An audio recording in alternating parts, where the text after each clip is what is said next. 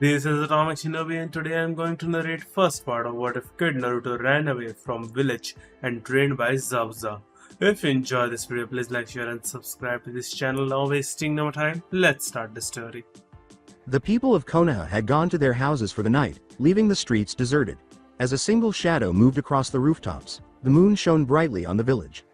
The shadow moved with a stealth that would have made a Chunin proud, but it was too small for a mature ninja.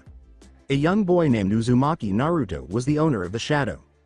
Naruto was furious. He was aware that he was being a little too naive to expect any fairness from those around him, but today had just been absurd. When Iruka Sensei wasn't present, a teacher from the academy taught. The man took charge of their classes today since his favorite sensei was on leave. For another no-holds barred match, he had paired Naruto against that icy Uchiha bastard. If Naruto planned to take the graduation exam, he could use the practice, he had smirked. This time, Naruto had been ready, even though he knew the teacher had done it intentionally to make him lose and look foolish. If he had defeated the Uchiha by less than honorable means, so what?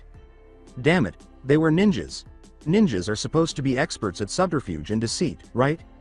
Or, he raged, whatever. He had been scolded and sent home instead of being commended. He had even been disparaged by the majority of his classmates. He was slapped by the fangirls for having the audacity to singe their hero's eyebrows and hair. Those icy, hateful eyes had been fixed on him. It was painful. Naruto had made the most of his time at home. He had sat down to plan his retaliation after a well-earned period of screaming about injustice and hurling curses. He laughed. The instructor would never be aware of what had struck him. As he ran off to his destination, Naruto had a sly smile on his face. Recalling the spar, he smiled. Backward. Hearing the teacher pair him with the bastard made Naruto groan. He could hear people laughing when they realized they would be receiving free entertainment. He heard his crush inquire as he entered the training area why the extremely cool prodigy was paired with the lowest ranked student. It hurt, but he didn't show it. Naruto made a concerted effort not to smile. He had anticipated this since Iruka Sensei informed the class yesterday that he would be taking today off and that he had found a substitute. He had anticipated who would take his place. He felt the tags he had bought for himself by bribing Choji. When the arrogant Uchiha ate dust at the end of the spar, they would prove to be worth the high cost. He took a position and grinned. As though Naruto were merely a small annoyance that he needed to swat away, the dark-haired boy on the other side of him appeared to view him with disinterest. Naruto's hands became rigid. Even though Naruto knew the Uchiha was just as lonely as he was, this attitude prevented him from approaching the boy. Like himself, Naruto had seen that the boy was in pain. He had frequently seen the final Uchiha sitting by himself on the bank of the river. He and Naruto could support one another if only he weren't such a conceited jerk. Naruto dismissed these ideas as he devised a strategy. People were waiting for the genius to pound the dead last into the ground throughout the training room. The two boys began to circle one another. The final Uchiha did everything in his power to stop Naruto's advance, just as Naruto had foreseen. Naruto forced himself not to laugh aloud. He set up his trap. He shouted loudly, "Oye loser, I'll take you down without even laying my hands on you." He got the answer he was hoping for. The fangirls yelled at him while his classmates laughed. His rival only grinned. Sasuke shot back, "Not even in 1,000 years, Dobi." Naruto lost his balance and collapsed. Sasuke motioned for him to stand up, and everyone laughed. Naruto grinned to himself. When he was down, he had expected the bastard to refrain from attacking him. He would think there was no need for it. He believed he could accomplish it with Naruto standing and attentive, so why bother? Naruto leapt and began to circle once more. His movements were mirrored by the Uchiha. When the bastard arrived at the location where he had fallen, Naruto halted. His prankster smile came out. His opponent was suddenly wary, but his face showed no emotion. You didn't observe that smile because you weren't in the same class as the blonde. Before the idiot tried anything, Sasuke made the decision to stop it. He started working on his jutsu seals. Those who knew the seals grinned. The blonde smirked, and Sasuke scowled. As the blonde spoke, he stiffened. Boom. When the boy with the raven hair vanished in a blast, everyone jumped. As the explosion's flash subsided and a smoking image of Sasuke Uchiha appeared on the ground, everyone gaped in silence. Everyone except Naruto, who was giggling uncontrollably.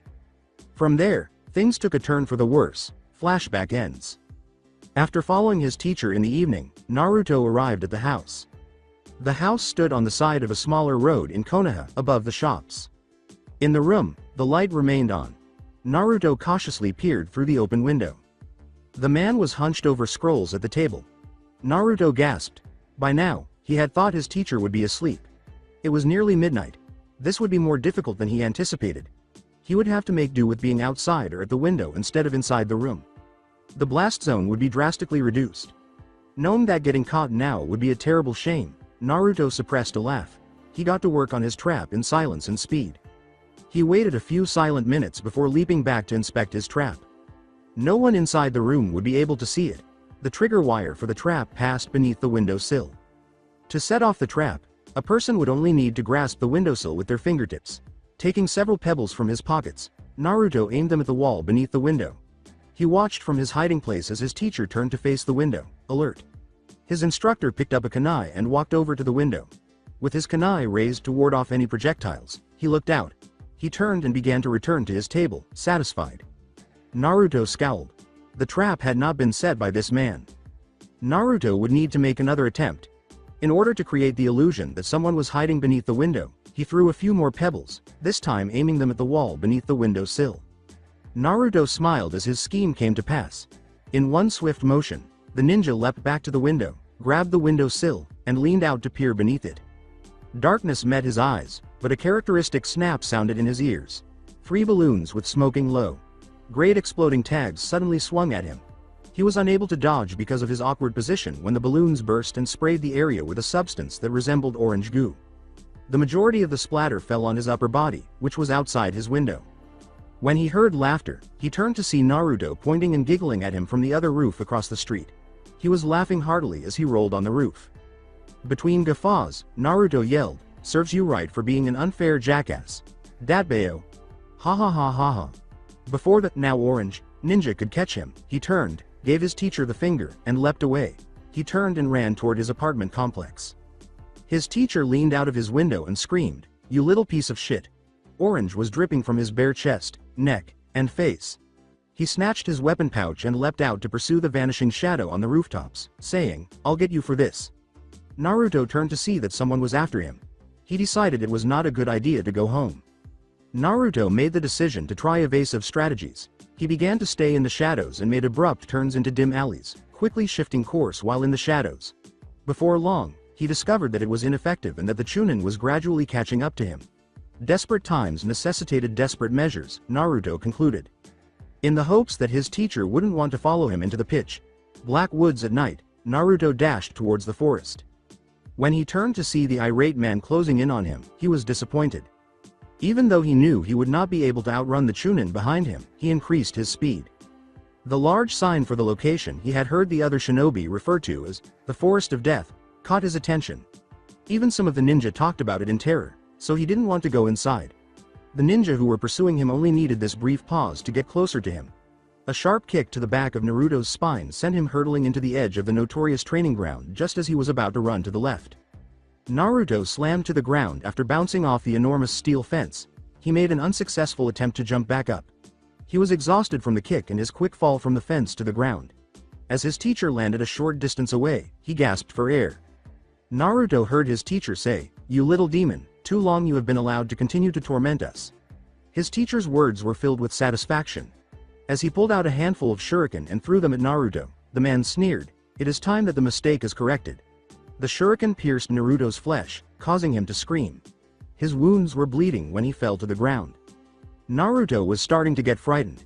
Even though his prank was a little too much, the man wouldn't kill him for it, would he?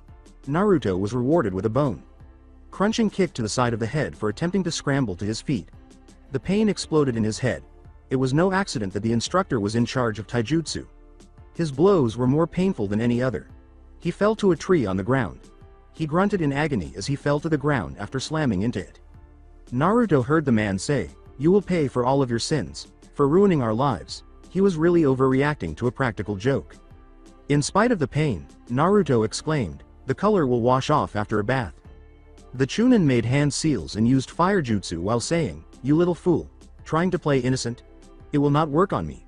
You will pay for all the lives you have taken, including my father's." Naruto gasped for air as he barely managed to roll out of the fire attack and felt the searing hot air against his neck. Puzzled by his teacher's reaction to his prank, Naruto retorted, I never killed anybody. Datbeo. It was not strange that he was hated and avoided. Prior to his prank, he was aware that he would sustain some bruises. However, this was far more than he had anticipated. He was starting to seriously fear for his life. It was unprecedented for ninja to use jutsu on academy students. Of course you have, you demon, the ninja replied. Just because you play the fool doesn't mean you are innocent. I'll just kill you now and avenge my father, he chuckled. In an attempt to talk his way out of this predicament, Naruto said, you will be punished for murder. Gigi. Hokage will punish you. The ninja was growing increasingly menacing. The ninja chuckled. The hair on Naruto's neck stood on end. He sensed a moment that would change his life was coming. No, you little brat. I will be heralded as a hero for killing the demon. Even the Hokage wouldn't be able to go against the people. He is far too soft for that. The man grumbled.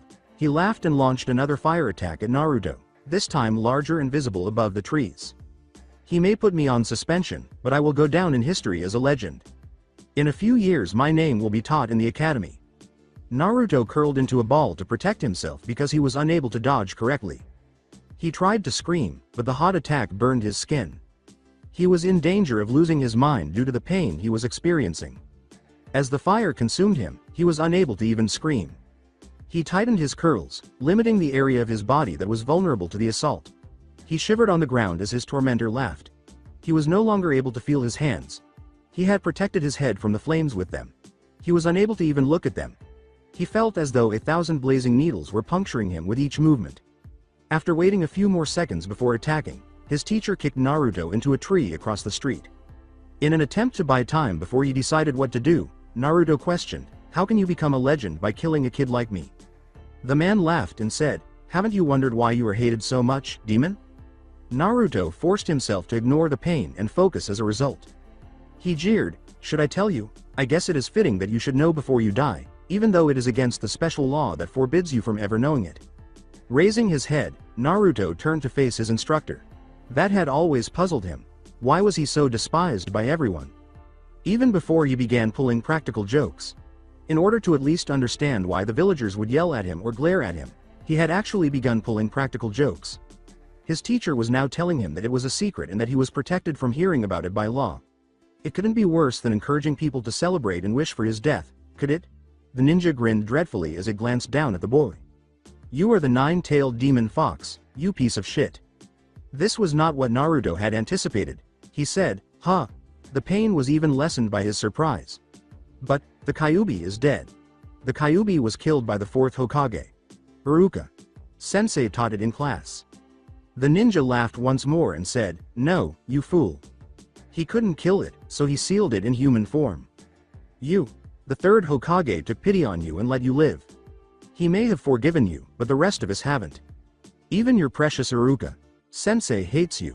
He was orphaned in the attack. Before his very eyes, both his parents took injuries from you that killed them. He wound up alone because of you. He tries, but he cannot bring himself to forgive you. Like him, there are countless others who wish for your end. That is why you will never be accepted by anyone in this village.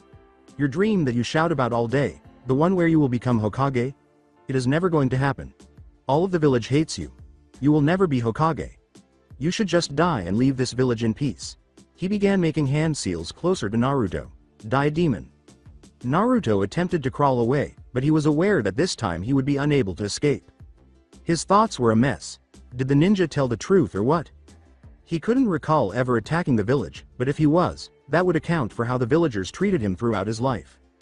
Just as the ninja was about to extinguish Naruto's brief life by blowing fire from his mouth, he looked up. Despite his best efforts, Naruto was unable to shut his eyes and await his demise. It would be the act of a coward, a tiny voice in his head said. Naruto tensed up. Despite his many facets, he was not a coward. An unexpected appearance of an animal. Masked Ninja caused his teacher's face to jerk up as the fire jutsu shot into the night sky.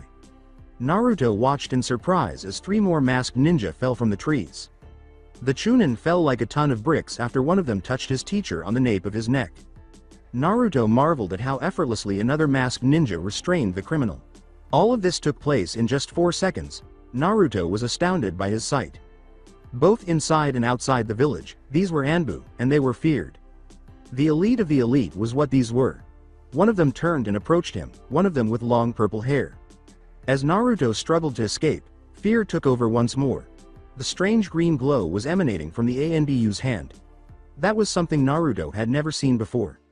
Naruto flinched as the Anbu extended its hand, but as soon as it made contact with the green hand, the pain in his neck appeared to subside.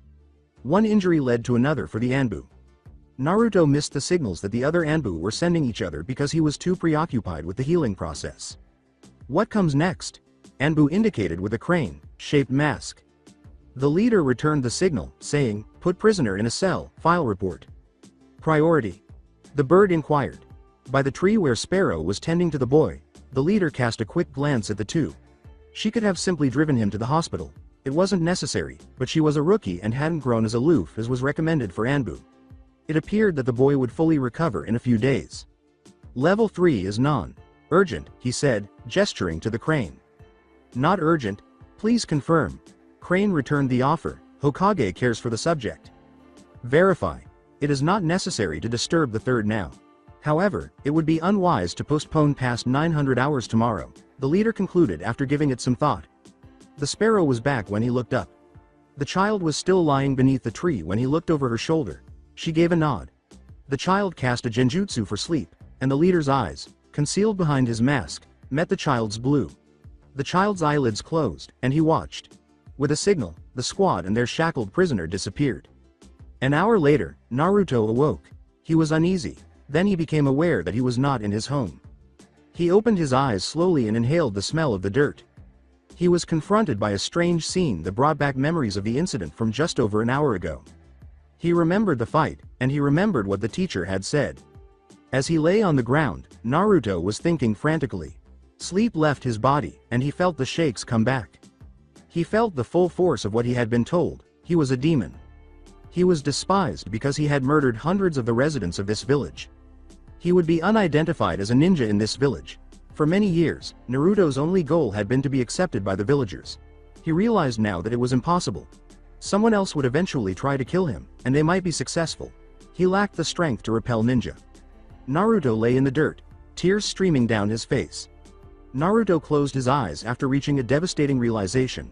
His voice trembled as he opened his eyes and spoke to himself. I have to leave the village. Naruto emerged from the forest slowly. The burns were still causing him to experience phantom pain. He had nearly recovered thanks to the gentle Anbu and his quick recovery. He would be fully recovered after just one night's sleep. However, it was not a choice. Tonight he had to go. Naruto couldn't be certain he wouldn't return to the academy tomorrow, despite the fact that the masked ninjas had removed the insane ninja. Before dawn, Naruto would have to depart. This line of reasoning presented Naruto with a fresh conundrum. Hokage. Gigi was certain to send someone after him if he fled. He was aware that those who fled their villages were slain. In the academy lessons, it was one of the few things he had focused on. He didn't know he wasn't a ninja yet, so he couldn't be a Nukenin. He would have to travel far to avoid any assailants, but he had no money. He had spent most of the money that had been given to him for groceries and food. Naruto was certain that he would require far more than what he had, even if he hadn't. As he leapt from rooftop to rooftop, Naruto pondered. Naruto suddenly became aware that, rather than returning home, he had returned to his teacher's house in his imagination. A thought came to him just as he was about to turn around. He pivoted and observed his instructor's apartment. He couldn't get into any more trouble if he borrowed some items from the vile teacher if he was fleeing. The ninja's apartment window remained open. He sprayed it with orange paint from his trap. He smiled a little when he saw his teacher spluttering and covered in orange. When he recalled what his teacher had told him, it proceeded as swiftly as it had. In the history books, he had been made to read about the Kyuubi's attack. Even he had been taken aback by the destruction detailed in the book. He ought to have recalled doing something similar if he was the Kyuubi. Naruto was fairly certain that he would remember it if he followed the instructions in the books. He had been informed by his jerk of a teacher that the Kyuubi had been sealed by the fourth. His knowledge of sealing was limited. He only knew that it made it possible to use amazing things like his chakra, activating triggers and exploding tags. Perhaps when the fourth had sealed him, his memory had somehow been erased. Naruto's sense of guilt toward the village grew. He sympathized with the impoverished villagers who had lost loved ones to him despite his own situation. Even in the future, Naruto would never realize that his tendency to put other people before himself was what had made him so popular over the years. After a few minutes of silence, Naruto finally cleared his head and shook his head. He had to think quickly. He shut the window behind him and leapt into the vacant apartment. He didn't want to be seen by any ninja who happened to peek inside. Naruto noticed that the apartment was significantly larger than his own. He was actually standing in a larger room than his tiny living room, kitchen, and dining room put together. He found a sturdy-looking bag pack after searching beneath the bed. To be used on missions, it was a common shinobi issue. When he opened it, he discovered that it already had many of the supplies he would require. He spread them out on the ground. He allowed his gaze to wander over the items. A hair trap, a small pan, utensils, a compass, a sleeping bag, a blanket, a small water bottle, and some rolls of ninja wire were all visible to him. He was still in need of a fire starter. Since he could use tiny fire jutsus, his teacher clearly didn't need one. He would need cash, too. Naruto thought he would need to look around for that. Naruto started searching the closet by the bed. In the bottom drawer, he discovered the item he was searching for, a beaten purse that had seen better days. Naruto filled Shan with its contents. His attention was drawn to a small hole in the drawer's base as he was replacing the purse. Naruto identified it as a finger hole to raise the drawer's fake bottom. He also had one in his drawer. It was where he stored the scrolls that Hokage Gigi had given him over the years. This made him sad because he would no longer be returning to his apartment. He would leave as soon as he had had enough. Naruto struggled to contain his tears as they began to well up in his eyes. When he was younger, he made a promise to stop crying over trivial matters. He took the drawer's contents out of the closet and took off the fake bottom. There were a few scrolls, a loose piece of paper, and additional rolls of cash inside. Picking up the paper, Naruto flipped it over. It appeared to be a hastily scrawled note. Naruto read what was inside. "I've been able to duplicate some jutsu scrolls for you. Remind yourself to learn them and then destroy them. I would be handed over to Ibiki before you could say, Hokage, if someone discovered that I had copied forbidden jutsu. Kami is aware that you have failed enough Junin exams. Perhaps these will help you pass them." Chizu Naruto examined the scrolls that were tucked away in the secret area. It appeared that his teacher was not supposed to possess these extremely powerful jutsus. Naruto gave it careful thought. He hadn't considered anything other than fleeing until now. But now he had to think about what lay ahead. He would need to gain strength to survive even after he fled. After learning to use Chitara for jutsu, Naruto made the decision to take these scrolls and learn them later. He picked them up and put them on the floor with the other things. He concluded that he would also require some additional items, like shuriken and kunai. He looked for the items for the next 10 minutes. An hour later, Naruto was at last prepared. He walked to the window after slinging the bag over his back. He saw a glint of steel. A Hide.8 hung on a hook near the window. Since he could remember, Naruto had desired one. The band and the gleaming metal were evidence that they were a village ninja. For those who wore it, it was a recognition of their existence. He grabbed for the navy blue fabric. His teacher's face appeared in his mind as he was ready to remove it from the wall hook. His hand came to a halt. Did he want the man who attempted to kill him to have his Hide.8? Naruto said no. Naruto didn't think the man was good enough to wear his used Hide.8. After approaching the window, Naruto opened it and leapt out. Naruto had considered leaving the Hokage a note. Naruto felt bad about leaving without a brief farewell and thank you note after the man had shown him kindness throughout his life. It was the least Naruto could do, but he was aware that the Hokage Gigi would be shocked to see him bothering to write anything. However, Naruto was also aware that the masked Anbu was constantly encircling the Hokage's mansion. He could fool the Chunin and other lower-level ninja, but he still couldn't get past the Anbu, the elite of the elite, who would either put him in a cell or bring him before the Hokage Gigi if he were caught. In any case, he couldn't get out. He therefore made the decision to leave the note for Iruka Sensei at the Chunin's home along with the note for the Hokage. He looked in the direction of the good teacher's home. He had once been punished by Iruka Sensei for pulling a practical joke in class by having to carry test papers home. He had later given Naruto his first taste of ramen. The apartment was close to Ichiraku Ramen, as Naruto still recalled. After arriving at his teacher's apartment, Naruto placed the notes behind the potted plants that were displayed on his windows. As he leapt off once more, Naruto muttered, "Goodbye, Iruka Sensei." Naruto crept over to the massive wall that surrounded and guarded Konoha. Naruto needed some time to ascend the slender spiral staircase that the Konoha repairmen and non-ninja residents used to reach the top of the wall. The sky had turned overcast, and the moon was entirely obscured by the gloomy clouds. Naruto ran toward the main gates while perched atop the wall. He only had to leap from the wall to the trees outside once he got to them. In the darkness, Naruto came to a halt. He took a final glance at his village. He had not had a happy life here. He couldn't remember how many times he'd sobbed himself to sleep. For a moment, the moon shone and the cloud moved. The Hokage monument caught Naruto's attention. He saw 4 faces staring back at him without flinching. Looking at the faces of his village's great leaders, Naruto felt a little bad. Their faces nearly had a dejected expression, which could have been caused by the light or Naruto's emotions. It was impossible for Naruto to avoid feeling as though he had let them down. They had never fled from conflict. 3 of them had never given up, even as they fought to the end.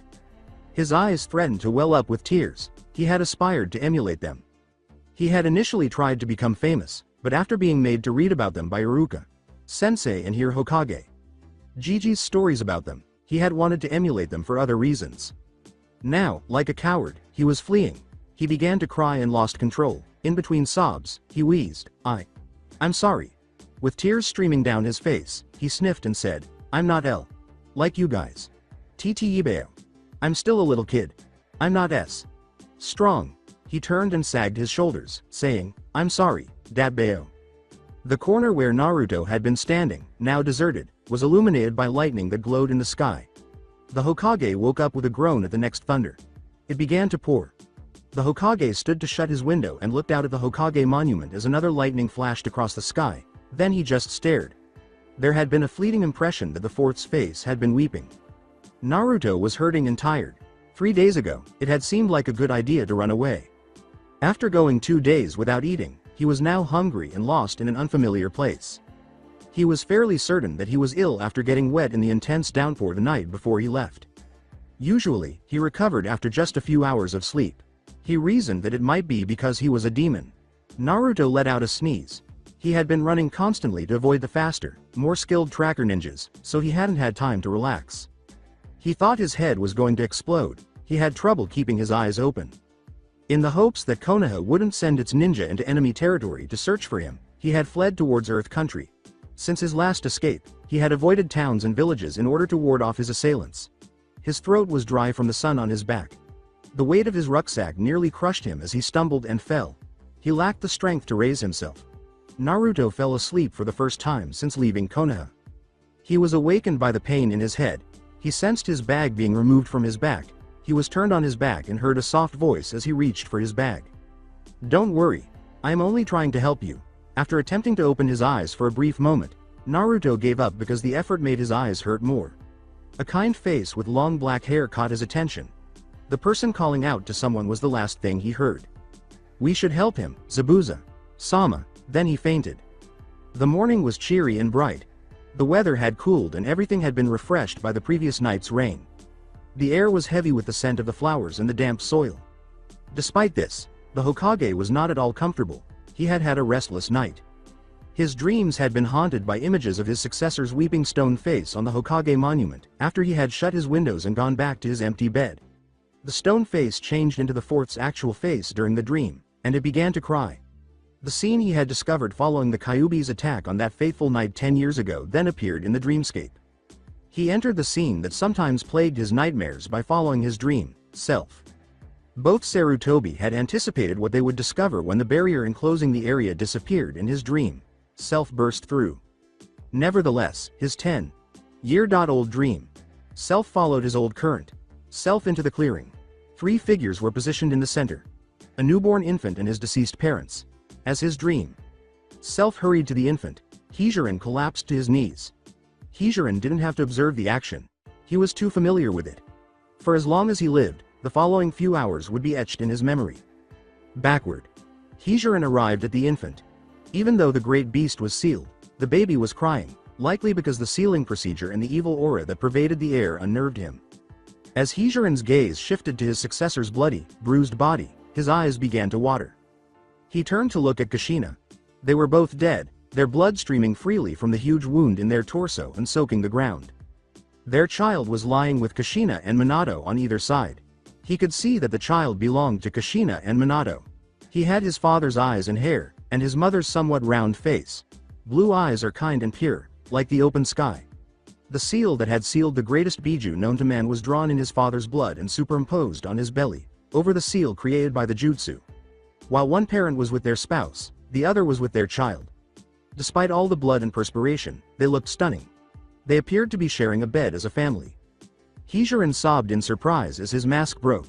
Even before this small family had the opportunity to unite, cruel fate had torn them apart. He struggled to keep his emotions in check, and his shoulders trembled. He recalled Minato's excitement at becoming a father and how he had asked him for advice on a lot of small matters. He saw Kushina crooning to the unborn child while tenderly massaging her belly. Being the beloved Hokage's son, Hijiran had laughed at the time that the infant would be the most adored child in the village. Now, as the infant lay in tears beside his deceased parents, that future had been lost. Now that all that love had been taken away, the baby was left alone in the world, carrying a load so heavy that most adult ninja would flee. He was the only thing between the village and the demon. To retrieve the fallen shinobi, Sarutobi made 2 shadow clones. He observed his clones carefully picking up their charges. He carried the infant himself. In order to give himself some space, he turned to face the shinobi who had followed him and were standing a short distance behind him. "We are going back to the village. As soon as we reach it, find all the surviving members of the council and inform them that I am issuing summons for an emergency council meeting. They are to head to the tower immediately. Tell them nothing more. What we saw here is classified as Hokage. Eyes only." He issued a directive. Every shinobi gave a nod. Sarutobi went on. "I am taking the child and the bodies of the 4th and his wife. I will take them to the Hokage Tower.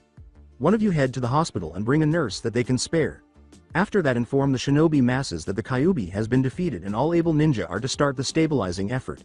Now, depart." He raised his hand to his side in a swift motion. The shinobi all shouted, "Hi," and leapt away, sending leaves and dust flying. Flashback finish. When Sarutobi arrived at his office in the Hokage Tower, he was brought back to the present. He was saluted by his Anbu standing guard at the doors. He entered and gave them a nod. With a sigh, he went to sit behind his desk. He didn't like feeling old on days like these. Despite being the Hokage, he was a tired old man. He had become prone to fatigue ever since he had returned to work 10 years ago following Minato's passing.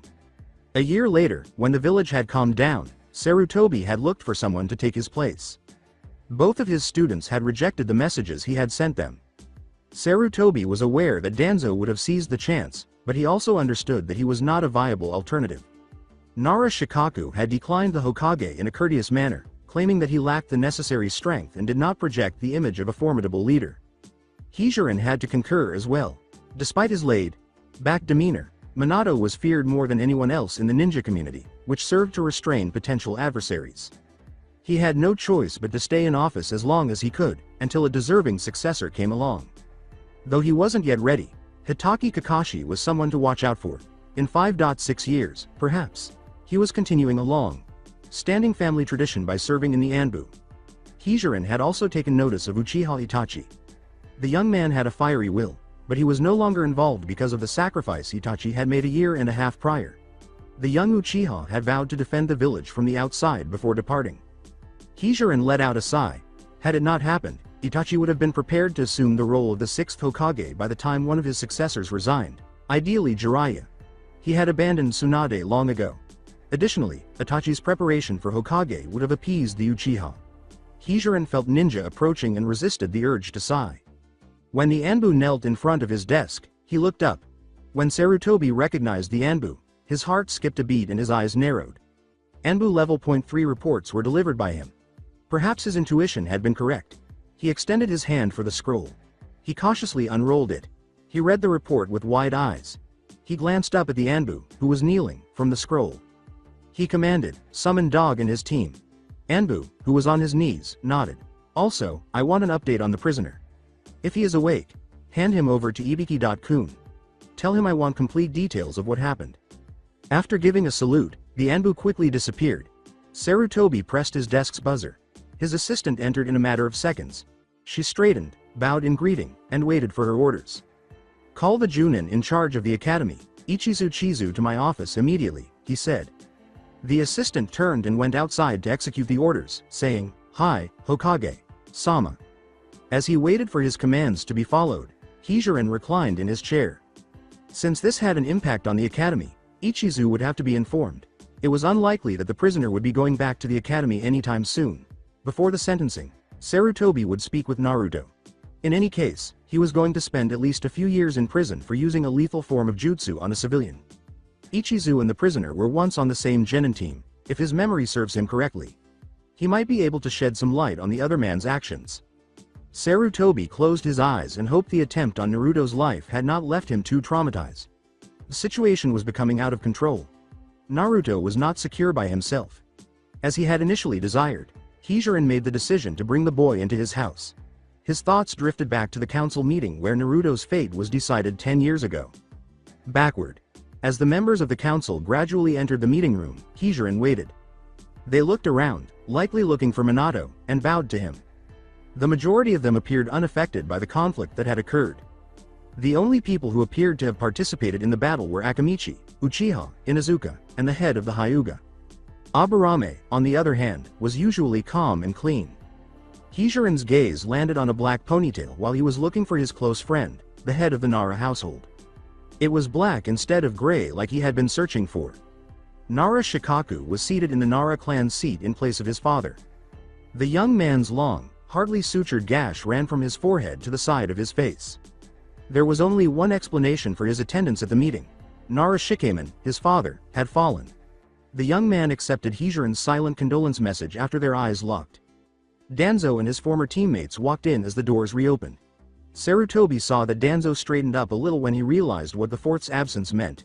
He had fresh, bloody bandages on his right hand, which was in a sling. Unlike the other two, it appeared that he had also engaged in combat. When everyone had taken their seats, Sarutobi stood up and cleared his throat. The room was suddenly quiet. Sarutobi started talking. As all of you know, our village was attacked this night by the Kyuubi. The demon wreaked great havoc and a lot of lives have been lost, both civilian and shinobi. Each council member gave a solemn nod. Sarutobi was saying, but the danger has now passed. The Kyuubi was defeated by the fourth. When rumors started to circulate in the council. Where is the fourth?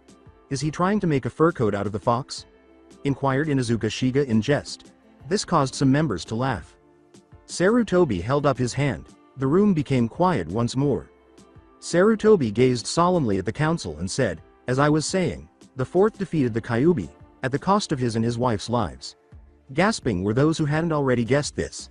The head of the Inuzuka clan hung his head in embarrassment. After a few seconds, the head of the Aburame clan inquired.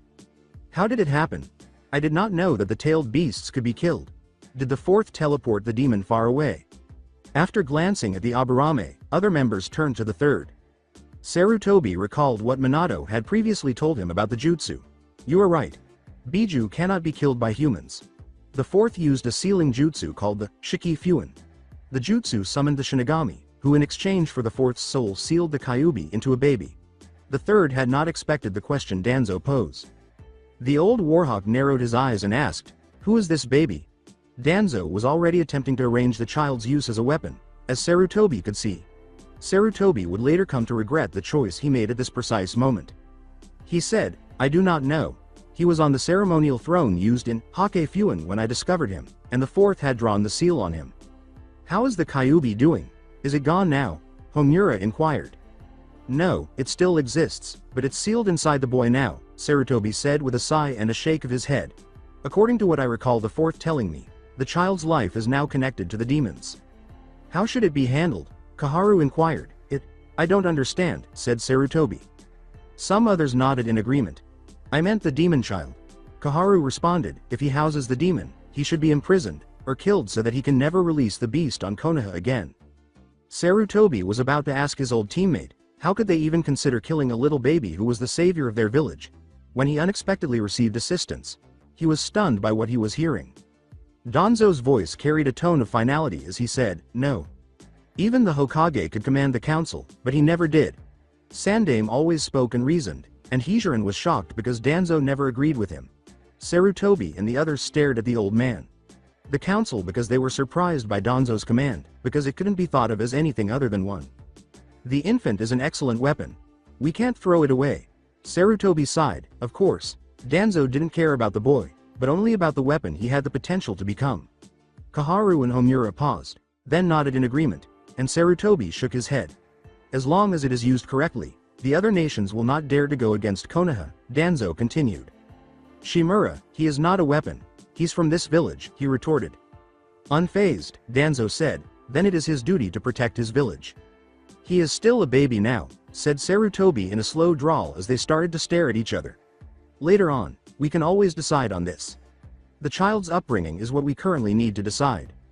Sarutobi and Danzo nodded, and Kaharu inquired as everyone turned to watch the young, new head of the Nara clan speak. Is it possible for us to identify the child? Hijirin considered his options and chose to lie by omission rather than come clean. Kushina had told me that the child's name would be Naruto before she passed away. I assume that Uzumaki Naruto is his name. He saw Nara Shikaku's eyes widen a little before his face went blank, but no one else saw it.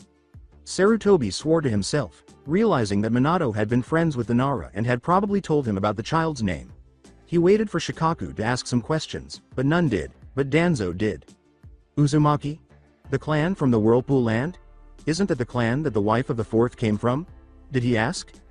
When Shikaku spoke, Sarutobi was trying to figure out how to respond without cornering himself. I think the fourth informed me that his wife's very distant relative had come to receive medical attention. She was on the verge of giving birth herself. Perhaps the boy is her child. The Nara clan head lied with ease. Sarutobi looked at his friend as son and grinned. Shikaku had quietly told him that he supported the Hokage, had given Sarutobi a way out, and had never said anything specific himself, only generalizations that might be mistaken later, if and when Naruto's true parentage had to be revealed. Is that correct? Sarutobi did his part. I think that answers your question, Danzo. I believe this meeting is now over. I have to leave to arrange for the child. If I may ask, Hokage Sama, what arrangements? The head of the Hyuga clan inquired. Others gazed expectantly at the Hokage. Sarutobi replied, I intend to bring the child into my house and raise him. I don't think that is a good idea, Danzo scowled. There will be a commotion among the shinobi when the Hokage takes in the demon child. Shikaku offered to take the child in at this point, and Sarutobi debated this with the council for the next 30 minutes before caving into popular pressure. The Nara clan grounds are located in a remote area of Konoha, as you are all aware. It's far enough from the village center in case something goes wrong. Additionally, I became a father a month ago. I can bring him into my house with ease. He will be warmly received by my wife, and my child will have some company. At this point, the head of the Uchiha clan disagreed. No, I can't let another clan acquire the Kyuubi's power. Like your other clan members, he will show loyalty to your clan if he grows up in it. Sarutobi attempted to clarify that the child was a helpless child rather than a weapon, but in the midst of the heated debate, his voice was ignored. This sparked another argument with the other clans, who also opposed granting any other clan the power of the Kyuubi. At last, Danzo proposed that the child be raised on their own, just like other orphans. The meeting came to an end when Sarutobi finally agreed. Flashback finished Sarutobi's side as he recalled that he was not feeling well today, that the images in his nightmares had deeply troubled him, and that he was still struggling to get out of the rut he had fallen into when the Anbu he had called upon showed up. The four Anbu knelt, the captain a few paces ahead of his squad, and Sarutobi glanced at the squad's captain, the Anbu in the dog mask, his distinctive silver hair showing through the porcelain mask. Sarutobi took a puff from his wooden pipe and said, I read your report, but it didn't have anything on the current condition of Naruto-kun. The Anbu captain nodded, understanding what his leader was looking for, and started off in a nondescript voice that most Anbu use. Sparrow treated the majority of the serious injuries that required care after we captured the ninja and gave the boy a sedative to help him sleep until dawn. I also put him under a sleep genjutsu. Dog concluded his report, and Sarutobi nodded briefly in gratitude to the rookie with the violet hair. And Sarutobi asked. Dog answered, that is all, Sandame, Sama. I would like to know if you moved him to his home or the hospital. The Hokage explained his question. Sandame. Sama, neither. Dog replied, as I mentioned, we gave him a sedative to put him to sleep. Sarutobi looked at the Anbu with mild disbelief. Are you implying that you left a 10-year-old who was hurt unconscious next to the forest of death? Slowly, he asked. While any lesser ninja would have flinched, Dog maintained his composure, displaying the notorious Anbu control, but he did take a few moments to respond in the affirmative before turning slightly to face his squad and giving the Crane masked Anbu a few brief signals, which caused Crane to nod and disappear. Even the geniuses can act foolishly at times, so Sarutobi fought the urge to pinch the bridge of his nose and hoped Crane would find Naruto sleeping soundly and safely. Sarutobi then went on to the second question he had wanted to ask the Anbu. The Hokage slowly inquired, your report didn't mention anything about whether the prisoner had mentioned the forbidden knowledge to Naruto-kun. The Anbu remained silent for a while, attempting to think of something helpful. Finally, he said, I do not know, Hokage. Sama. Although I did hear the prisoner call the boy, demon. But. The Anbu did not finish his sentence. Sarutobi realized what his Anbu had been about to say. But the boy is called a demon normally, too. Sarutobi was saddened because he knew deep down that this incident would not have happened if he had dealt with the previous, smaller instances of violence against Naruto with a strong hand. Instead, he had allowed his compassion for those who had lost to the Kyuubi to cloud his judgment. Sarutobi straightened as he came to a decision. No more. There had been enough time for the village to move past their loss. When Crane returned with Naruto, he would have Naruto's belongings moved to his mansion and inform Naruto that the boy would now live with the Hokage. The Hokage's features hardened, and the dog Anbu could tell what the old man was thinking about. He remained silent until he saw the Hokage motioning for him to stand beside him as the old man approached the large window that overlooked the village. He then approached Sarutobi, who began to speak softly. I believe that living alone is no longer safe for Naruto-kun. These incidents have a significant impact on him, even if he doesn't express it. He might have died this time. The experience must have been extremely traumatic. He must have a sense of security. Sarutobi said, looking out over his village, he needs to be with someone who cares for him. He spoke softly, but without the neutral, Anbu voice, and the Anbu hoped the Hokage wasn't going where he believed the Hokage was going with this. I am aware that I wanted to bring him into my home at the time, but it is not a good idea now that I am in the Anbu. I no longer visit my home, Sandame. Sama, but it's not because I don't want him. He was able to say, I have taken up a room in the Anbu lodgings, inside the headquarters, before the Hokage laughed. Kakashi-kun, you're not understanding me. To take him in myself, that is. I would like your opinion on whether or not I should bother telling the others, the elderly man said, still laughing. After a long moment of staring at Sarutobi, the Anbu said, the council will not like this. The elderly man smiled mischievously at him and said, I understand. But this time, I'm not going to put up with their objections. With a faint smile in his voice, the Anbu stated, then I believe whether you tell them or not, does not matter. After a moment of silence during which the Hokage and the Anbu gazed out of the window, Sarutobi grinned and said, what about the prisoner? Returning to his Anbu voice, the Anbu stated, as per your directives, he was turned over to Ibiki of the T&I department. When Crane came back, Dog had just finished speaking. I anticipate that Ibiki will have a report within an hour. When Sarutobi noticed Crane was by himself, he scowled and asked, why didn't you bring Naruto-kun along? His shinobi asked him. I am sorry, Sandame. Sama, but I was unable to find Uzumaki Naruto, said the Crane. Masked Anbu, bowing his head in response. As Sarutobi questioned, what do you mean you were unable to find him? The Hokage and Dog both cast their gazes down at Crane. Was he absent? Hokage. Sama, I'm afraid so. I thought he might have woken up and gone home, but when I went to his apartment, I found it locked. He paused for a moment, then resumed, albeit more slowly, saying, I looked up to see that the Hokage had begun to frown at the information. The bed did not look slept in, Sandame. Sama. I went back to get more instructions because I had no idea where else he might be, Crane concluded. Halfway through the report, Sarutobi's heart began to race, and he saw the squad captain stiffen. He pushed his fears aside as he gave his Anbu captain orders, and he saw the image of the Yondaime's weeping stone face flash through his mind. As soon as possible, start searching with 3 more squads. Begin in the Death Forest. Bring back any news you discover. Sarutobi closed his eyes and prayed for the boy's safety as all of the Anbu nodded and vanished in a blur. While this was going on, Amino Iruka was rushing to the Hokage Tower. He had woken up late, making the most of his vacation, and after completing his morning routine, he went to water his plants when he noticed the envelopes. He had initially thought it was a prank and had used every trap scanning technique he knew, but eventually he was satisfied and opened the letter to discover a farewell letter. 2. Iruka-sensei, I apologize for all the trouble I caused you, sensei. I now realize that I am the Kyuubi who killed your parents. I apologize for all the suffering I caused you. You are the only person besides the Hokage. Gigi who showed me kindness, despite the fact that I took away your family and left you lonely, just like I am. I know that loneliness hurts a lot, so I apologize. I can't stay here because I might be killed, so I'm leaving so that I won't hurt the other people whose families I killed, even though I don't remember it. Tell him that Uzumaki Naruto is not a thief and that I am simply borrowing some items from this bad guy's place. I will send you the money later when I have some. My favorite memories are of the times you treated me to ramen, which I will never forget. Naruto Uzumaki Ninja Academy. Year 2. Please give Gigi the second envelope if it's not too much trouble, as I was unable to visit the tower. Iruka read the letter again, stunned, thinking that Naruto knew about the demon or that, based on his appearance, he was the demon. Naruto was leaving the village when Iruka jumped out of his window and began running as quickly as he could in the direction of the tower. His secretary came in with Ichizu Chizu behind her, and as Sarutobi sat in his office trying not to think about the worst, she bowed and went out, leaving Ichizu to approach the desk and greet his Hokage. Greetings, Hokage. Sama. Did you call? Yes, Ichizu-kun. I'm afraid I need to talk to you about something. It has to do with your genin teammate, the academy instructor.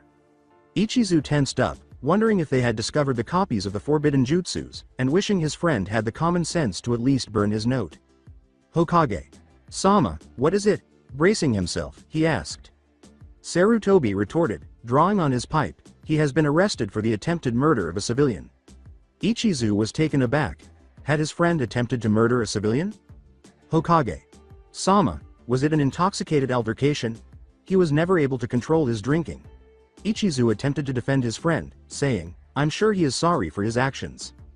Ichizu-kun. I'm afraid it's more serious than that. With complete control of his faculties, he attempted to murder a civilian.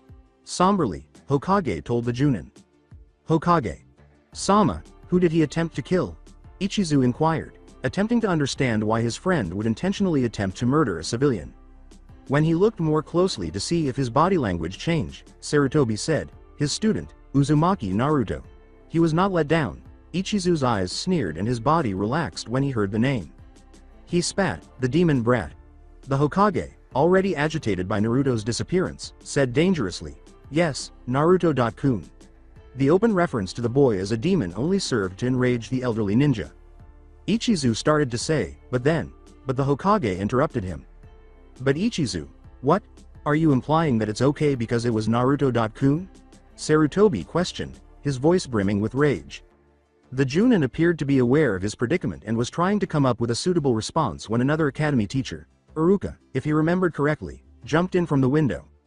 The young man was clearly agitated about something, most likely having heard about his coworker and coming to voice his disapproval. When the Hokage turned around, he saw an extremely agitated Iruka get up and rush in his direction. Iruka handed the open letter to the Hokage, saying, I apologize for the sudden intrusion, Hokage. Sama, but I think you need to see this. Sarutobi took the extended paper and began reading it, his eyes widening as he did so. Then he took the sealed envelope from the Chunin and ripped it open, discovering a similar letter addressed to Hima. 2. Hokage, old man, I am sorry for all the trouble I have caused you over the years. I am aware that I am the Kyuubi who killed all those people many years ago, and I am grateful that you took pity on me at that time and did not punish me. I am also grateful for all the times you helped me get out of trouble and did not punish me. You were the family I never had, like a good old grandfather who loves his grandson very much, and your kindness was enough to make me want to live. I am going to leave. I am sorry for running away, but I am afraid that you won't be able to stop everyone who tries to kill me. Someone might succeed. I am aware that those who leave their village must be hunted down and killed. I will not be upset if you send people after me to kill me because I know that it is the law. I will always strive to be someone you could be proud of, like the other 3 great Hokage, and I will never forget the stories you told me about them. Naruto Uzumaki P.S. There is something in the envelope that I believe you should be aware of. When the door opened and Morino Ibiki entered with a file in his hand, the Hokage was about to remove the envelope he had just picked up and discovered contained another piece of paper. After giving the T and I vice captain a nod, which the man returned, Ichizu turned to Ichizu and said, looks like you were right about not being able to say, Hokage, Ichizu-kun. Waving a hand for Ibiki to wait while he took out and read the second piece of paper, then gesturing for Ibiki to approach and read it, which the man in the bandana did. Ichizu went pale when he saw the note he had written to his friend, and just as he was about to bolt, he felt a hand on his shoulder and saw that Ibiki was grinning at him. The Hokage yelled as Ibiki walked away, carrying the unconscious man behind him. Boar. The old man was immediately confronted by a boar, masked Anbu. Combine every Anbu that is available. Remember the search teams in the Forest of Death? Send Narashikaku to my office right now, Sarutobi commanded harshly. With a nod, the Anbu vanished. Iruka looked up in horror as Sarutobi turned to see him reading the letter Naruto had given for the Hokage. Hokage. Sama, are you really going to send Hunter Nin after him? With a voice on the verge of breaking, he said, he's just a kid. Sarutobi shook his head and answered. Iruka.kun, no, Naruto cannot be pursued as a Nukenin since he is not a ninja. Even if he was, I don't believe we have the authority to send out Hunter ninjas now that we know why he fled. As the Hokage gazed out of the window onto the village, Iruka saw that his eyes appeared to be moist. Iruka.kun, I let him down. A boy his age who had to leave my villagers out of fear for his life. The Hokage said in a gravelly voice, I have failed him. With tears in his eyes, Iruka interrupted, saying, we all have, Hokage. Sama. I thought that treating him to ramen once in a while was enough. I ought to have given his loneliness more consideration. The others detested him, and I knew it. Perhaps if I hadda. Iruka.kun, don't blame yourself. Although I, as Hokage, have no justification, you had no control over the circumstance. I could have overruled the council whenever I wanted, but I allowed my sympathy for the villagers to prevent me from seeing Naruto's injustices. As he looked at the Hokage monument, Sarutobi said, it is me who failed to protect him. He then said more to himself than to anyone else. As the door opened and Nara Shikaku entered, he sighed, I wonder if you will forgive me, Yandaime. Sarutobi gestured to the file Ibiki had left and the letters on his desk, and Shikaku felt the atmosphere and stealthily picked up the file. Shikaku's eyes narrowed as he read the report, and when he finished reading the letters, Shikaku's eyes widened, and he turned to see Sarutobi staring at him with pained eyes. What now, Hokage? Sama? The Junin commander asked. Compile all of the tracking units that are available. Genin to Junin. In half an hour, I'll speak to them on the roof. With a nod, Shikaku continued, I'll call other Chunin too, to provide support for the Genin teams. Shikaku dropped to his knees and left. Many villagers stopped to watch as even the Genin teams raced down the streets towards the Hokage Tower, and the retired ninja also noticed the sheer number of mission birds circling the village, screeching summons to different shinobi in different tunes. The villagers knew something was happening, as groups of shinobi were jumping from rooftop to rooftop every few minutes or so. The call for a council meeting therefore came as no surprise to the majority of the council. He had been waiting for the root ninja he had sent in to investigate the disturbance, but none of his agents had been able to figure out why the tracking teams had been called in, so he had finally been forced to attend the meeting as dark as the others. Upon entering the room, Danzo noticed that Hijirin was in a foul mood, and he looked like the man that the ninja world had come to fear as the Professor. How long had it been since I last saw such fire in his eyes? Danzo thought as he made his way to his seat in the corner. It would not be prudent to oppose Hijirin today, he thought, so he sat down and slipped back into the shadows. Sarutobi was upset because it was this room full of people who had caused Naruto's suffering as a child. At first, only the people in this room knew that Naruto was the demon's jailer, but within a week, most of Konoha had learned. He was upset at the time, but he had let it go because the event had already happened. Some faces had changed from that time because the Aburame, Inuzuka, Hyuga, Akamichi, and Yamanaka had changed, but the politics stayed the same. He went and sat down in the high seat he used to presiding over council meetings, and as he did so, a silence descended. No one had the guts to speak first, and everyone could see that the Hokage was angry. It was an uncommon occurrence, so it was unpredictable until Sarutobi finally did. Shinobi are being mobilized on a large scale, as the majority of you are aware. The purpose of this meeting is to explain why.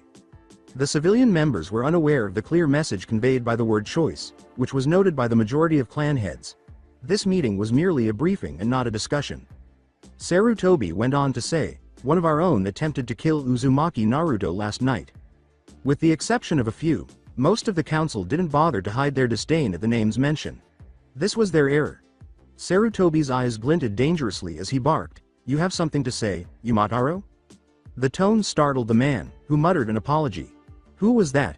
Homura asked. Sarutobi responded, an academy teacher who was the victim of a small prank. A civilian member said, so he was provoked. The man withered under the stares Sarutobi directed at him. Sarutobi roared, I have been pranked on more times than anyone in this room, but I do not remember unleashing fire jutsu on the boy from a distance of 5 meters.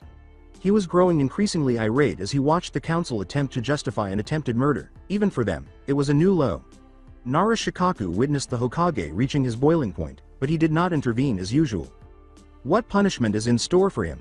Seeing this unusual rage in the Hokage, Kaharu inquired, I propose a dismissal from duty and a 3-year jail term. Do not worry Utatane, this meeting is not his hearing, Sarutobi said, grinning at his former teammate but not enough to reach his eyes. His penalty has been determined. He told Naruto.kun about the Kyuubi in addition to attempting to murder him. The faces of many council members were etched with shock. The Hokage went on. He will be executed tomorrow morning. This announcement caused a commotion, but the Hokage yelled, "Silence!" They all stared at the Hokage, who had never raised his voice in a council meeting in their collective memory, and the room fell silent. But Hokage Sama, execution for attempted murder is too extreme, a young civilian member foolishly attempted to argue. We can't permit it. You can't let it, you cannot allow? The Hokage interrupted. The man recoiled as he roared, and the Hokage rose from his seat and said, "It appears that everyone has forgotten where they are. You don't give me any permission. I'm the one who lets you have it all. I let you sit in that seat." Sarutobi began to approach the trembling counselor, saying, "I let you talk to me with an impudence that would have you tortured and killed in Kumo or Iwa." He made a hand gesture, and then the 3 Anbu generals and more than a dozen Anbu suddenly materialized around the council seats. "In fact, I let you live, you pompous piece of trash." Sarutobi spat at the man, who was now as white as Hokage's robes. The other council members were also a little uneasy about the ANBU's presence. "Remember," Sarutobi said quietly, surveying the room, "I established the council system in an attempt to address some issues by taking into account your opinions as well. A shinobi village is Konoha. Having a council like this is not essential." The council was so quiet that even the rustle of the Hokage's robes could be heard. Everyone waited anxiously as the Hokage gestured to the Anbu, and all of the Anbu vanished as one. The Hokage then gave the council a stern look. "It appears that my indulgence over the years has given you idiots an exaggerated sense of importance. The council is currently not allowed to make any shinobi decisions. I may withdraw this order if I later determine that the council is required. However, the council will only handle civilian issues until then." Sarutobi's voice was quiet, but it was clearly understood by everyone in the room. "To locate and retrieve Uzumaki Naruto, I'm dispatching every shinobi with tracking skills that I can find. I will take him into my home and provide him with protection as soon as he returns. Any assault on the boy will be treated as an assault on my family and will be dealt with accordingly. When was the last time you all took a week to disseminate the information about a private meeting? I want you to finish it by Naruto Kun's return this time. Since your futures are intertwined, you might all want to pray for his safe return." Sarutobi spit in the room and walked out. The Ninja Academy taught the next generation in a variety of ways. While some of the lessons were taught in the classroom, others were outside and had a more hands-on focus. The second-year Ninja Academy students had their practical class today. On the mountain behind the village, they were awaiting their teacher. They could see the village clearly from where they were. Some had noticed the sudden increase in shinobi movement. A black-haired boy with sunglasses and a big coat didn't talk to anyone. It seems some event is afoot. A boy with raven hair and eyebrows that were mismatched in length due to a certain blonde's explosive notes glanced at him, but the majority of the kids ignored his observation. The boy had been thinking about it. He turned to face the ninja figures moving in the direction of the Hokage Tower. He concurred with the sunglasses boy that a lot of ninja are going to the Hokage Tower. The boy's words caused many of the girls to giggle. Sasuke shook his head, not bothering to conceal his disgust. This was an opportunity for a blonde girl to talk to her crush. "Yeah. My dad is on the council and he was summoned too, when I was leaving for the academy. Meetings aren't called this early unless something big happens." She was grinning broadly. Sasuke considered his choices. He was curious, and the girl seemed to know something, but he knew that acknowledging her as a part of the conversation would only lead to trouble. "So, do you know what's going on?" he asked, turning to face the girl at last. Ino was about to say something more, but Sasuke turned away and went to speak to the sunglasses boy, whose name she remembered was Shino. The girl nearly screamed with joy, but she shook her head and said, "No, I left soon after he left." With a frown, she joined the boys. Sensing that the girl was following him, Sasuke scowled. This was what had frightened him. The girl would stay with him now. As she arrived at them, Ino remarked, "But my friend might know." Sasuke and Shino turned to her, their eyebrows going up at this. Encouraged, Ino turned and yelled at her friend who was lying beneath a tree on the grass. "Oye Shikamaru. Get your ass here." Sasuke and Shino exchanged glances before stepping back from the rowdy girl. With a sigh, the boy with the ponytail stood up. He was aware that the girl would have stomped up to him and bothered him regardless if he hadn't. She would have ranted for a long time, which would have added to his problems.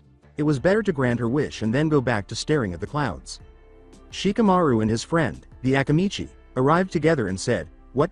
It is too troublesome to have you yelling at me like that." Ino waved her hand at the village, asking, "What do you know about all this?" Shikamaru let out a sigh, realizing what she was requesting.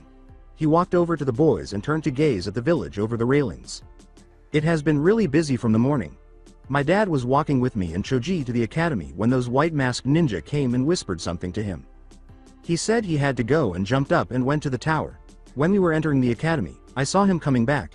He did not look happy. In fact, he was frowning, and let me tell you, my dad never frowns. The worst I have seen him is him narrowing his eyes and look bored," Shikamaru said as the others held onto his phrases. Shino gave a nod and shared his thoughts. "That means whatever is happening is very serious."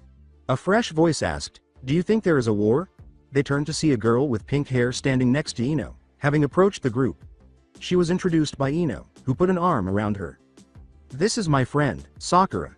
She looked at Sasuke, blushing, and the boys nodded. Shino responded to the girl's query by saying, "I think that is highly improbable. A war is usually preceded by a tense environment for some time period. We have not heard of any such thing in the past few days." Sasuke nodded and continued, "If it was war, they would also make an announcement to the civilians and there would be an increase in the village defense." A white dog perched on the head of another boy who approached them. He inquired, "What are you guys talking about?"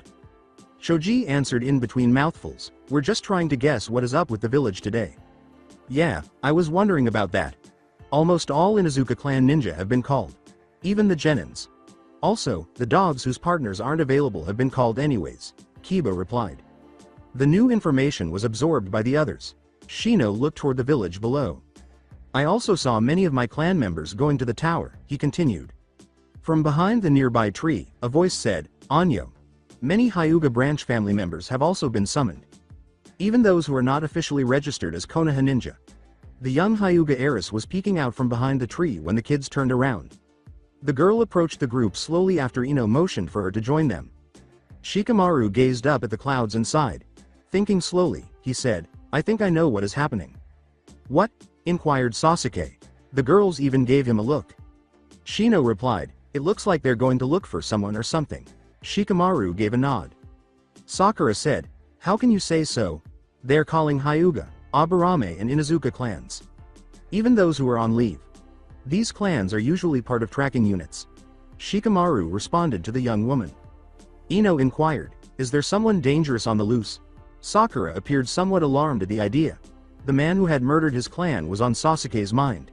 He squinted his eyes. Shikamaru shook his head and said, "I don't think so."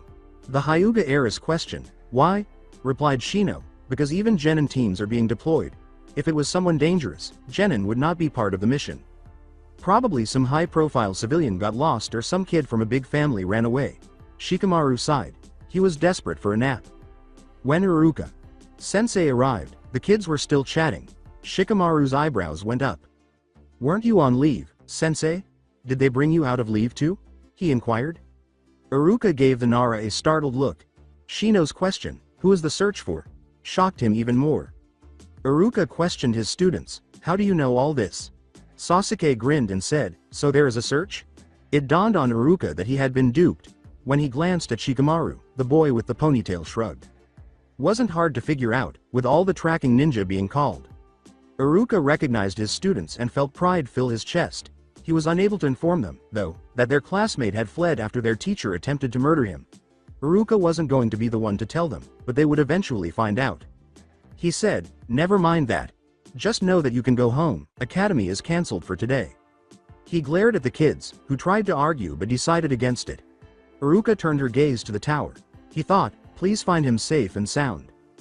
Gazing at the 100 or so ninja in front of him, Sarutobi stood atop his tower's roof. Just the captains of the Junin and Shunin teams, as well as 9 members of his Anbu squad. This was going to be Konoha's biggest manhunt to date. To stand a little taller, he walked to the stone dais that his Anbu general's jutsu had made. As most of you know by now, you have been called for a search and retrieve mission. What you do not know is your target. I am going to tell you now. Your target is Uzumaki Naruto, he started. The ninja who were aware of the Kyuubi and Naruto were taken aback.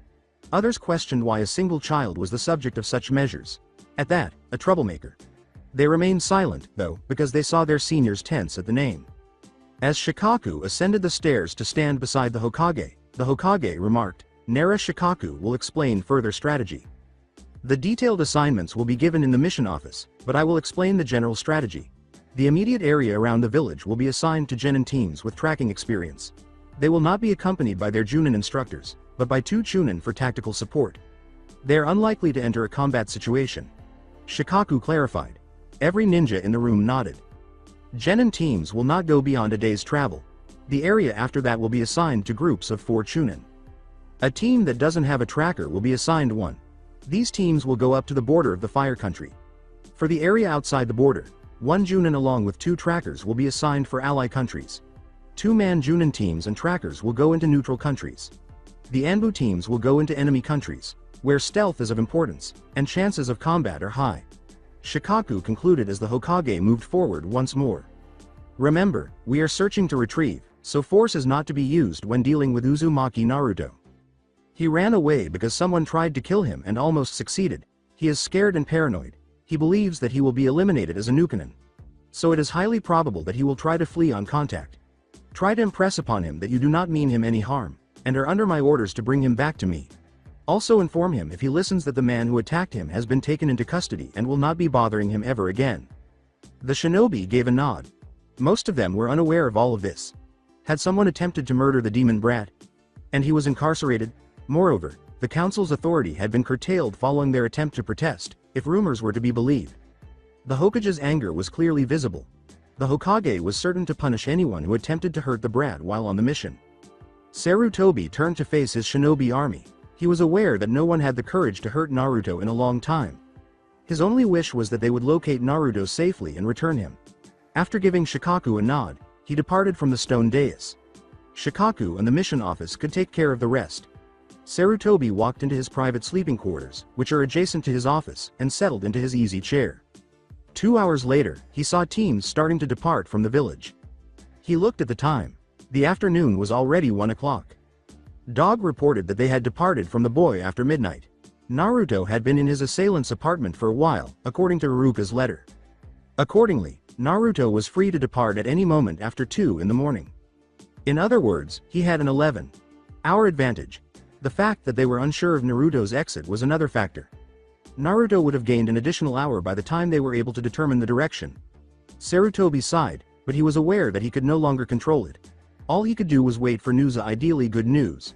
Before starting his wait, Sarutobi prayed, "I hope he isn't in any enemy territory." For the 10th time, Dog and his group were making their way back to their final checkpoint. By now he was frustrated. Their target's scent had been virtually wiped out by the previous night's intense rains. Not even his Ninken could detect the boy's footprints. The search had already lasted 16 hours. Other teams weren't doing any better, he heard on the radio. On his headset, a voice suddenly rang out. "All Anbu teams within range, move to rendezvous point SX.1010. Crane leapt to his captain and waited for orders. The Anbu code for the narrow route to Kanabi Bridge was rendezvous point SX.1010. The dog tensed. It led to the location of the ANBU's best friend's death. More significantly, Dog thought as he nodded to his team and they started to head for the meeting spot. That's Iwa's direction. They eventually heard the message which was intended for Non.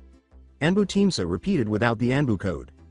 After a short while, the other teams heading to the location indicated on the radio joined them. Only 2 of the 7 teams traveling together were Anbu. The other teams were Junin and 1 Chunin. They arrived at their destination in an hour. Dog saw that there were other groups that had responded to the call as they skidded to a halt. Ferret's team and several other Junin teams were visible to him. The others acknowledged their presence, and he beckoned Ferret. Ferret vanished and then resurfaced before Dog. He gestured toward a group of 3 Aburame. Their bugs made positive ID on the target's signature a little distance back. They radioed their location and followed the trail here. The scent goes into the river. That's where they lost the scent. Dog gave a nod. He could see why the team had requested backup. The boy's passage through here was verified, but it was unclear what route he took next. He raised his gaze to the heavens. In the distance, he could make out black clouds that led to Earth Country. As he approached to join the other squad captains, Ram remarked, "It appears that the rain has not stopped up ahead. This will make tracking even more challenging, but with Iwa patrols taking cover, we might be able to infiltrate faster." Dog said, "We need to reevaluate our strategy. The other two gave a nod. Since the three Anbu captains were the highest-ranking officers on the field, he turned to see that all other teams were staring at them as they stood together and conversed while they awaited further orders. Ram summoned the captains of the Junin team with a hand gesture. As the captains arrived, Dog waited. It is now confirmed that the target passed through here. It seems that the boy is going into the Earth country. Dog reported to the newcomers. One team leader questioned, is he going to betray us by going into Iwa? After a few seconds of contemplation, Dog broke the silence. I don't think so. He is an academy student. There is no way he knows where Iwa is. Even rookie Junin aren't aware of that fact. No, if we remember Hokage Sama's words, he said that the boy expected to be pursued. He was under the impression that he will be pursued to be eliminated as a Nukanin. It is only logical from his point of view to go into an area where his pursuer's movements will be hampered and he will have a natural defense in the form of enemy patrols that will delay and maybe even eliminate the threat. Dog replied with a sigh. Junin's query. Ram said, assuming he has the brains to think like that. From what I've heard, he is a no-good troublemaker. As is customary in his Nara clan, another Junin captain sighed and shook his head. Oh, he has brains, no doubt. His traps and pranks are really well thought out. In our clan, Chunin are taught his better traps, and sometimes when a Junin discovers one without setting it off, we use it to test those Chunin. Others appeared taken aback by this revelation. The Nara looked at the others and shrugged, saying, his traps are that good. The part of the brain used for planning is used for any and all planning, not for certain areas only. In this case, it is highly probable that he anticipated our actions and planned for this possibility. The others listened to the Nara's remarks. Ram spoke first. Taking this knowledge into account and adding to it the fact that the target had a 12-hour lead on us. It has been 18 hours since the search began. A child like him would have taken 9 to 10 hours to reach this place. Farad interrupted and said, at least 12. The majority of the captains laughed naively, saying, he is an academy brat, after all. It's not like he could have been running non-stop, is it? He would have stopped to rest at least twice. Naruto sneezed way out there. 12, then. Ram said. That puts him at around an 18-hour lead. Taking into account the planning before we move out and factoring in Iwa patrols and other variables, like losing his tracks, he moving away continuously, I estimate at least a 20-hour search before one of us finds him. The dog nodded and said, while in Earth country, if we run into patrols, try not to kill. We don't need this causing a war. The others gave a nod. They had to come up with a plan now. After 20 minutes, all of the captains aside from Doga broke up and went to their teams. He was placed in charge because he was the most senior of the Anbu captains and had served in that capacity the longest. We have decided that the Junin teams will be joining the Anbu going into enemy territory. All of you are capable of handling yourselves. The Chunin team, however, will stay behind and try to call for any more teams in the vicinity. We will leave our plan with you.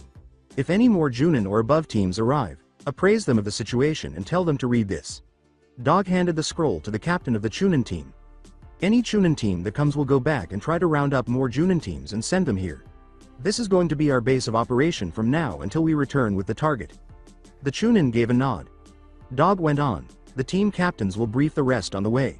Move out. Only the Chunin team stayed in the clearing amid a flurry of leaves. As he ran, Naruto made an effort to suppress his regret. He had hiccuped for the next 2 hours after crying for the first few while running. When the sun had begun to shine on his head, he had to use all of his willpower to avoid turning around. He had spent the entire day and night running.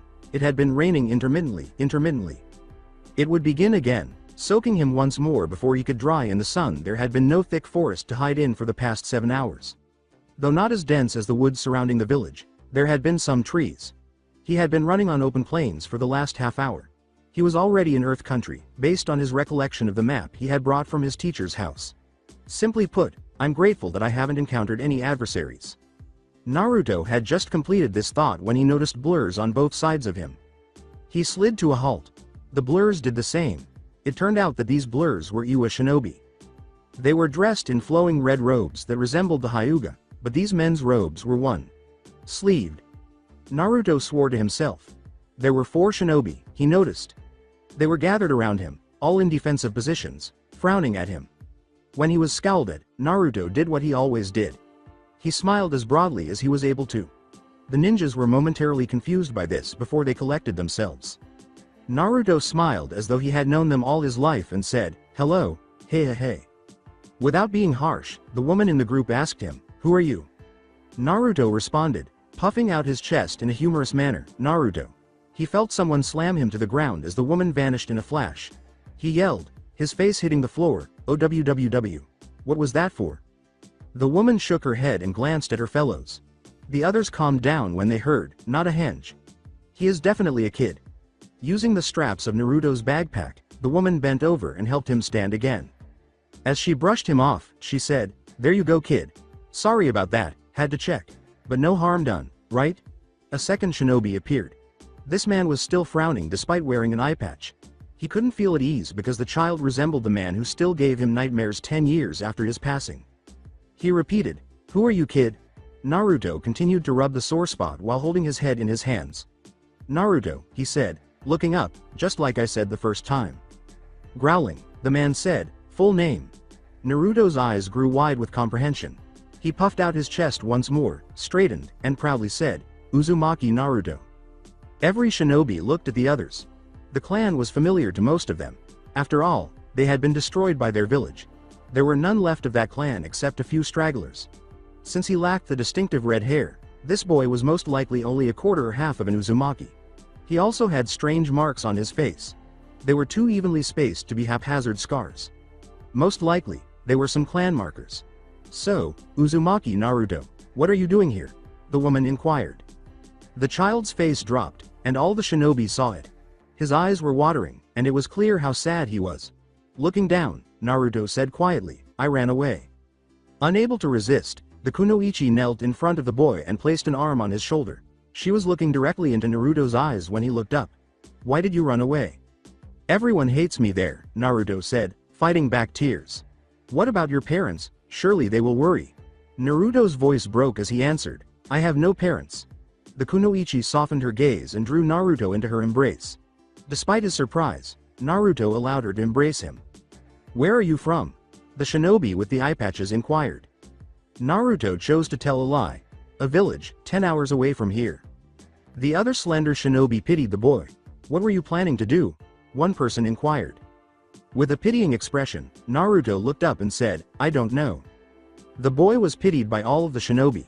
Despite the fact that the child looked like a certain deceased Konoha shinobi, they appeared to want to assist him despite having only recently met him. "He looks too much like the Yellow Flash." "I don't like it," the ninja with the eye patch snarled. As he answered, the slender ninja rolled his eyes. "The Yellow Flash has been dead for ages now. Seriously, you old geezers need to stop pissing your pants at the mention of his name. What's the big deal? You little punk. You don't know what you're talking about. I saw him take out my entire platoon before the leader had time to order a retreat. I only survived because I fell down in fear and had the sense to play dead. Although sometimes I think he knew I was alive but let me go." Naruto watched, perplexed. Nothing the shinobi were saying made sense to him. He couldn't recall the name of his favorite Hokage. He didn't know any yellow guys, but he was interested in their appearance. Was his face and eyes yellow? Or was he completely yellow? As he tried to visualize the yellow guy, he turned away from the talking shinobi. Then he saw that one of the guys wasn't contributing much to the conversation. He also had an unspoken authority that set him apart from the others, much like the Hokage Jiji did when Naruto was sent to him after he had done something wrong. Worst case scenario, he is some bastard child that the Yellow Flash fathered in a brothel before he died. Even if he is, the boy is no Yellow Flash. Then the small man began to giggle. The others looked at him curiously. Imagine if he became an Iwa nin and met some Konoha nin when he became older. They would shit their pants at the sight of him. They'd think we'd managed to clone the Yellow Flash. The others were also chuckling. The woman abruptly stopped, though. "Perhaps we could take him back with us to Iwa," the woman said slowly as she turned to face her fellow soldiers. After glancing up at the woman, Naruto turned to face her companions. The woman was asking her friends a question that suddenly made sense to him. She desired to return him to her village of shinobi. Naruto's thoughts were racing. They're even thinking of bringing an unidentified child back to their village, so these guys don't seem all that horrible. He turned back to the group.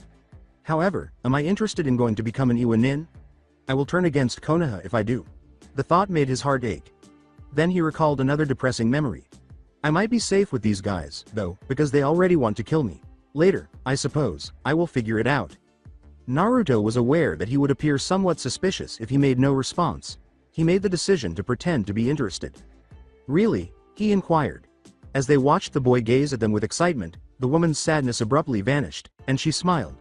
Please say yes, Shinobi-san. He turned to the leader of their group. The boy gave him a puppy dog look, which startled the Iwanin. He thought he had to resist. However, the harm had already been done. He was also familiar with the Kunoichi. She refused to accept rejection. He said, fine. Kunoichi grinned. The Iwanin also observed that the child had instinctively turned to him.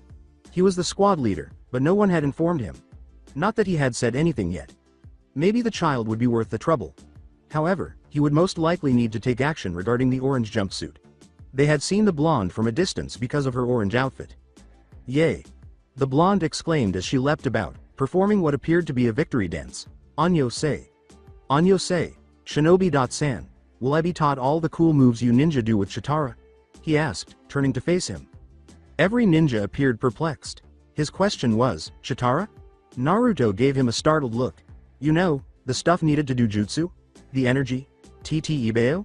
He inquired. The ninja gave him a funny look and asked, TT Ibeo? I sometimes add that to my sentences when I'm emotional. TT Ibeo, Naruto said, his face flushed. The Kunoichi erupted in laughter. She laughed and said, I think he means chakra. Naruto gave her an expression of bewilderment.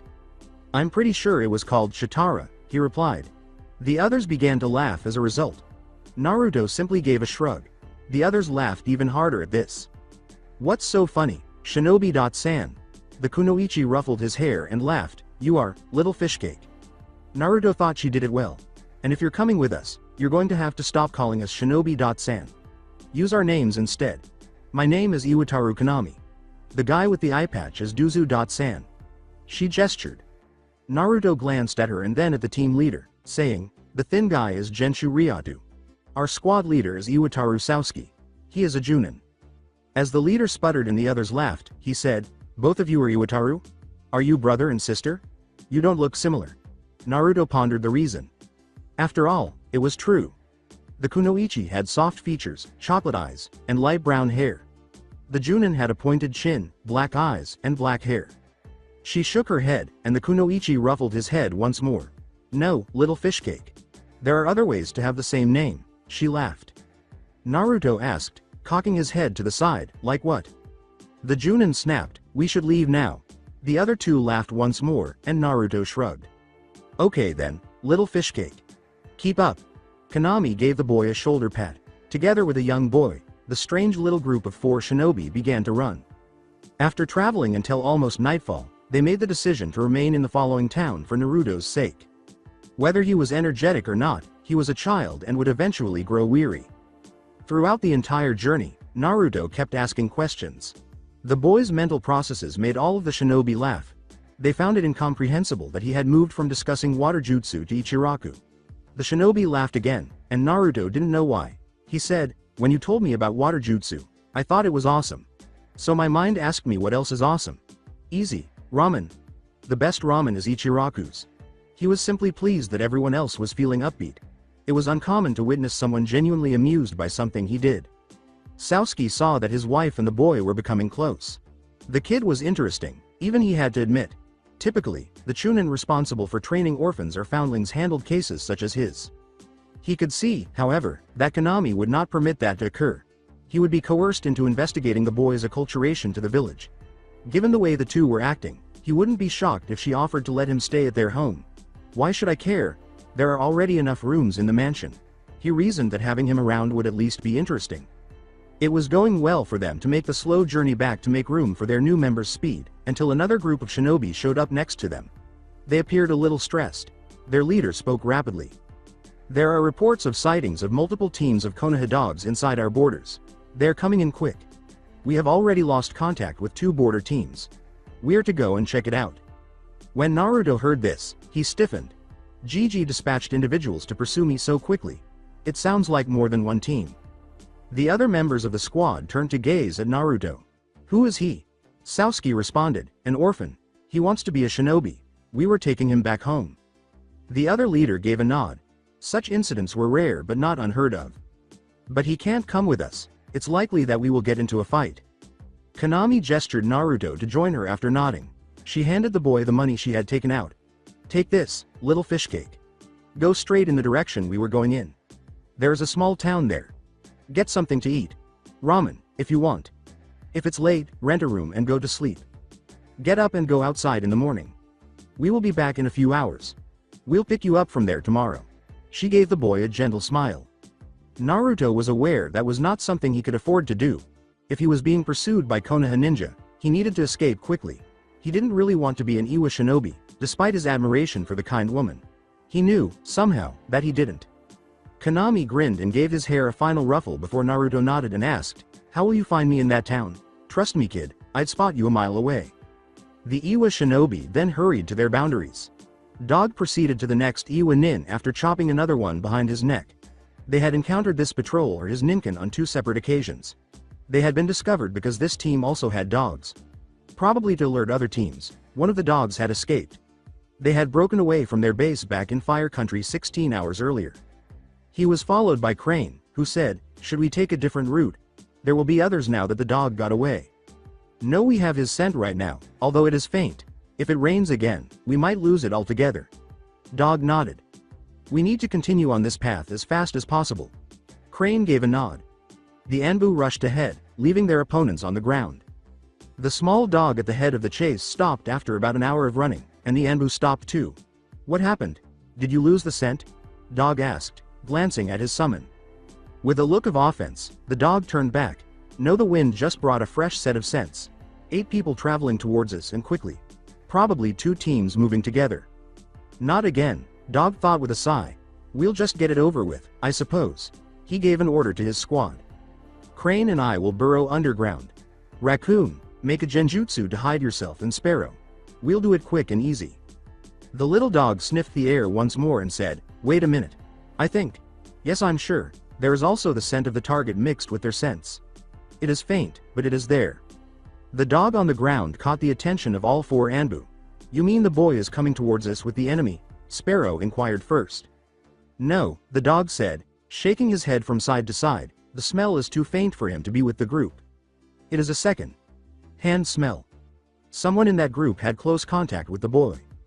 Dog turned to his team and nodded. The others nodded. "Just restrain them. We'll need that one awake to question." The first to notice the attack was Sasuke, who shoved his wife out of the way and caught 3 of them in a wood prison that emerged from the ground, preventing them from performing seals. The leader of the other team was caught in a genjutsu with his team as more wood emerged from the ground and bound their hands apart, preventing them from performing seals. He watched in horror as an animal. Masked ninja attacked Konami. Anbu. The sight filled him with fear, realizing that his wife had no chance of surviving against one of the elite Konoha killers, and even less experienced Junin were warned not to engage the Leaf Village's assassination squad. As he struggled to free himself from his bonds, a second piece of wood emerged and slammed into his stomach, causing him to collapse to the ground, gasping. He saw a dog sniff the air before quickly approaching Konami and declaring, "This is the one who knows what we need."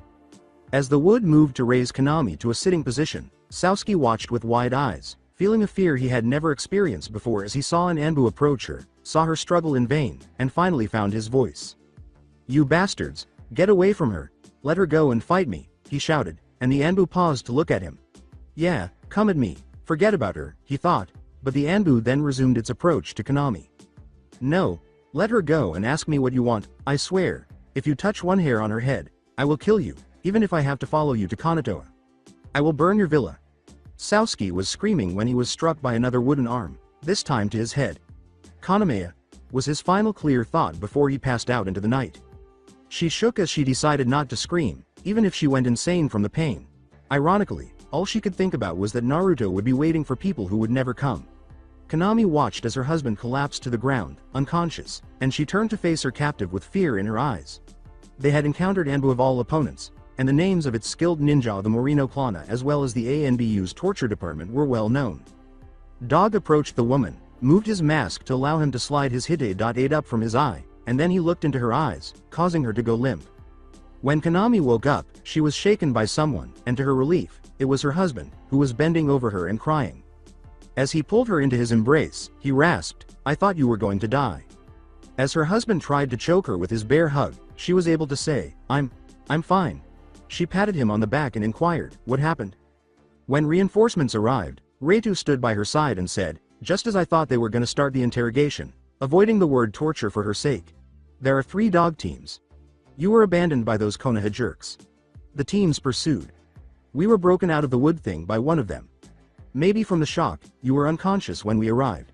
He nodded to Sasuke and said, then we woke him up, and then you know. He concluded haltingly. Konami turned to her husband and grinned, saying, I guess we should go and pick the little fish cake now. She had been saved and no, they had been saved. She tried to stand, but her knees were still wobbly, so Sasuke put his arm around her to steady her. She looked up at the sky, and even though it was getting dark, it wasn't yet late. With a mindless nod, Sasuke saw how shocked her husband was to see her taken prisoner and smiled, kissing him briefly before he turned to face her and asked, what was that for? She responded with a smile, for loving me so much. He turned red, and she laughed before saying, come on, let's go. The other team had also joined them, and they made good time on their way to the town. Konami was glad to have her comrades by her side at this moment, as the experience of nearly being tortured had left her emotionally weak. She didn't show it, but she would have been a little scared if the others had wanted to join the teams pursuing the Anbu. She looked at her husband running next to her, asking him for training when they got home, and training until she felt more confident. When they arrived in town, she asked a bystander where the best ramen restaurant was. She followed the man's directions and, sure enough, orange hit her eyes. Hey, little fish cake, she exclaimed, grinning. Naruto didn't look at her as he said, over here. She abruptly realized that she could no longer hear the clamor of the crowd, and when she turned to face Naruto, she saw that neither her husband nor any of her teammates were by her side. The same Anbu who had been threatening to torment her was standing in front of her, and she felt a chill go up her spine as she peered into the black holes for eyes in the mask, briefly seeing something red before the darkness engulfed her. As he stepped back from the limp woman, Kakashi lowered the cloth over his eye. Naruto was not a prisoner, based on what he saw, and the woman had been concerned about Hima not in the way that danger would be concerned, but more like a mother would be concerned about her child who had gone out on his own to the market. She had even been able to locate the boy at a ramen stand.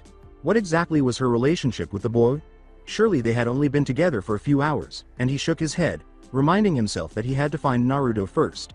He could play 20 questions with himself later. A few hours away, the target is in a town. Put her in with those guys, Raccoon. Make sure they don't wake up during the next 24 hours, Sparrow. Then we leave. The Anbu nodded as they finished their orders, and the team ran toward the town with newfound vigor. Iwa Junin and their special forces, which were similar to Anbu, would soon arrive at the borders as Iwa sent out their elite. Dog had disregarded his summons because they knew the target was in the town, something he would later regret, but for the moment, they all ran as quickly as they could. The Anbu hurried to the town, knowing that this might be their last chance. They arrived in the town in an hour, and Dog and the others hanged into civilians and asked for the ramen stands. They searched every ramen stand and other restaurant for an hour, but they were unable to locate Pakun again because a Ninken would give them away because he was wearing a Konoha headband. After an hour of searching, Dog pulled out a scroll, rubbed the target's socks they had for the scent onto it, and then he performed a series of hand signs before slamming the hand and the scroll into the ground. Odd markings appeared on the ground, but no summon appeared, and his team knew this move. It was their leader's Doden. Suiga no Jutsu. The dogs would track the target from beneath the ground and return when they found him, and the Anbu only had to wait. Another hour or so later, 8 Ninken sprang up out of the earth and stood in front of them, and Pakun, the previous dog, shook his head. The town doesn't smell like the target, he never showed up. Are you sure? Dog asked, glancing at his Ninken. Yes. So, Dog said, turning to his team. What comes next? Should we go back or risk encountering Iwa forces? We can try till the morning, Sparrow said. It is unlikely that the elite Iwa Nin will arrive here before then. From here, Iwa is a day's hard run. We are probably the closest to the target, he continued, nodding. We must go back and retrace our steps until Pakun detects the scent. Crane nodded as Dog listened to his team and said, then we follow the trail until morning. If we don't find him by then, we return. Dog nodded back. After giving each other a nod, the group vanished. Naruto was wheezing as he ran, every muscle in his body pleading with him to stop, but he kept running because he was afraid his pursuers would catch him. He hadn't eaten in the previous 2 days, and it was getting close to morning. He would run for a few more hours before stopping because it would be pointless to run if he died of exhaustion. All of them were on soldier pills by now, so if the boy tried to run, he would skip the polite persuasion and just whack him on the head, tie him up, and take him back. He'll apologize to the Hokage and his late sensei later. The Anbu team ran quickly. 5 hours ago they had picked up the boy's scent, and on the trail the scent was gradually growing stronger, indicating that they were getting closer. An hour, maybe 2 at most, Dog thought. It was early morning, probably 7 in the morning, and Naruto was tired and hurting.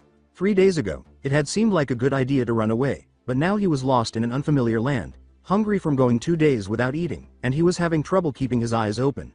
He had left the Iwa group and had steered away from towns and villages. I'll rest in an hour.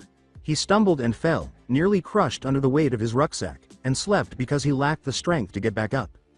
He was awakened by a pain in his head, felt his bag being taken off his back, and reached for it when he heard a soft voice and was rolled onto his back. Don't worry. I am only trying to help you. Naruto opened his eyes for a moment, but the effort made it worse, so he gave up. He saw a kind face with long black hair, and the last sound he heard was someone calling out to him. We should help him, Zabuza. Sama. Then he fainted. More sense came to this place, perhaps half an hour ago, Pakun said, glancing up at Dog, who was standing where Naruto had fainted, staring at the empty ground. Instead of the ground, the kid's scent is in the air. They're carrying him. Additionally, there is the odor of a sedative. This was taken in by Dog and the others. Dog commanded, follow them. The group ran ahead once more. 10 minutes later, the summon turned to face the Anbu wearing his kind's mask. It is becoming dimmer. The kid's owner is moving quickly, nearly as quick as we are. Crane showed up next to Dog as he was considering his options. Unlike us, it's likely that the new group is rested and attentive. We are at a disadvantage even if we manage to catch up to them. The fact that the trail is moving farther from the boundaries of the Fire Country must also be taken into account. We now run the risk of encountering Iwajunin. We are unable to finish the mission. Even though it was physically painful for him to say it, Dog knew that his teammate was right. Greatly, abort the mission. The attempt to bring Uzumaki Naruto back is unsuccessful. Hijiren had been waiting for the past 2 days for news. All the Genin teams had returned without any news 3 days ago. Almost all Chunin teams had also returned by now. 2 days ago, a Chunin team had returned and told him about the new incursion of the Junin teams into Earth Country from near the Kanabi Bridge. His heart had begun beating faster after hearing that. Of all the places to go, Naruto had chosen the one country where people might kill him just for his resemblance to his father. He had been a little encouraged by the news that at least they knew where he was and his best Anbu units were on the trail. But today, he had seen all but 2 teams return from the Earth Country. 2 of his Anbu teams. All other teams had continued until Iwa had sent out its own Junin teams. His orders had been clear on that front. They were to return if high-level combat was possible unless Naruto was very close or worse, had been taken prisoner. Now only Dog's and Ferret's teams remained. He was still hoping for the best until he saw Dog and Ferret making his way towards the tower. None of them had Naruto with them. Ferret stopped at the roof of Anbu headquarters while Dog continued forward. As he entered the Hokage's office, Dog knelt down and Hijiren ordered, report. His voice was firm but concealed the fear.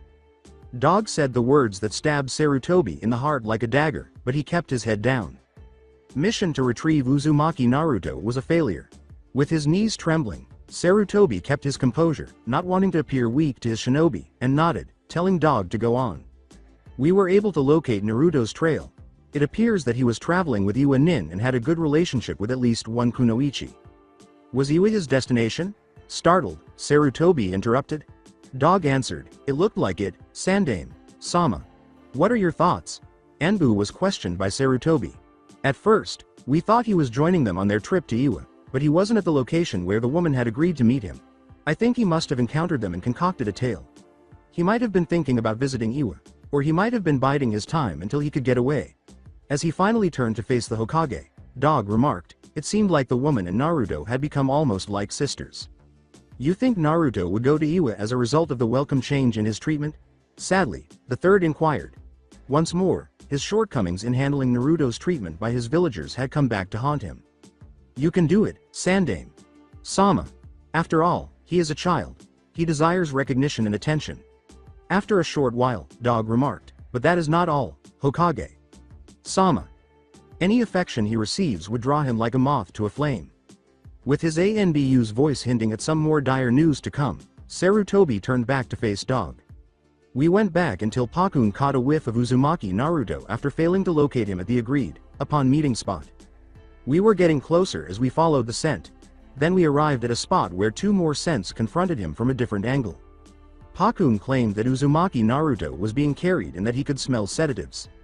We chose to follow his scent once more and discovered that, contrary to our previous strategy, we were actually lagging behind.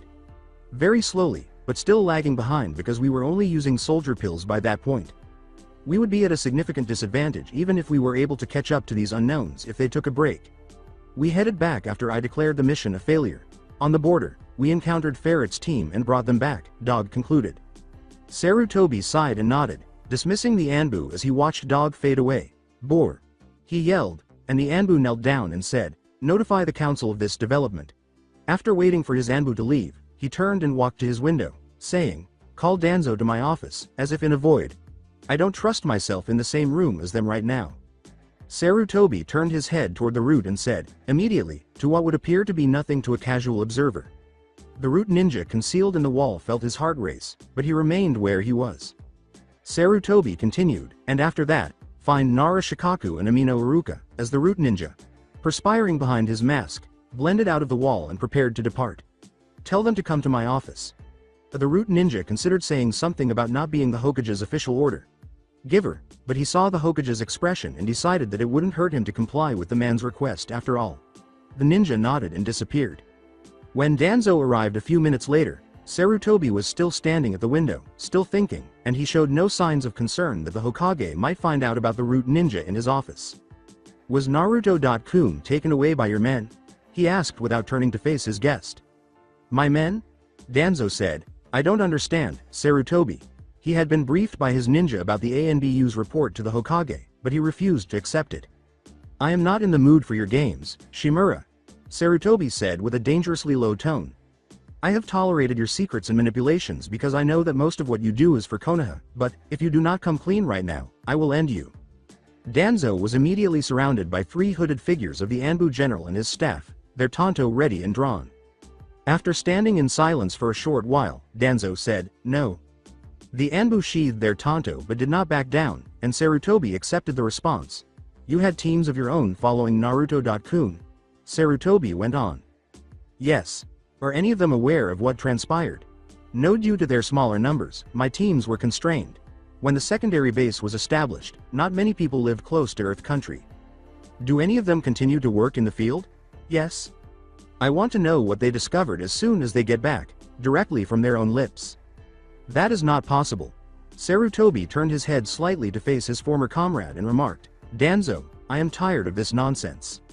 Everybody thought the Sandaime was a calm man, but Danzo knew better. Sarutobi Hijirin had always been a man of ideals, but he was also a man of wrath. During his years as Hokage, he had learned to control his temper, but now he was displaying unbridled and fearsome rage. Danzo knew that at this moment, Sarutobi was very well capable of fighting him until he was nothing more than a smear on the ground. An enraged Sarutobi did not fight fairly, and the professor would not stop himself from going so far as to use Kinjutsu from his extensive arsenal. Danzo had only seen Sarutobi in a similar rage 3 times, and each time, the ninja world had grown more fearful of the man. They are bound by a seal that doesn't allow them to disclose mission information to non-root members, even under torture, Danzo stated. Sarutobi glared at the man for a few more seconds before turning back to face the window. "I suppose I should have anticipated that from you," he said. "You'll do just fine. But know this, Shimura. If you give away any secrets or partial truths, you'll end up living in the torture department for a long time. You'll remain there until all you can tell me is the name of your preferred seafood dish." Sarutobi took a long drag from his pipe and asked, and Danzo nodded. "How many men are there in Iwa?" Danzo replied, "Enough." Sarutobi ignored the evasive response, not caring about the numbers. "If any of them hear or see anything about Naruto-kun, I must know as soon as you do." Danzo gave a nod. "I assume you are also monitoring my student Jiraiya's general whereabouts?" Sarutobi inquired, and Danzo nodded once more. Sarutobi went on, "Give me some instructions, and I'll send someone to get him back." Danzo inquired, "Will he return?" "At least for a while. After all, it's about Minato's kid," Sarutobi remarked, aware that Danzo had discovered it years earlier. Danzo was being honest for the moment, and he did not comment in surprise at Sarutobi's response as he usually would have. "Excellent. I'll have a member of the root stop by. I have a task for you to complete before you depart, Danzo. In the event that Naruto-kun is in Iwa, start planning tactics for a quick grab mission." Danzo smiled as he realized that the next few days would be enjoyable, and for the first time since the meeting, he was genuinely surprised. He had assumed that Sarutobi would have tried diplomacy while he secretly tried covert ways, without the Hokage knowing. Details, he inquired. An accurate blow. At the very least, my men should outnumber the Rude 2 to 1. There are no restrictions on manpower, so use your own judgment aside from that, Sarutobi said. Simply let me know what you need, and I'll provide it. Danzo cautioned, I will require at least 7 Anbu squads. Sarutobi dismissed Danzo, saying, you may take more if it means we will retrieve Naruto.kun. When his son returned to his side with his hands in his pockets, looking as bored as only a Nara could, Nara Shikaku was still considering what he was going to say to his wife. There was a friendly competition in the academy, and his wife had ordered him to go and support their son. However, their son had no plans to compete at all and had forfeited as soon as his match had begun. Son, why did you do that? I thought we had an agreement, Shikaku said, glaring at Shikamaru. I would play Shugi with you later, and you would last for at least a fair amount of time. Shikaku sighed at his son. You play with me because you enjoy it, not because of small deals, and it was too much trouble. Shikamaru sat down beside his father and said, it doesn't matter if I forfeited. Any news about Naruto? Shikaku sighed. The topic was obviously very popular in the academy, and by the time the genin teams returned, the majority of the village had learned why the massive search operation had been conducted. All right. The Inuzuka boy had nearly rolled back in his seat. Ino, her pink-haired friend, the Hyuga heiress, Shibi's child, and Choji all appeared interested as Shikamaru looked up at his father's face and noticed that many of his son's friends had turned to face him as well. No, not just yet. A few teams have not yet returned, he told his son. Is it accurate to say that Anbu has also been deployed? The Aburame boy asked. Before Shikaku could answer, the Inuzuka kid said, as if, Shino. Naruto's ass would have been in Konoha 2 days ago if they had been dispatched. Actually, they have, Shino.kun, Shikaku said, glancing at the boy wearing the Red Clan markers. What? No, they couldn't even locate him, Kiba said incredulously, and Sasuke turned to look as well. With a slight half-smile, Shikaku remarked, perhaps your friend is much better than you think. As the children were processing this information, a tiny voice said, what is Anbu? As the other kids stared at the pink-haired girl in shock, Shikaku turned to see her blush. Are you unaware of the Anbu? Kiba questioned incredulously. Sakura's parents aren't ninja, Ino said, defending her friend. Shut up, Kiba. Only because of what our parents and clan members told us do we all know. Do not be alarmed, Sakura-chan. Before he got into a fight, Shikaku broke in, saying, I will explain. Anbu are the elite ninja of our village. The Hokage or the Anbu commander personally selects them from among the best that our village has to offer. Even after that, they keep improving and go through a lot of rigorous training to become experts. They take on extremely risky and dangerous missions and are highly skilled. Compared to the Junin, they are ranked higher. Shikaku clarified, they are all rank ninja, which is higher than A rank. The girl's eyes widened as she realized why her friends were so taken aback, and she was also shocked to learn that the class prankster had avoided these intimidating-sounding individuals. The children stopped talking as a hooded and masked ninja approached close to Shikaku, who was about to sigh when he felt an unfamiliar presence approaching and looked up sharply. Shikaku was shocked to see a root ninja in the open, but he did not let it show. The root ninja indicated that he and someone else had been summoned, and the hooded ninja pointed at the young academy instructor before disappearing as fast as he had arrived. Shikaku turned to face his friend Inoichi, who was frowning and staring in the direction where the ninja had appeared. Oi Shikaku. Wasn't that mask A? Shikaku got up and said, yeah, will you drop my son off at home later? Shikaku attracted Iruka's attention and motioned for the young man to follow him, and Inoichi nodded, feeling uneasy. Naruto felt a cool, comforting sensation in his legs and feet, and he could hear water running in his ears. When he opened his eyes, he saw that he was in his boxers, next to a waterfall, and that his legs and feet were covered in green paste. He wondered, where am I? Am I dreaming? Are you awake at last? You have been sleeping for 2 whole days, said a soft voice as he turned to see a long-haired girla or boya moving toward him while carrying a basket. He tried to sit up and crawl away from the newcomer, but his back collided with a pair of legs. Naruto looked up to see the most terrifying man he had ever seen or was likely to see, a tall, bare-chested man with eyes that scared him into immobility and a lower half of his face covered in bandages. It probably didn't help that he was carrying a sword bigger than Naruto on his shoulders. The long-haired heir person kneeled beside Naruto, who was still in shock. Don't worry, we are not going to hurt you. Are you a girl? TT Ibeo? Naruto asked, turning to face the person next to him, instead of asking, who are you? He heard the man above him snort, and when he turned to face him, the man next to him grinned and said, no, I'm a boy. Haku is my name. No. Pointing to the boy beside him, Naruto yelled, but, you're cuter than Sakura-chan. Even though I don't know who Sakura-chan is, I'm sure she is cuter, Haku said, gazing at the boy with a chuckle. Datbeo, no, you are more attractive than her, I promise. She is the cutest girl I know. How can that be done? I, Uzumaki Naruto, believe that a boy is more attractive than you. Please pardon me, Sakura-chan. Naruto shouted into the air. Well, Naruto-kun, what were you doing all alone in the plains with a backpack on your back? Haku asked, laughing at the boy's antics before becoming somewhat serious. Looked at the boy, Naruto became serious. I ran away from my village. Why? Haku inquired. They despise me. Naruto retorted, my instructor at the ninja academy attempted to murder me.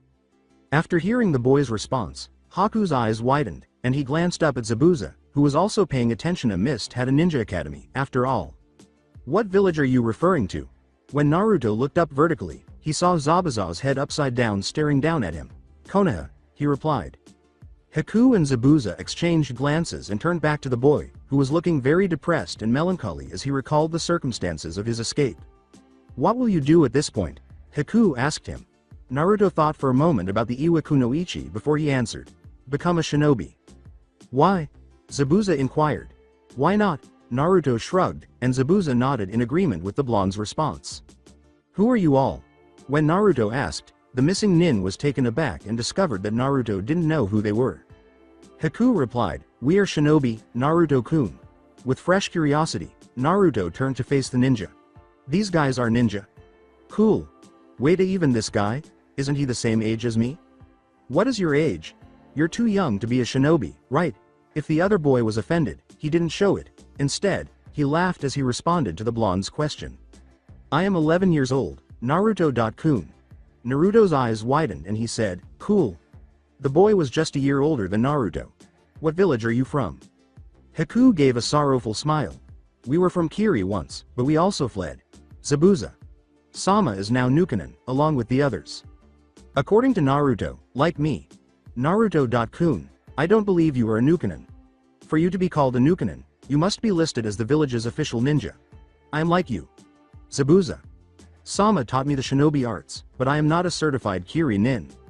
When he heard the blonde ask, Zabuza stepped back from the boy and went to submerge his feet in the water, wondering if he needed another brat on his team. When they ran, who did they fear? He gave the boy his full attention and expressed a great deal of desire to kill him. Am I, the bloody mist demon, scared? He snarled. The boy backed off, but he asked curiously, you're also a demon? Zabuza was a little surprised. Who else is deserving of the title of demon? What did the brat mean, you too? Gaki, what do you mean? He asked slowly, his curiosity taking the place of his anger in his voice. Naruto looked at Zabuza curiously and said, I am also a demon. Zabuza snorted. You, a demon, an orange eyesore? Gaki, come up with better jokes, it is not at all humorous. Even though he didn't like being a demon, Naruto was not going to let anyone tell him he wasn't. That's why my villagers hate me and want to kill me, because I killed hundreds of people many years ago, he screamed. If you want to lie, at least make it a good one, Gaki, Zabuza said, glancing at the young boy. He sneered, you sure as hell don't give the vibe of a killer, and you can't be older than 10. Jumping to his feet, Naruto screamed, damn you, and aimed his fingers at the tall man. I am the Kyuubi, and I am telling you that I am a Demona Databibeo. After he looked up and down at the boy, Zabuza narrowed his eyes and said, I think you were dropped on your head as a baby, Gaki. He has balls, this one, Zabuza thought as Naruto simply stared at the man angrily. If you are the Kyuubi no Yoko, where are your renowned tales that I've heard about? Gazing intently at the blonde, Zabuza posed the question. Surprised, Naruto glanced at Zabuza and muttered something. What was that? Zabuza, believing Naruto to be swearing, asked in a dangerous way. I don't know because I said the Yondaime Hokage sealed me. Zabuza approached the blonde, and Naruto said, I don't really remember anything from when I was a fox, without meeting his eyes. Then, for the second time in a week, Naruto felt someone beat him on the head, and his face hit the floor. Oh. Why does everyone continue to do that? On the ground, Naruto uttered those words. You ain't no demon, brat, Zabuza snarled at the boy, probably because you say stupid things, Gaki. As a Jinchuriki, you are. A Jinia what? Naruto looked up and asked. The ground once more greeted Naruto's face after Zabuza gave him another pat on the head. Zabuza. Sama, what does that mean? Haku was the one who inquired this time. Naruto looked up from the floor, curious, too. What does he mean when he says, I'm a genie? Shiki, not a demon. He is not the demon, but a container to store or lock away the actual demon, Zabuza said, glancing at his follower. They call his kind Jinchuriki, like the Yondaime Mizukage. Haku nodded, understanding that Zabuza Sama had told him about the Mizukage, the man who had caused the unrest that had sparked civil wars in Kirigakure no Sato. The man Zabuza Sama had attempted to kill but failed, forcing him to flee and turn into a Nukanen. I don't understand. The blonde had managed to sit up by now, and both Zabuza and Haku looked at him.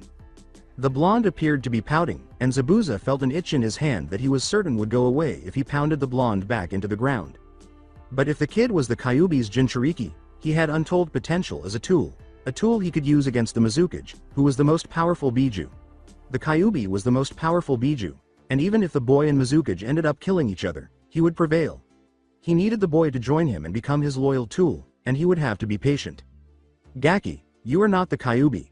Simply put, you are a human being who happened to be in the wrong place at the wrong time. Naruto nodded his head, but Zabuza said, consider yourself a sacrifice to the demon. I still don't understand. Zabuza resisted the impulse to cut the boy's head off as his hand twitched in the direction of Kabikari-Bacha. How could anyone be so foolish? Maybe the boy had actually fallen on his head when he was a baby. Zabuza tried again and saw that the blonde didn't understand, so he sighed and sat down on his haunches next to Naruto, taking Kabikari-Bacha off his shoulder and placing it on the ground. You are not the demon itself, but merely its prison. Look at this sword, child? Did he ask? Yeah. Please consider the Kyuubi to be this sword. Okay. Now, watch. Zabuza raised the arm cloth on his left arm back up to his elbows, and Naruto saw a strange pattern on his forearm that reminded him of things he had seen in the academy books. The pattern contained two swords in the shape of an X, and Zabuza bit his thumb and smeared blood on it before slamming his open palm into it. There was a poof and some smoke, and Zabuza was holding a thin white scroll in his hand when he slammed his open palm into the design. The scroll had an exquisite design, and it looked very old, and Kabikari-Bacha was written on it. With wide eyes, Naruto exclaimed, cool. Haku grinned at the blonde's admiration. Think of this scroll as you, Zabuza said, placing it next to the sword. Shut up and watch, kid. I'm not going to do it again. The sword and the scroll are two different things. Do you agree? Naruto nodded, yeah. Now pretend that the sword is the Kyuubi, the scroll is you and I am the Yondaime Hokage. But Yondaime Hokage had yellow hair. Kid. Yes? Just shut up, okay. Zabuza inhaled deeply to restrain his urge to simply murder the brat and move on. Please imagine that I am the Hokage and that I will seal the Kyuubi within you. Watch now. The markings on the scroll turned red, against the white of the background, and Zabuza looked at the blonde as he made a line of blood from his thumb on the blade, followed by a few hand seals, and slammed his hand onto the sword, which disappeared in a puff of smoke. Kabikari-Bacha was just sealed inside the scroll by me. Zabuza clarified, the scroll is not the sword, but it carries the sword. In the same way, your Hokage sealed the demon inside you. I can give you the scroll and add your blood to the blood seal that seals the scroll shut, allowing you to call forth my sword if you'd like. The sword is yours if you have the scroll. The sword will also be lost if I burn the scroll. You could say that the scroll is now the sword for all intents and purposes. Doesn't that sword represent the scroll? Zabuza nodded in response to Naruto's question. You could say that, but it's really not the sword, I said. You would perish before you could say, Mizukage, if you attempted to battle me with the scroll. Zabuza picked up the scroll and tossed into the air and catching it, he looked at Naruto again. Understand now, Gaki? It means that I am not the Kyuubi, only used to stop him, Naruto said, nodding slowly. The Kyuubi is me, just like the sword and the scroll. Even though I'm not the Kyuubi, I am the Kyuubi for all intents and purposes. He gave Zabuza a hesitant glance, and Zabuza nodded. So, the Kyuubi isn't there either because I fled Konoha? The blonde sat thinking for a while, and Zabuza nodded once more, as if the Gaki had finally understood. So why do the villagers all accuse me of being the demon? He inquired. Because the lot of them are idiots. A faint killing intent began to emanate from Zabuza as he said, dumb villagers just like to call you names. For a brief moment, Naruto thought that Zabuza was no longer referring to Konoha. Civilians rarely understand the workings of Fuinjutsu, as most of the time, even ninja don't get Fuinjutsu. Haku broke the tense atmosphere by bringing up the topic of the future. Zabuza. Sama, what are we going to do next? At first, you only consented to let me tend to him until he regained consciousness. Zabuza asked, glancing at the blonde who was staring up at the bandaged ninja. All right, Gaki? Are you interested in learning from me? Did he ask? You will teach me? Naruto asked, his eyes widening. Why? Zabuza was surprised. He had not anticipated being interrogated. The boy was astute, despite his foolishness. Zabuza chose to be honest. I fled my village because I was unable to defeat the man who had destroyed it. I'll be hunted as long as he's in charge. Zabuza gazed into the blonde's blue eyes and said, you have an unmatched potential, Gaki. If I have strong shinobi with me, I will be able to fight them off, and one day, fight that man again, and take back my village from him. You might play a crucial role in my siege of Kiri. You stated your desire to become a shinobi, but any village you approach will either treat you like a leper and use you as a covert weapon against Konoha, or they will turn you away and tell Konoha out of fear of reprisals from your old village. After giving Zabuza's point some thought, Naruto looked up and asked, how is that different from what you want? It isn't, Gaki, but I will treat you the same way I treat every other man under my command, in contrast to those villages, who will despise you for who you are, Zabuza said with an evil smile. However, I caution you that you will need to earn my recognition if you wish to receive it. Naruto grinned and responded, okay. Then we have a deal, Zabuza said, extending his hand, from demon to demon. After Naruto shook his new sensei's hand and smiled even more, Zabuza abruptly pulled him in and kneed him in the gut. Lesson number 1. Never trust another shinobi so easily, Zabuza said as Naruto collapsed to the ground, clutching his stomach and coughing. I am a hard teacher, Zabuza said as he turned to leave. You're going to want to give up by this time next week, he said. As Haku attempted to help him up, Naruto wheezed from the ground and said, I'll never give up. As he lay on the ground, every part of his body screaming in agony, Naruto thought, I wish I could give up. Zabuza had been serious when he claimed to be a harsh teacher, clearly adhering to the theory that, what doesn't kill you makes you stronger. There were about 9 more people in the base after Naruto had accompanied them to their current location in the Earth Country. They all wore Mist Hite.8, and Haku explained to him that they were Zabuza Sensei's followers who had accompanied him because they had participated in the coup d'etat. The majority of them were fine, with the exception of 2 twins, Gozu and Maizu, who were vicious little jerks who enjoyed making fun of Naruto and Haku. The others kept to themselves and their own village comrades, hardly ever speaking to Naruto or Haku. Zabuza Sensei had said that he should just disown Naruto for thinking that chakra was called Shitara, and that he pitied any idiot who had the misfortune of being Naruto's teacher at the academy. Somewhere far away, Iruka had a sneezing fit in his classroom.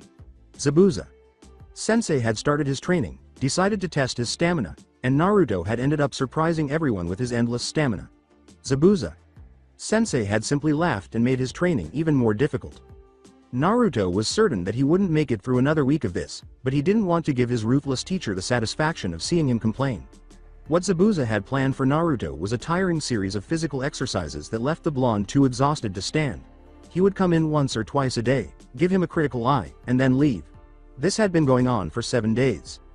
He lay on the ground, exhausted, stomach first, and could see Zabuza Sensei's feet coming. Go to bed now, Gaki. You begin chakra training tomorrow. The feet then backed off. Finally, Naruto's aching body prevented him from jumping with joy, so he contented himself with a little, yay. Before Haku carried him to the room where the 2 boys shared, he lifted him in a firefighter's carry. Beside a waterfall, 2 boys were standing. Haku told an animated Naruto, who was bouncing up and down with excitement, chakra is made up of 2 things of physical energy and spiritual energy. The training you were doing for the past week was to build your physical energy. Today we are going to start on spiritual energy. Naruto was giddy with anticipation. Every ninja performed the cool moves he had heard about using chakra.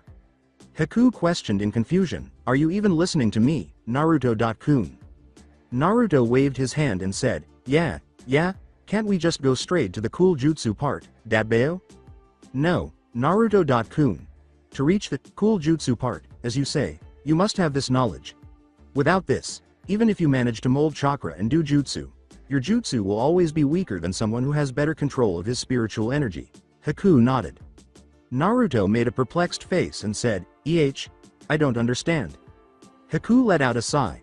What Zabuza Sama had told him was starting to make sense to him. Even though the brat doesn't understand the theory, he will after you show him once. As Haku told the blonde, okay, I will try to show you with an example. Have you seen the mist jutsu that the demon brothers do? Naruto gave a nod. He had to spend an hour avoiding being discovered by those two during a training session that Zabuza Sensei gave him. The brothers had reduced his vision with the mist jutsu after he had escaped for the 5th consecutive time. After some time, Naruto had collided with a tree while fleeing from them. Haku said, they are a little stronger physically than me. Do you agree? And Naruto nodded, unsure of Haku's next move. Now watch. Haku created a seal with one hand. This is the half-ram seal. This seal can be used for concentrating on your chakra, when less concentration is needed. For beginners like you must use the full ram seal. Naruto gave a nod. Haku uttered the words, Ninpo, Kirigakure no Jutsu, before a dense fog started to form all around them. In a matter of seconds, the mist completely engulfed Naruto. Naruto's gaze expanded. When the demon brothers used this jutsu, he was in a much thinner mist than this one. Haku's voice drifted aimlessly in the fog. Do you see a difference? The voice seemed to be coming simultaneously from several directions. That was not what the voices of the demon brothers had done. He had guessed where they were going. Naruto held out his arms in front of him and said, yeah. His fist was obscured by the fog, and he could not even see past his forearm. How are you doing this? From a distance, Haku's voice drifted. This is what I am trying to tell you, Naruto-kun. Even if they have more physical energy than me, my jutsu is stronger because I control my spiritual energy better. Naruto jumped when he heard Haku's voice from directly behind him say, by spreading my chakra in the mist I can bounce my voice to different directions. Naruto quickly turned to see Haku grinning behind him as the mist cleared. Cool, Naruto exclaimed, his eyes gleaming. Haku addressed the blonde, saying, so you see, Naruto-kun, it is necessary that you harness your spiritual energy as well. Rocking on his heels, Naruto questioned, how do I do that? Haku cocked his head to one side and grinned. He knew what he was about to hear would not sit well with the blonde. By meditating, Naruto-kun. Naruto's mouth dropped open and he screamed, what? As Naruto displayed a highly comical figure with his mouth hanging and his body twitching in an emotion that could not be articulated, Haku laughed.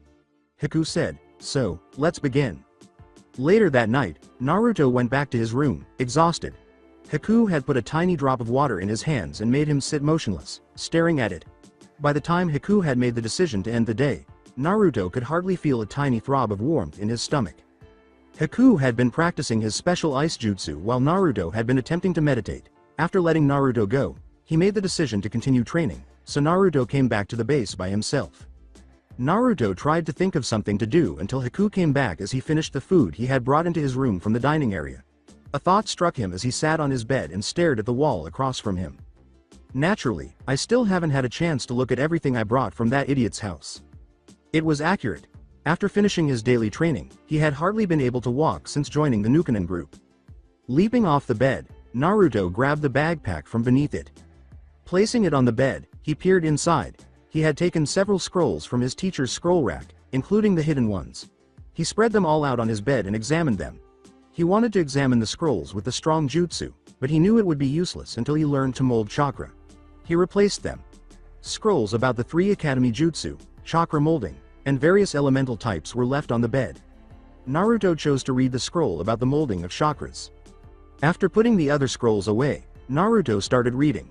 When Haku returned a half-hour later, he discovered Naruto scowling at a scroll. He was taken aback.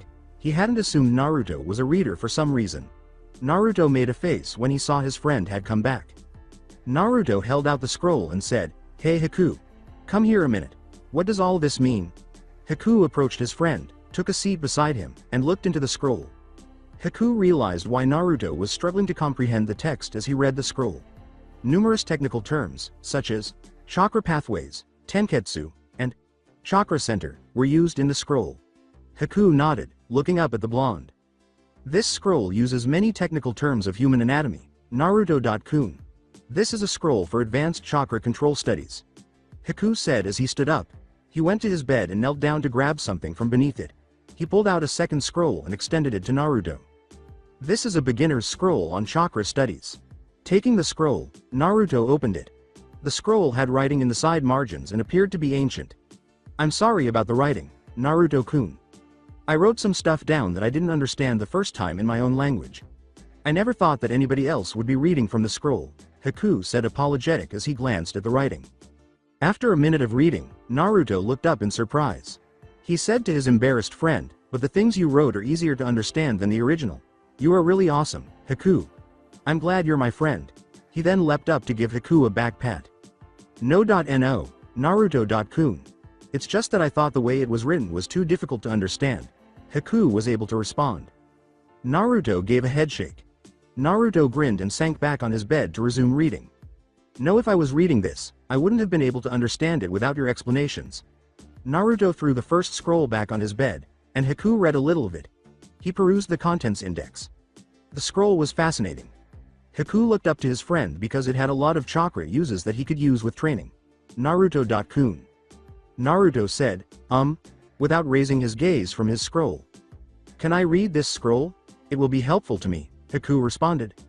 Looking up in astonishment, Naruto said, "Wow, you can understand that stuff?" Haku gave a nod. Naruto turned back to his own scroll and said, "Yeah, sure. If there is anything for me in it, teach me, K." Returning to the scroll, Haku said, "Okay, Naruto.kun." The scroll also discussed the fundamental applications of chakras in medicine. Haku looked at the contents again. This was a really fascinating scroll. Living with a well-known Nukenin had the drawback that you couldn't simply stroll into a ninja village library for such things. Since most Nukenin were already Chunin or higher level ninja and such items were hard to come by, scrolls like this one were too expensive on the black market. Haku had given Naruto a scroll, which he was also engrossed in. Despite Haku's objections, Naruto could see that Haku had a talent for making the scroll's complex language easier to understand. What Haku had written in the margins was simple enough for Naruto to understand. Haku had written various examples and practice methods and had even crossed out some text in numerous places. When Zabuza entered and saw both boys reading scrolls, neither boy realized how late it was. After asking Haku about Naruto's development, he left the boys to read on their own. Haku was shocked to see that it was almost midnight when he looked at the clock. He recommended that they go to bed because Naruto's training started early in the morning. With a grudging nod, Naruto closed his scroll and fell asleep. Naruto was up earlier than he should have been. He dreamed about chakra molding exercises all night long. When he got out of bed, he realized that his training was still an hour away. He opened the scroll he had been reading the previous evening and turned on the little table lamp Haku kept beside his bed. He picked up where he left off with ease. He began practicing after reading a basic chakra focusing method.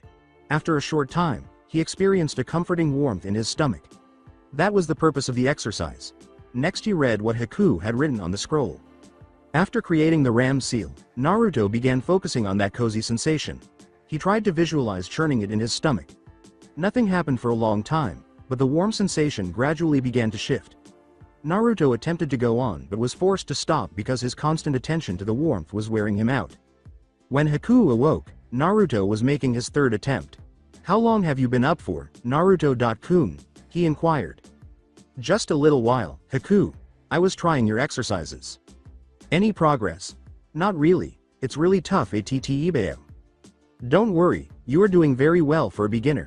You will surely be able to do this in a few days." After 3 days as Naruto used the Ram seal to shape chakra, Haku remarked, "Very good, Naruto.kun. I did not expect you to be able to do this in just 3 days." Naruto paused, looked up from where he was on the ground, and smiled. "I know, right? I have just been doing what you had written down in your scroll. When I started feeling the warmth in my stomach, I just imagined the warm energy mixing with my entire body. I got the hang of it yesterday, and now I can do it easily. It doesn't even feel that warm now." At his friend's lack of modesty, Haku grinned. "That is because your body is slowly recognizing it as chakra and letting it flow freely using your chakra pathways." "What is that?" inquired Naruto. As he attempted to explain the meanings to his friend, Haku sat down. The majority of the following hour was devoted to the ice user's explanation of the body's chakra system. When he didn't understand the idea, Naruto continued to nod and ask questions. "You mean that if my chakra was blood, The heart would be the chakra center, and the chakra pathways the little tubes in which the blood flows, he finally asked. Haku nodded, saying, yes, Naruto-kun. Every living thing has chakra flowing through it. Even before today, chakra was present in your body, but it was not enough to perform ninja jutsus. Haku was asked by Naruto, so now what do I do? Now, Naruto-kun, you practice molding chakra until you can do it with a half-ram seal. While Naruto resumed his chakra molding, Haku resumed his chakra control exercises. Zabuza, who was sitting in a tree far away, smiled as he watched the newest member of his group complete a task that had taken Haku a week in just 3 days. His intuition had been correct. One day the boy would be a very strong boy. The endurance the blonde had displayed had impressed him. The boy's extraordinary chakra reserves were demonstrated by his monstrous stamina.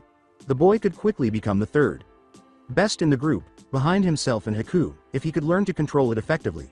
Naturally, a few ninjutsu techniques were needed beforehand, but based on the boy's rate of learning, Zabuza was confident that he would be prepared in about a month.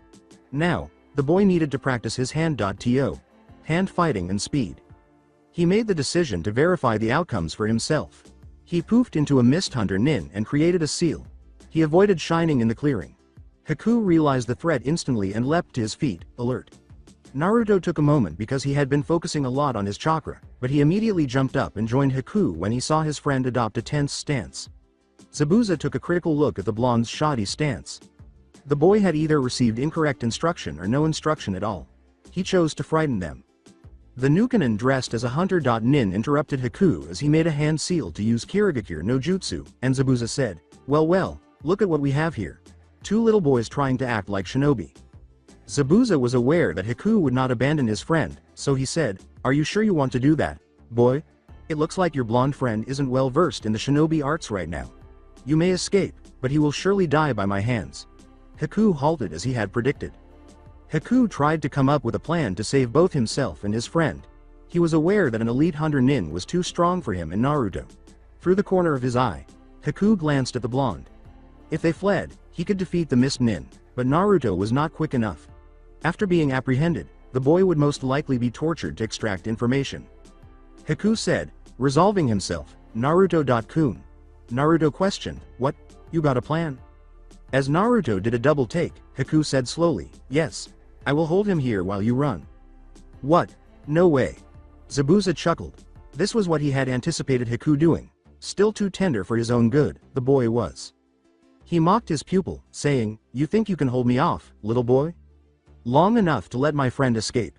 That is all that matters, Haku exhaled. As he approached Haku, Naruto screamed, no, Dadbao. I won't leave you here, Haku. You must, Naruto-kun. You are not fast enough to outrun him in a straight chase. But, if I hold him here for some time, you can escape. Haku also refused to back down from Naruto's insistence, no way, Dadbao. We fight together. This is the only way. As the boys persuaded one another, Zabuza waited. He thought the blonde would flee. The idea behind his plan was to track the boy down in order to gauge how well he was training. However, he was attempting to appear tough while standing next to his fellow pupil. Very well, the boy had to be taught the harsh realities of Nukanin life. As he flew backwards into the small body of water next to the waterfall, Haku said, you must listen to me and run Naruto-kun. Truss. As a foot connected to his face. After the boy completed a few hand seals, Zabuza said, Sweden. Suira no Jutsu. The water surrounded Haku, forming a sphere. Naruto was only able to watch in shock and fear as Haku became imprisoned within the water prison. Zabuza let out a spooky laugh. What will you do now, boy? Your friend is trapped in my jutsu. He will die unless you can do something about it. While trying to come up with a plan to free his friend, Naruto let out a loud curse. A short distance from the ground, the hunter stood on water. In a panic, Naruto thought, I can't stand on water. He must come here for me. He shouted, come here and fight me, bastard. The masked nin asked Naruto, why should I? Ice picks suddenly reached out from the water prison towards the masked nin as Naruto was growing desperate. The hunter let go of the jutsu and leapt away from the sphere. Oh no! How could the ice have slipped my mind? As he twisted in midair to land on the water away from the boy, Zabuza thought. Naruto shouted, Haku! As the boy leapt back onto the ground beside him. He had taken a kick to his face, and his nose was bleeding. With a swift sequence of seals, Haku yelled, Hijutsu. Sensatsu Suisha. On Haku, all of the water clumped together to form needles and shot swiftly in the direction of the hunter. To counter the needles, the hunter leapt back and hurled a few shuriken. While some of the needles were deflected, others proceeded as planned. The hunter ducked everything that was aimed at him and pulled out a kunai. After hurriedly going through several hand seals, the hunter exclaimed, "Sweden. Mazarapa." The hunter nin's mask burst under his nose as he released a massive burst of water from his mouth. Just as Naruto was about to be hit by the water blast, Haku grabbed the blonde and leapt to his feet. The weight of the blonde slowed him down, and the water struck his right side. Naruto saw that Haku was panting and that his right arm was twitching in pain as they both fell to the ground. Naruto shouted, "Haku," and attempted to approach the hurt boy, but Haku shoved him away. "No, Naruto-kun. You are not strong enough to be able to fight him. I implore you, please run away, leave me behind." Naruto countered, "You are not strong enough either, you are also hurt." Haku grinned as he turned to face his friend. "You are a precious friend, Naruto-kun. I do not want to see you get hurt." Naruto nearly burst into tears at his own helplessness. "How does that help you, Datbeo?" he asked. "Don't worry, Naruto-kun. When people protect their precious people, it is only then that they become truly strong. I will become strong because I have to protect you. Protecting those precious to me is my ninja." Haku grinned at him. "How touching. You do realize that the girly boy will die because you are too weak to help, Blondie. If only you were a little less useless." The hunter nin chided Naruto. Haku clapped his hands together and held them that way, saying angrily, "Shut up." Hijutsu. Hisatsu Hyasa. Many spears of ice formed in the water instantly and raced toward the hunter nin. As the ice spears nearly struck him, Zabuza swore. He hurled several kunai at Naruto with a swift water bunshin. One kunai was able to pierce Naruto's arm despite a few ice spears forming in front of him to block it. Haku briefly turned to face his friend as Naruto screamed, but the damage had already been done. The hunter nin ran into the trees while Haku had to shift his attention to protecting Naruto. It's time to advance. As he executed the Kirigakure jutsu, Zabuza reflected. As the thick fog gathered around them, the two boys huddled close to one another. A very strong killer intent filled the air as the hunter's laughter reverberated in the mist. It was fear that paralyzed Naruto. He was unable to even breathe on his own. Haku was fine beside him, a little intimidated. After drawing a kunai, Haku gave it to Naruto. He pulled out a kunai in one hand and several senbon in the other. As they listened to the hunter taunt Naruto, both boys were holding their breath. "You should have run, little boy, when you had the chance. At least you would have survived a few more minutes." Naruto looked at his wounded partner and gritted his teeth. After using two of his ice jutsu quickly after getting hurt, Haku was panting. His chakra was still heavily depleted by those jutsu. "Damn it!" swore Naruto. "Why am I so useless, Haku?" "You are not useless, Naruto-kun. You just need time. Even Kiri was not built in a day." Haku managed a feeble smile as Naruto uttered, "I swear, Haku, when we get out of this mess, I will work hard to become strong so that I can protect you next time." "Don't break your promise, Naruto-kun," he said, nodding. To allow the blood to smear his palm, Naruto scooped some of the blood from his wound into his fist and closed it.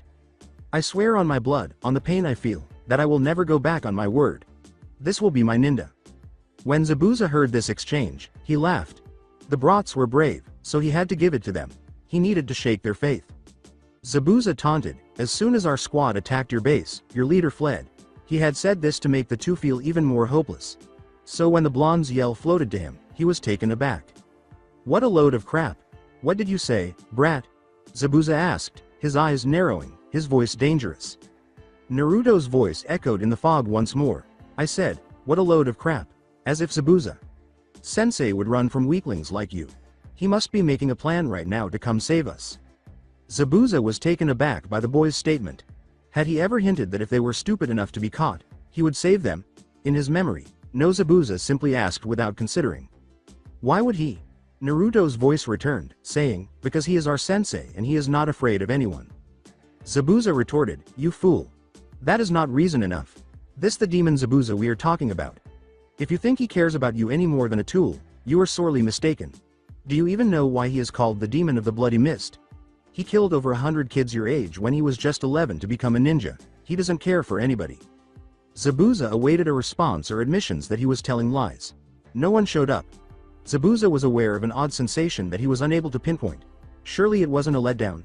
No, if it was only because the child was at a loss for something clever to say. Naruto's subsequent response was so subtle that he nearly missed it. He must have been so lonely. Zabuza asked, stunned into immobility, "What did you say?" In the mist, Naruto's low voice could be heard. "I said, he must have been so lonely. If he could bring himself to kill at such a young age, he must have suffered so much. I know, because I have felt it too. Even I wanted to kill all those who left me alone, treated me like I wasn't good enough for them to be friends with me. Every time they looked at me with those hateful eyes, I wanted to gouge them out." Zabuza was hearing things he couldn't believe. Given the disparity in treatment, the brat could have been recounting Zabuza's early years in Kiri.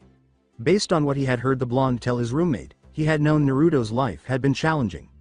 Zabuza turned back to the matter at hand and shook his head. "You were just trying to make excuses. He is a demon. He has always been a merciless killer who would kill even you if it served his purpose," he was arguing with the child. In the haze, Naruto's voice sounded solemn. No one is born a killer. Hokage. Gigi told me this once. It is later in life that we choose our paths. I could have as easily chosen the same path as Zabuza Sensei if I did not have anyone to show me any kindness. There were days when I wanted to burn everyone who treated me like dirt for something that I didn't even know. I would just bottle my anger and pretend that I didn't care, but I would be angry, so angry that I didn't care who I hurt. At one such time, Hokage, Gigi came to my house. How he knew I was angry I don't know, but he came. He came in and gave me a hug. He didn't say anything. He just picked me up and hugged me. I cried so hard that night, in his arms. He just stood there for a long time. Then he took me to the Hokage Tower's roof. That night he told me about all the great Hokage who had their faces on the mountain wall. It was early morning when he finally dropped me back to my house. Zabuza listened to the blonde in silence. I wonder, if he hadn't come then, or all the other times, would I be the same as Zabuza Sensei? If I hadn't met Iruka Sensei, or the other kind ponytailed Oji-san who looks like Shikamaru, if the pretty black-haired lady didn't sometimes drop by to cook me some nice food, even if she made me promise never to tell anyone, or if some kids like Shikamaru, Shoji or Kiba didn't treat me like a friend, I might have chosen to walk on the same path as Sensei. So I understand. An instinct to flee from this place suddenly attacked Zabuza. Simply leave and act as though this never occurred. He recalled how the strange shape of his teeth caused the villagers to shun him. They are all sharp to a point. The food he would scavenge would have bones that he could easily break in two. He was not born a demon. He became a demon because his villagers called him one until he believed them. I believed I was a demon too. It was Zabuza Sensei who told me that I was just a normal human who was unfortunate enough to be at the wrong place at the wrong time. He saved me from my own self. Naruto's voice grew noisier with each phrase faith. But he was alone. No one came to him with kindness, so he decided that he didn't need any. But now, he has me and Haku. We will follow him wherever he goes, even to hell. He will never be alone again. That is why, I believe that he will come for us. He will come and pound your ass into the ground. Naruto's tone was enthusiastic. Naruto had just finished saying, awesome doesn't even begin to describe my sensei. When he fell and felt a sharp pain at the base of his neck. Haku attempted to dodge, but he was quickly knocked out as well. Two small bodies appeared, huddled on the ground, and the mist lifted. Over them stood a tall man wearing a mask. A man with the lover's half of his face bandaged replaced the masked man in a puff of smoke. The blonde was unconscious on the ground when Zabuza looked down at her. Zabuza knocked them both out because the blonde had been approaching too closely. As he bent down to see how they were both doing, he couldn't help but think, Uzumaki Naruto, you're a fascinating little orange eyesore. Naruto was able to disturb Zabuza more than anyone had ever been able to. The blonde's eyes opened and flickered while he was still hunched over Naruto. Once more, Zabuza was taken aback by the blonde's fortitude. When he said, I knew you'd come, sensei. Did you teach that bastard a lesson? The blonde looked up at him and smiled weakly. Yeah, Zabuza said slowly, blinking, he won't be bothering us ever again. Now rest, Gaki. After closing his eyes, Naruto fainted once more. With a sigh, Zabuza lifted Haku on his side under his other arm and the blonde on his shoulder. He made his way back to the base. Behind Zabuza, Naruto and Haku ran alongside each other. They left the Earth Country and relocated to the land of sugarcane a month ago after Zabuza accompanied them back to base. 3 weeks later, they were told that a client wanted to come to them for a mission. It had been an easy mission. He had desired the murder of his uncle. In order to inherit the family fortune, his uncle had murdered his parents when he was a young boy. Normally, one of the group's Chunin-level ninjas would have been given this kind of mission, but Zabuza had accepted it himself and let the two boys go with him. To observe the improvement in Naruto's speed, Zabuza had instructed him to run as quickly as he could. Even though Naruto had improved his speed, it was still far less than Haku's. After 3 days, they arrived at their destination, with Naruto attempting to move as quickly as his body permitted. Zabuza gave a contented nod. Naruto was getting faster and faster. Zabuza had instructed both boys to run around the town's perimeter as speed training before he left to finish the assassination. Naruto was given weights to wear on his arms and legs by him. With Naruto's weights still on, Zabuza returned from the mission and, after a day's rest, instructed them to follow him as he took off in a different direction than they had been going back. Ne Zabuza. Sensei, where are we going? Naruto asked after his curiosity finally overcame him. Someplace where I need to get some things to make you a better ninja, Zabuza said without bothering to look back. At this realization, Naruto nearly exploded with excitement. Zabuza threatened to tie and gag him for the remainder of the way after he barraged him with questions. They arrived at a small town at last. Stick close to me, both of you. This is a town that is famous for its lawlessness. This village lies in a contested land between the land of flowers and the land of cotton. Neither country has a shinobi village, just a few separate shinobi clans, so they can't deal with this town. This makes it a haven for Nukenin. Many will attack you if you even look at them wrong, and I am not in the mood to save you from them. Hi, Zabuza. Sama. Where are we going, sensei? To see an old acquaintance of mine. Now shut up. As Naruto and Haku surveyed their surroundings, the three of them continued walking. Even the town's streets were crowded with shinobi wearing various headbands. Naruto had never seen the symbols on many of them. Despite his intense curiosity and desire to ask questions, Naruto held back after noticing Zabuza. Sensei's frown. When the man stopped, Naruto ran into Zabuza, but the boy kept going. Zabuza gave the boy a growl and said, "Watch it, Gaki." Naruto smiled and said, Sorry, I was too busy looking around and I didn't notice you had stopped, sensei." He looked at the window with the closed sign on it. Zabuza tried the door, ignoring the sign. Zabuza smiled as he walked into the small store, which was open. He had just stepped inside when a kunai swooped down at him. Zabuza put his finger in the ring at the handle's end to stop it. As soon as he finished, a lilac blur fell from the sky and slashed Tonto in his direction. Zabuza launched himself into the air, twisting to swing his leg to the head of the lilac figure, who ducked and allowed the leg to pass over the head, using the kunai he had caught as a small defense. The two figures leapt back to the shop's opposing corners. Zabuza was thrown a round of shuriken by the other figure. All of them were deflected by Zabuza, who did not strike back. Naruto, who had trailed his sensei into the store, was stunned to discover that the person who had attacked him was actually a Naruto stated the obvious, a girl. After glancing at the boy, the woman wearing the lilac kimono turned back to Zabuza. The fact that his sensei knew such a lovely woman impressed Naruto. A portion of the woman's dark violet hair was secured in a lovely hair clutch atop her head, while the remainder cascaded down her shoulders in waves. The woman drew lead slowly. Well, if it isn't the demon of the mist himself. To what do I owe the pleasure? Zabuza lowered his kunai and frowned. I just came to take what I left with you long ago. Where is it? The woman gazed at Zabuza, her eyes widening. She questioned, Are you serious? With a nod, Zabuza remarked, I never thought this day would come.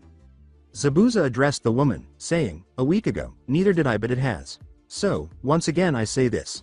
Where is it? The woman glanced at the two boys standing in the doorway and replied, In a safe place. She also lowered her tanto. Come inside, and shut the door. Haku shut the door after the two boys entered.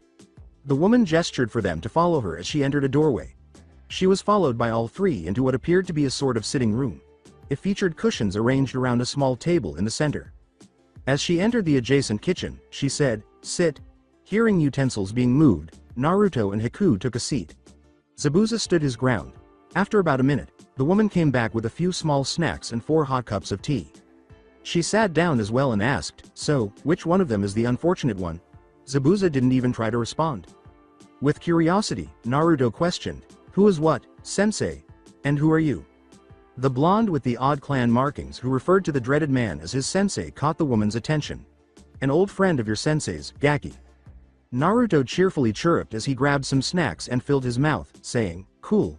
I've never met any of Sensei's friends before. That's because I don't have any. Zabuza gave the woman a stern look, and she returned the smile. As though in a classroom, Naruto raised his hand and said, I'm Uzumaki Naruto. Datbeo. Haku bowed slightly to the woman and said softly, and I'm Haku. Nice to meet you. Nodding, the woman said, I'm Hazuka Yuna. Nice to meet you too. As he took another handful of snacks, Naruto questioned, Ne. Yuna. Chan, who is unfortunate? He was hungry from all that running. That is what I'm asking your sensei, Gaki, Yuna said, nodding to Zabuza and grinning at the boy. Zabuza narrowed his eyes at the woman and tried to silence her, saying, There is no one. I'm just here to take something that is mine. It doesn't mean anything. Yuna supported her chin in her palms and leaned onto the table. She gazed meditatively at Zabuza. What? Snarled Zabuza. If it didn't mean anything, you wouldn't be here. The very fact that you want it back is evidence that you have decided. Zabuza glared at the woman and said, I haven't. Before Zabuza took offense, the woman turned away after realizing that she had been staring somewhat incredulously.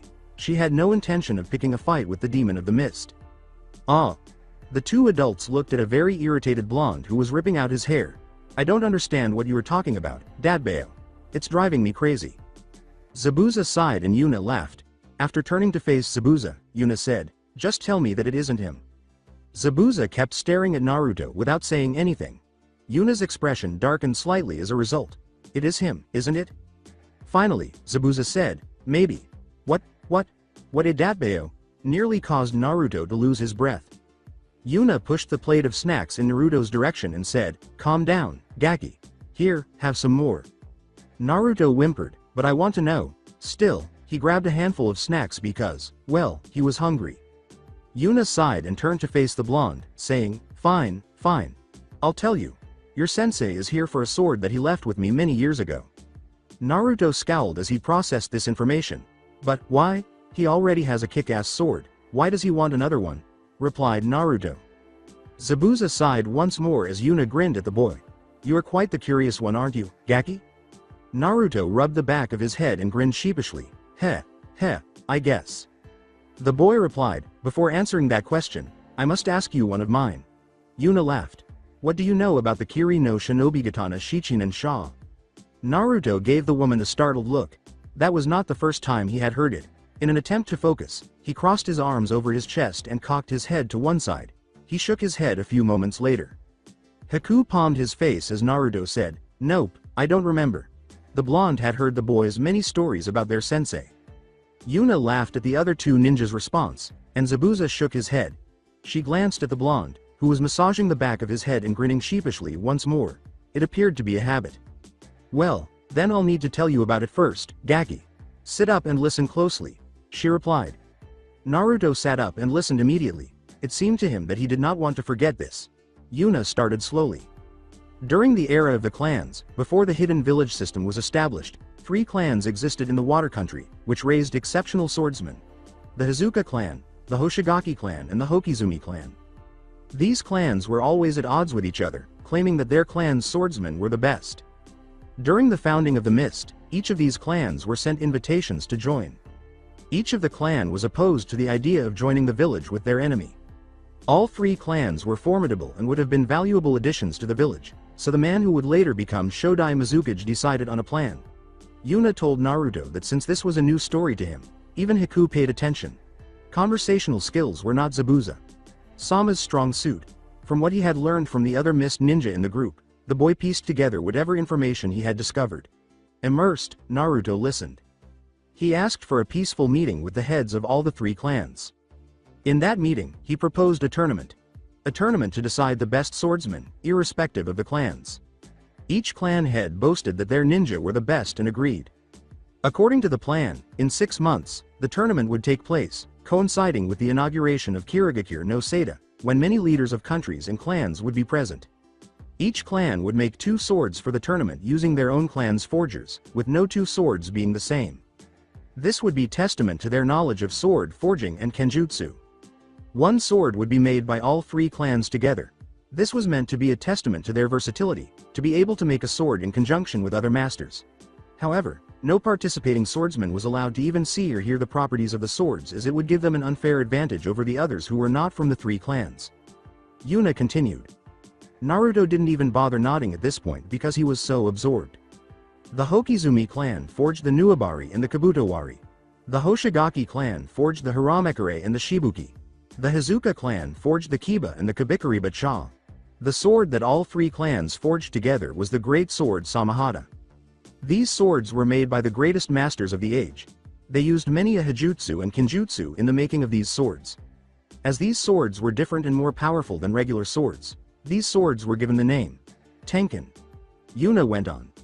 Zabuza also arrived and took a seat beside his pupils. Although he had already heard this tale from his own master, he listened to it again because he found the history of his sword fascinating. In the tournament, the swordsmen were allowed to bring their own personal swords and the Tenkan were kept in the middle of the arena, where anyone could pick them up. The reason behind this was that only those who could properly wield the Tenkan they had never used before and survive against swordsmen who had practiced for years with their swords would be the best. The tournament was long and bloody. Many died, but it was the price paid to create history. The actual result is not relevant, but in the end, those 7 who had won were given the title of Kiri no Shinobigatana Shichinen Sha, i.e. the 7 shinobi swordsmen of the mist. Since then, the wielder of each of the swords has chosen a disciple and trained him to carry on the blade to the next generation. Yuna smiled at Naruto, whose blue eyes were shining. Your sensei was trained by my father to become the next of the Kiri no Shinobigatana Shichinen Sha. Naruto rocked in his cushion with excitement and exclaimed, "Wow! I always knew that sensei was awesome, but this is even more amazing." He looked at Zabuza and responded, "Why didn't anybody tell us that you were a part of this super cool team of elite swordsmen, sensei?" Haku interrupted, causing Zabuza's hand to itch.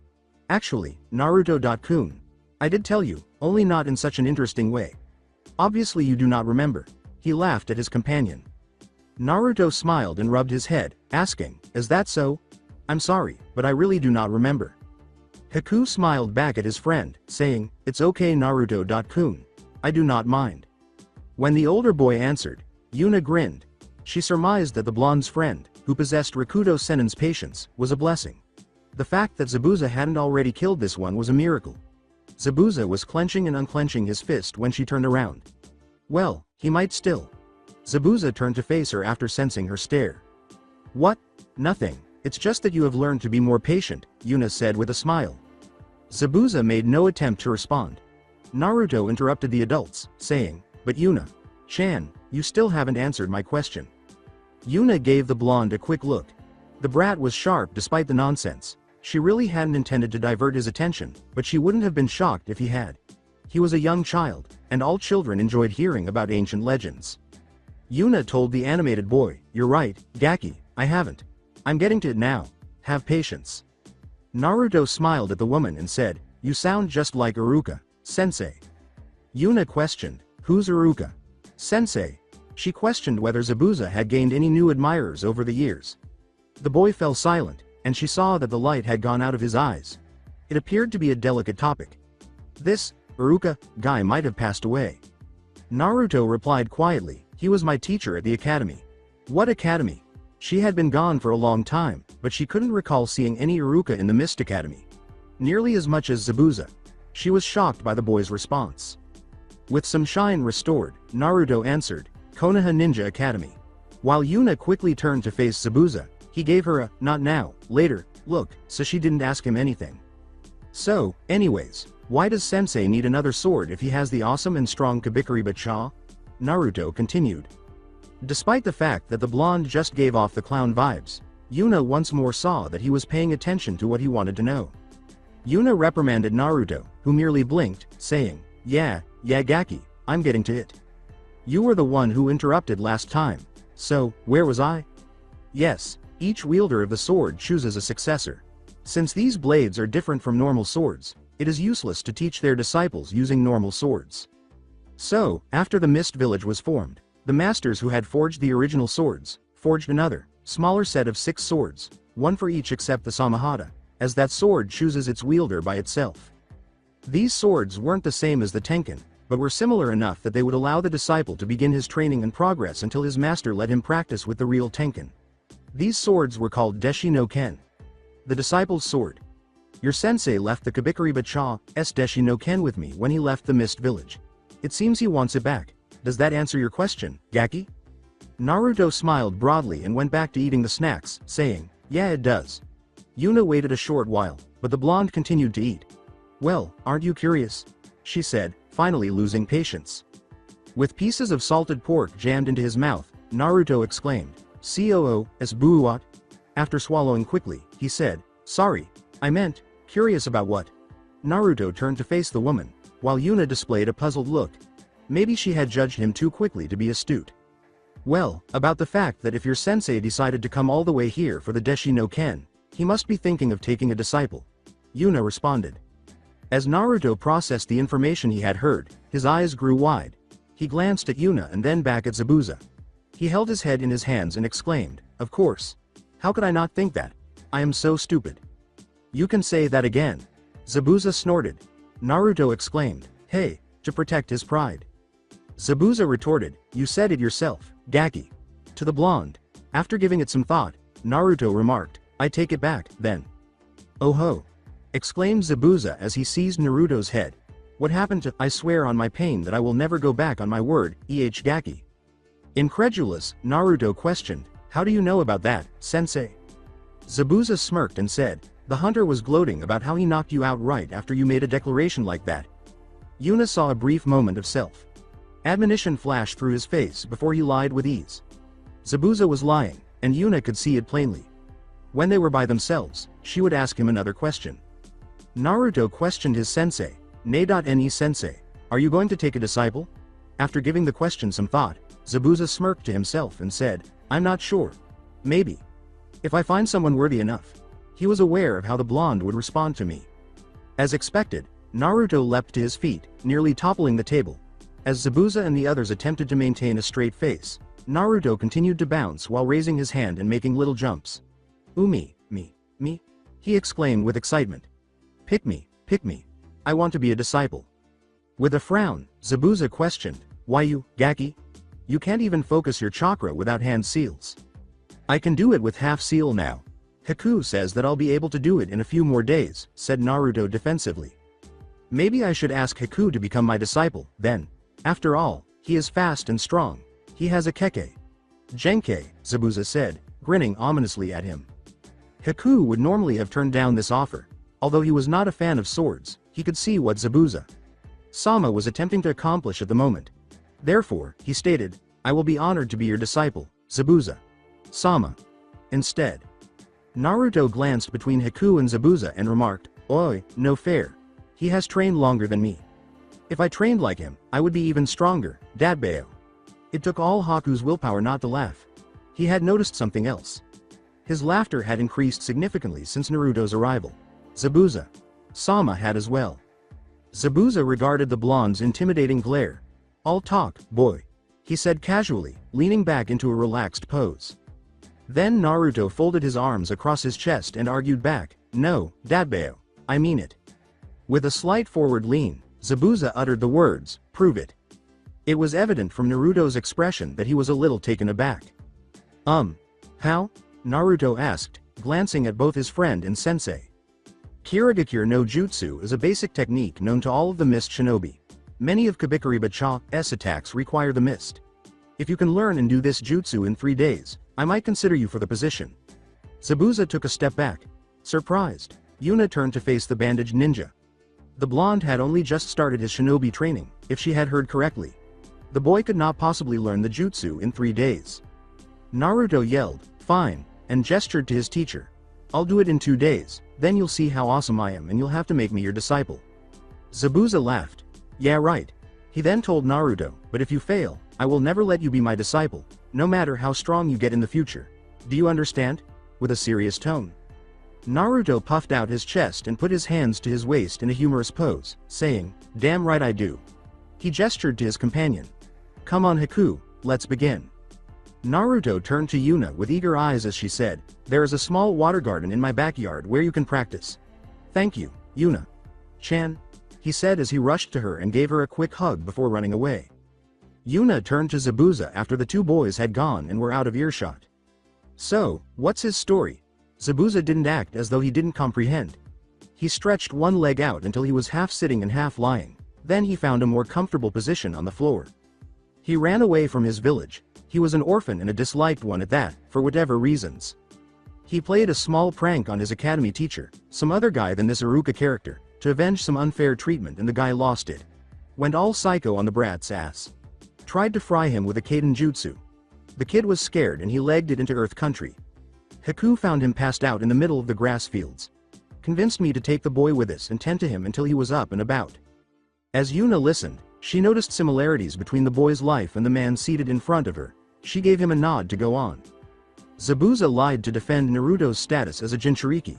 When he woke up after 2 days, Haku and him got talking. Turns out the kid wanted to become a shinobi. Haku managed to talk me into taking him in. Yuna didn't question his story. She just accepted it. She did, however, pose one irrelevant query.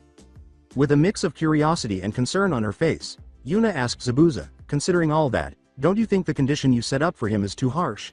He is just beginning his shinobi training, isn't he? What will you do when he fails? For that is what will happen. There is no way that he can do it. Zabuza reminded her, that's what you said for the task your father set for me. Yuna remembered and pulled a face. Even though she didn't finish her motion, he leaned back to avoid the blow when she attempted to slap him in the head. Realizing what she was doing, she paused and turned to face Zabuza. Zabuza scowled when he noticed the slight fright in her eyes as she turned her head away. You almost lost your arms trying to do that. It was a miracle you were able to continue to be shinobi after that. Zabuza laughed and threw back his head. Many a genin and chunin would have soaked their pants at the sound. However, Yuna was not happy. Miracles don't happen again and again. Zabuza paused his laughter and turned to face Yuna. The serious expression in Zabuza's eyes startled Yuna. It was an expression she had never seen in the Demon of the Mist. If it were someone else, I wouldn't expect anything either, but it is Naruto we are talking about. The boy is like me, in some respects. He knows the pain of loneliness. He has felt in his heart the burning anger that just wants to burn everything in its path. Zabuza spoke honestly. He didn't feel the need to be emotional about his past because Yuna was already aware of it. Since Zabuza had lived in the little shed in their garden from the age of 13 until he moved out at the age of 17 while undergoing training under her father, Yuna had been aware of his past.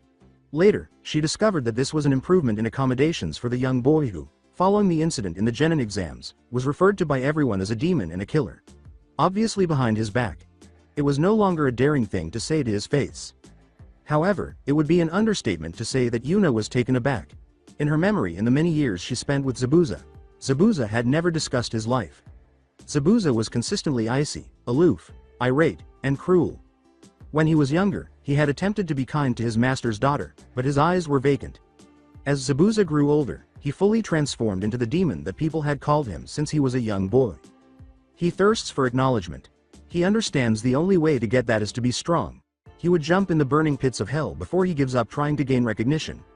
Either that or burn the world around him to form his own hell. Zabuza went on. According to Yuna, like you. As she uttered the words, she even succeeded in surprising herself. Ordinarily, she would never have dared to say these words, but she sensed Zabuza wouldn't respond. Zabuza reached up to undo his Hide.8 and said, yes. He lowered himself to the ground and lay down. He will do it in 2 days, just like he said. If he doesn't, then he is not the man I think he is. Just you wait. Naruto had been practicing the Kirigakure no Jutsu for 3 hours already. Nothing had changed. Naruto yelled, damn it, since he was unable to detect the water garden's moisture. Haku sighed in response to his friend's annoyance. He approached Naruto and took a seat beside him. You must be calm to perform this jutsu Naruto-kun. The water element is an easy element to use if you concentrate hard enough. Haku told his companion. You must feel your chakra mixing with the water in the garden. I know all that, Datbeo, but I can't feel my chakra as soon as it leaves my body. Naruto was upset. With a sigh, Naruto dropped back to the ground and lifted his arms above his head. He held out his arms fully in front of him and said, this is as far as I can feel my chakra. As soon as it crosses this distance, I can't follow it anymore. Haku understood the boy's problem and nodded. The sensation of chakra in Naruto's own body had just started. In order to physically alter his body rather than create an illusion over it, Naruto had created a special kind of henge in which he layered his chakra inside it instead of outside. It might have been because he was still unable to extract chakra from his body or because he was unable to use genjutsu. He had also yet to master his kawarimi jutsu. Kawarimi was also used to teach the ninja how to mark the object they would be replacing themselves with by spreading their chakra outward. As he lay down beside Naruto, Haku said, "Perhaps we are going about this wrong, Naruto-kun. We are trying to walk before we have learned to crawl." Naruto's expression was bewildered. "I can walk just fine, Haku. It's this jutsu that I'm having trouble with." Haku laughed. "It is a way of saying something, Naruto-kun. I am not talking about actually walking and crawling."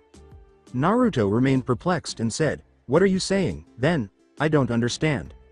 Haku folded his hands behind his head and looked at the evening clouds. "Tell me, Naruto-kun. Why didn't you start learning Kawarimi before last week?" he asked. Naruto questioned his friend. "What good would that be? I couldn't even mold chakra, how could I do Kawarimi?" He was unable to comprehend Haku's intentions. "Exactly, Naruto-kun.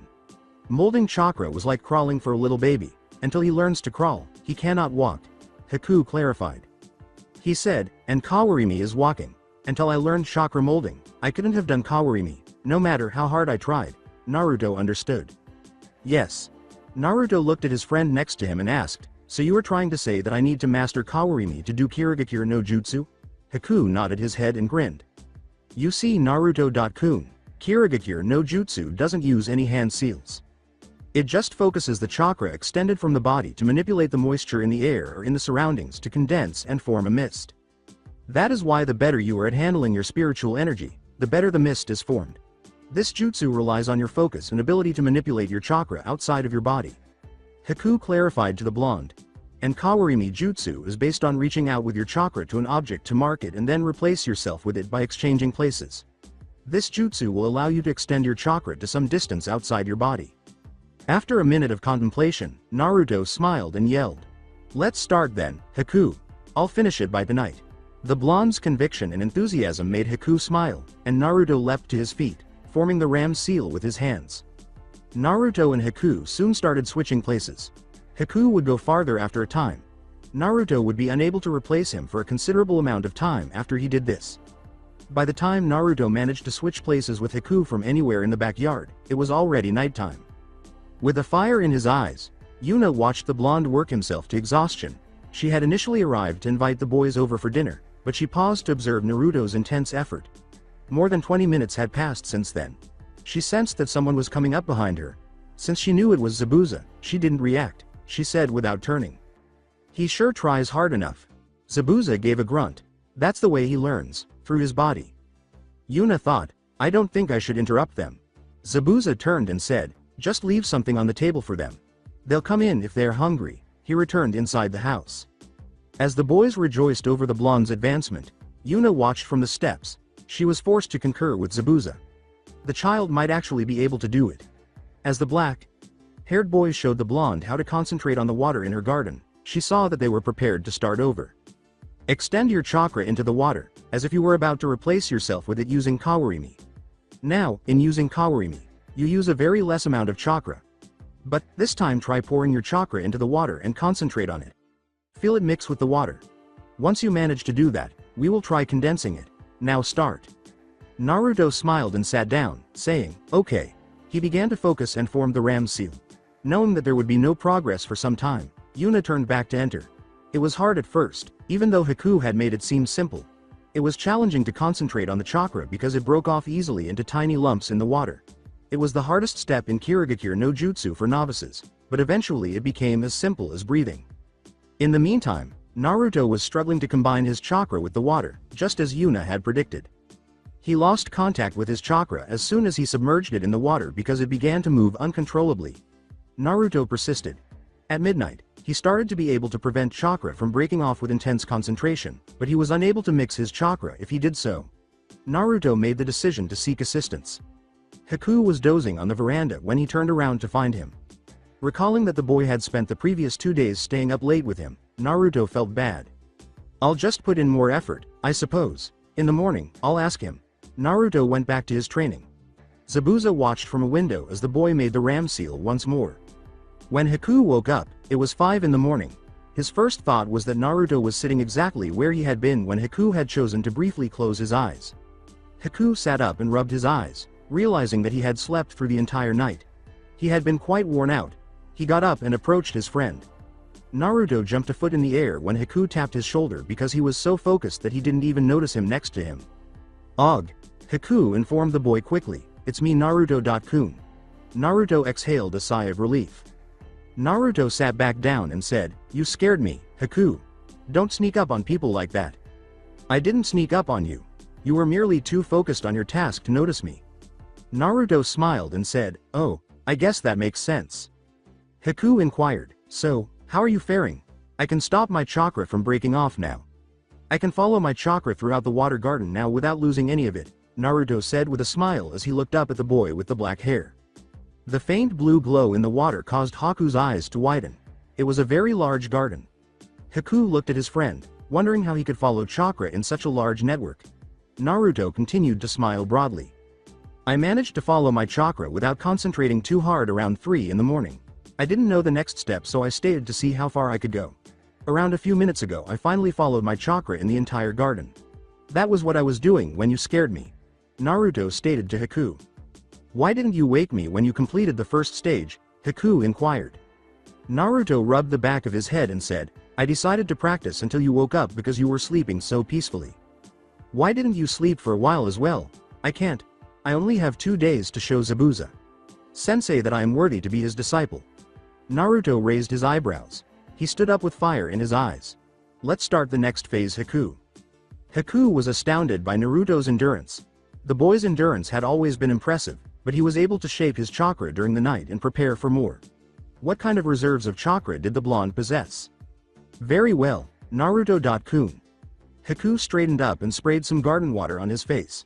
"Now that you have managed to mix your chakra in the water without losing it, concentrate on the chakra and try to raise it out of the water with a little water still clinging to it. This chakra will spread in the surrounding to form a mist. The better you control the chakra, the better your mist is." After giving a nod, Naruto closed his eyes and began to focus. Haku noticed a curtain move slightly back out of the corner of his eye. Haku grinned inwardly. Zabuza Sama must have been up too. Haku disappeared in a swirl after forming a half seal. He showed up beside the window. "Good morning, Zabuza Sama." HMPPHH, Haku waited. After some time, Haku heard Zabuza ask, "How's he doing?" Haku told his teacher, "Quite well, in fact. He spent the whole night practicing. He can spread his chakra into the entire garden. He has been doing it all night," he added after the fact. Haku's voice had a faintly inquisitive tone that Zabuza could hear. Zabuza told the boy, "He has the deepest reserves I have seen. It could be because of his beast, or it could be because of genetics. If I had to guess, I'd say it was both, if he is a genuine Uzumaki. They were known for their life force and great chakra along with their sealing arts." Haku gave a nod. They saw the water's surface glimmer just a little before Naruto gasped and lost focus. Haku went back to Naruto. With perspiration streaming down his brows, Naruto exclaimed, "It's too hard." Zabuza observed Haku attempting to identify the blonde's jutsu's flaw. He entered and lowered the curtain. Although he and the boys had not spent any time in the room that Yuna had given them, he returned to it. The scroll containing the Deshi no Ken was picked up by him. He had received it from Yuna last night. In a unique dimensional lock scroll, she had stored it. Zabuza had been unable to use the seal on his arms to call forth the scroll because of this. He was reluctant to come here. Zabuza would prefer to forget the memories that came with seeing her again. He looked at the wall that Yuna must be sleeping against. After picking up the scroll, Zabuza made the decision to go out and find someone in the town who could lift his spirits. There's nothing better to start the day than thrashing some punks. Zabuza jumped out of the window with a smile on his face.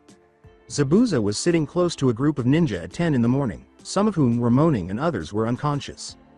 He was copying their bingo book's entries into his own. Looking through the bingo books of more recent missing nins or those who hunted for bounty was the only way to update the bingo book after he had left the village. The majority of missing nin felt a sense of camaraderie, but Zabuza didn't like punks who acted like the biggest badasses in the neighborhood. He therefore believed it was his responsibility to impart to them a lesson in humility and, most likely, survival. Realizing that they weren't as good as they believed was beneficial to them.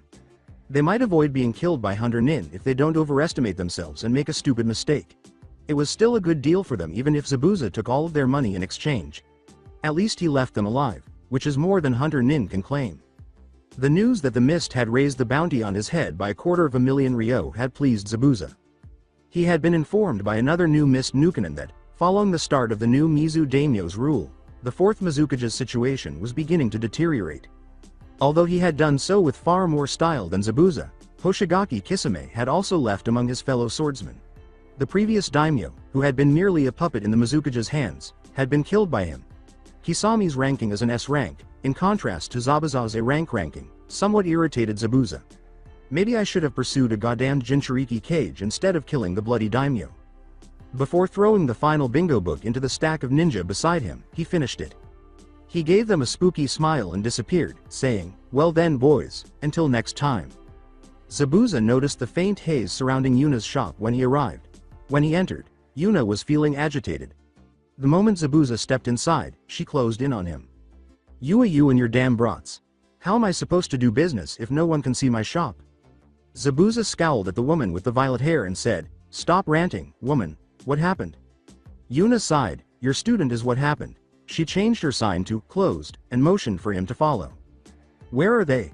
"The long-haired one is training and the blonde is passed out in the yard. See for yourself." When Zabuza entered the backyard, it was covered in a thick fog. Haku was using his kata, and Naruto was lying motionless on the veranda. He was really struck by how nearly all of the water in the water garden had disappeared. "Oh, and by the way, you better refill my garden before you leave. I don't want to spend the next week doing water jutsu to get it back the way it was." Yuna poked him in the ribs. "No way." Zabuza watched in disbelief as he searched for the right words. The woman told the mist Nukanen, the Gaki somehow managed to turn the entire water into a mist. Yuna pointed to Naruto's limp form. "There I was, just opening my shop when suddenly, a heavy mist started to roll out of the backyard. It covered 3 freaking houses, on each side, and the entire street in front of my shop. I had to listen to complaints from my cranky old neighbor who just loves to go on and on about how things were done in his days. My best customer ran into the pole in front on my shop. Another rammed into him as he was leaving the shop. I had to give them both a discount. Finally, I had to pay some guy to use wind techniques to blow the damn mist away before someone died or broke my shop's windows trying to come in." Yuna looked at the blonde. "Then as I came in to give him a piece of my mind, he just kneels over. I had to pick him up and bring him onto the veranda. He would have caught a cold on the moist ground." Zabuza approached his new pupil and gave him a foot bump. "Hama. No Sakura. Chana he hia. Gigi will find outa. Hama. He he. It tickles, Sakura. Chan. We shouldn't be doing this." Naruto fell over. Yuna's ears turned red as she cried out, "What the hell is he dreaming about? How old is he?" As the heat gradually rose to Yuna's cheeks, Zabuza observed her. With a laugh, Zabuza remarked, "Old enough, it seems. Come on, let's go for drinks." "Why? Celebrating me taking on an apprentice. It's 10 in the morning. So what? Plenty of people drink in the morning." "But my shop. You've already closed it." Yuna struggled to come up with another explanation. "Fine." Zabuza turned and beckoned to Haku. Obediently, the boy approached his sensei.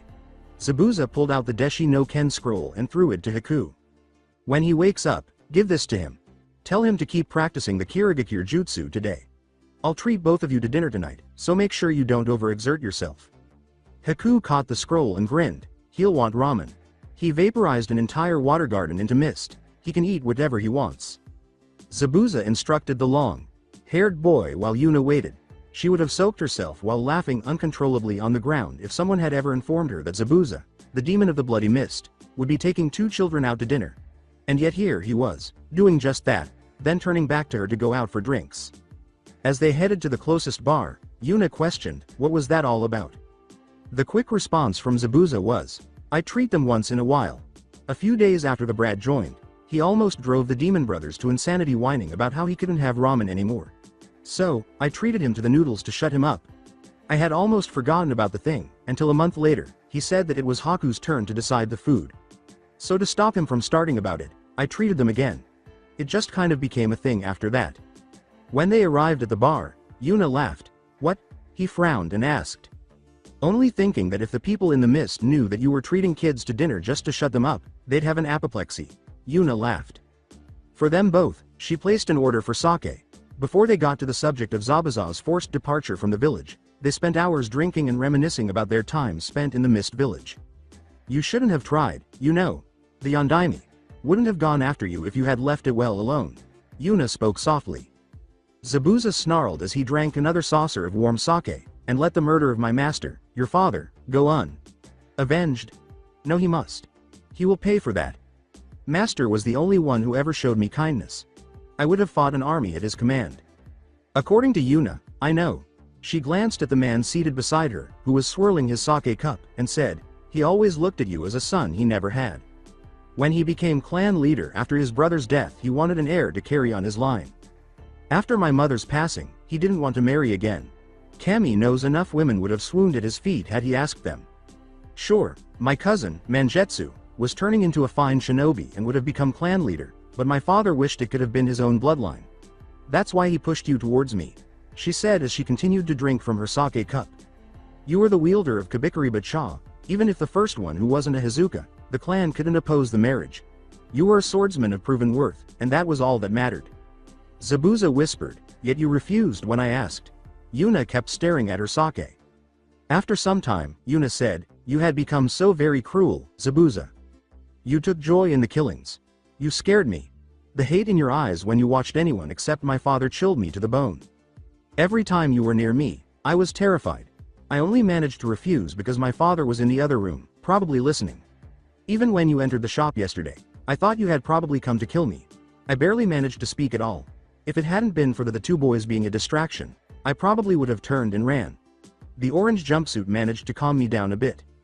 When Zabuza heard this, he scowled. I would never hurt you, Yuna. Yuna grinned. The you now probably wouldn't.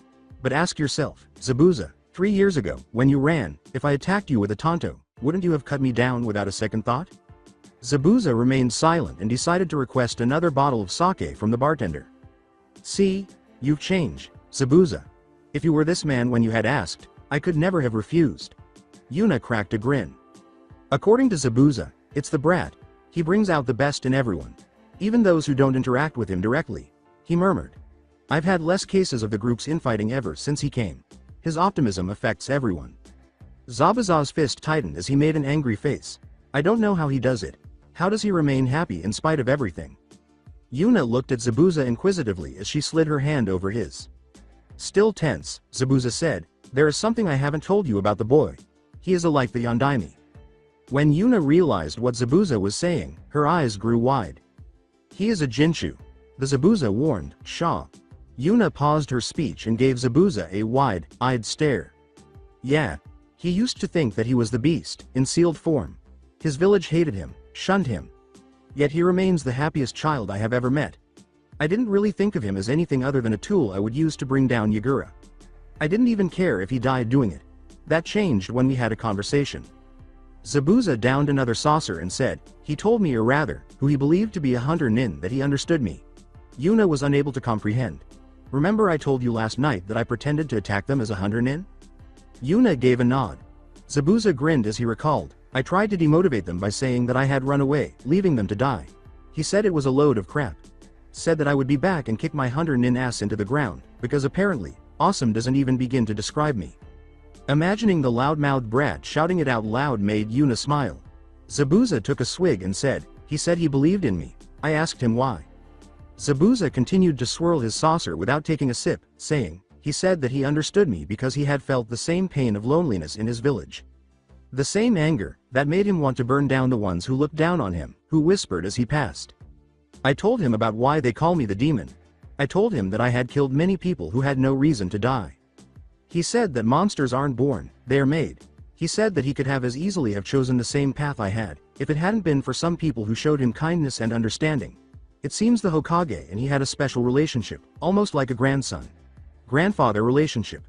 The Iruka guy he was talking about earlier, and a few kids who became his friends, were all that kept him sane on days when his mind screamed at him in the quiet. As Yuna noticed Zabuza lost in thought, she listened. Zabuza appeared to be switching back and forth between Naruto's story and his own experiences. Her eyes started to water, and she gripped his hand tighter.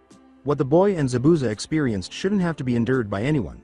Zabuza appeared to awaken from his reverie when he saw her hand tightening its grip on his. He said that he will make sure that I was never alone again. He would follow me to hell even. Zabuza exhaled. I knocked them out after this. While I was trying to take them back, I released the henge and he regained consciousness for a few moments. He wasn't even surprised to see me there.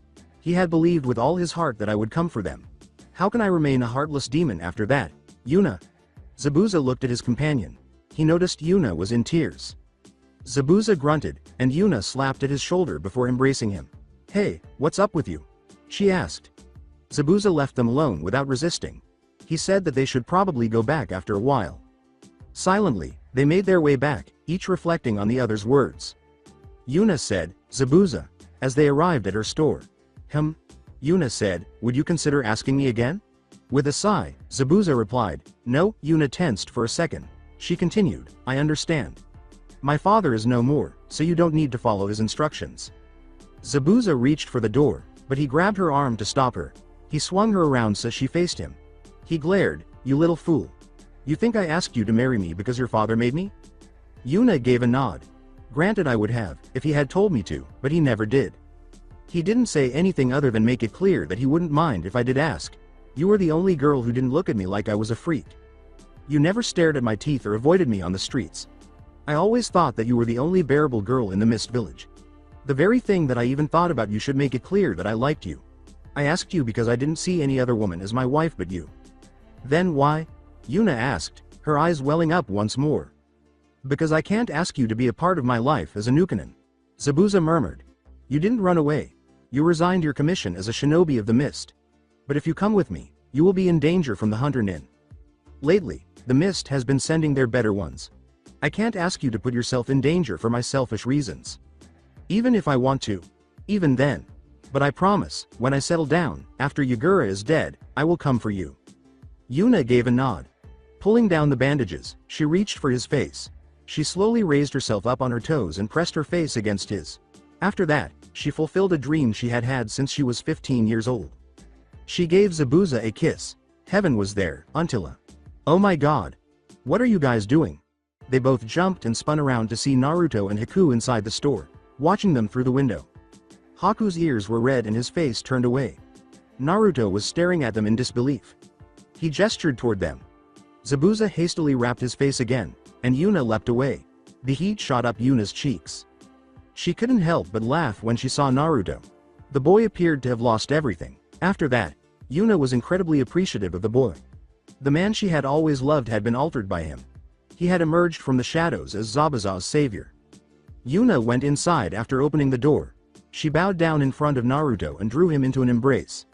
Despite his surprise, he remained silent. He simply stood and encircled her with his arms.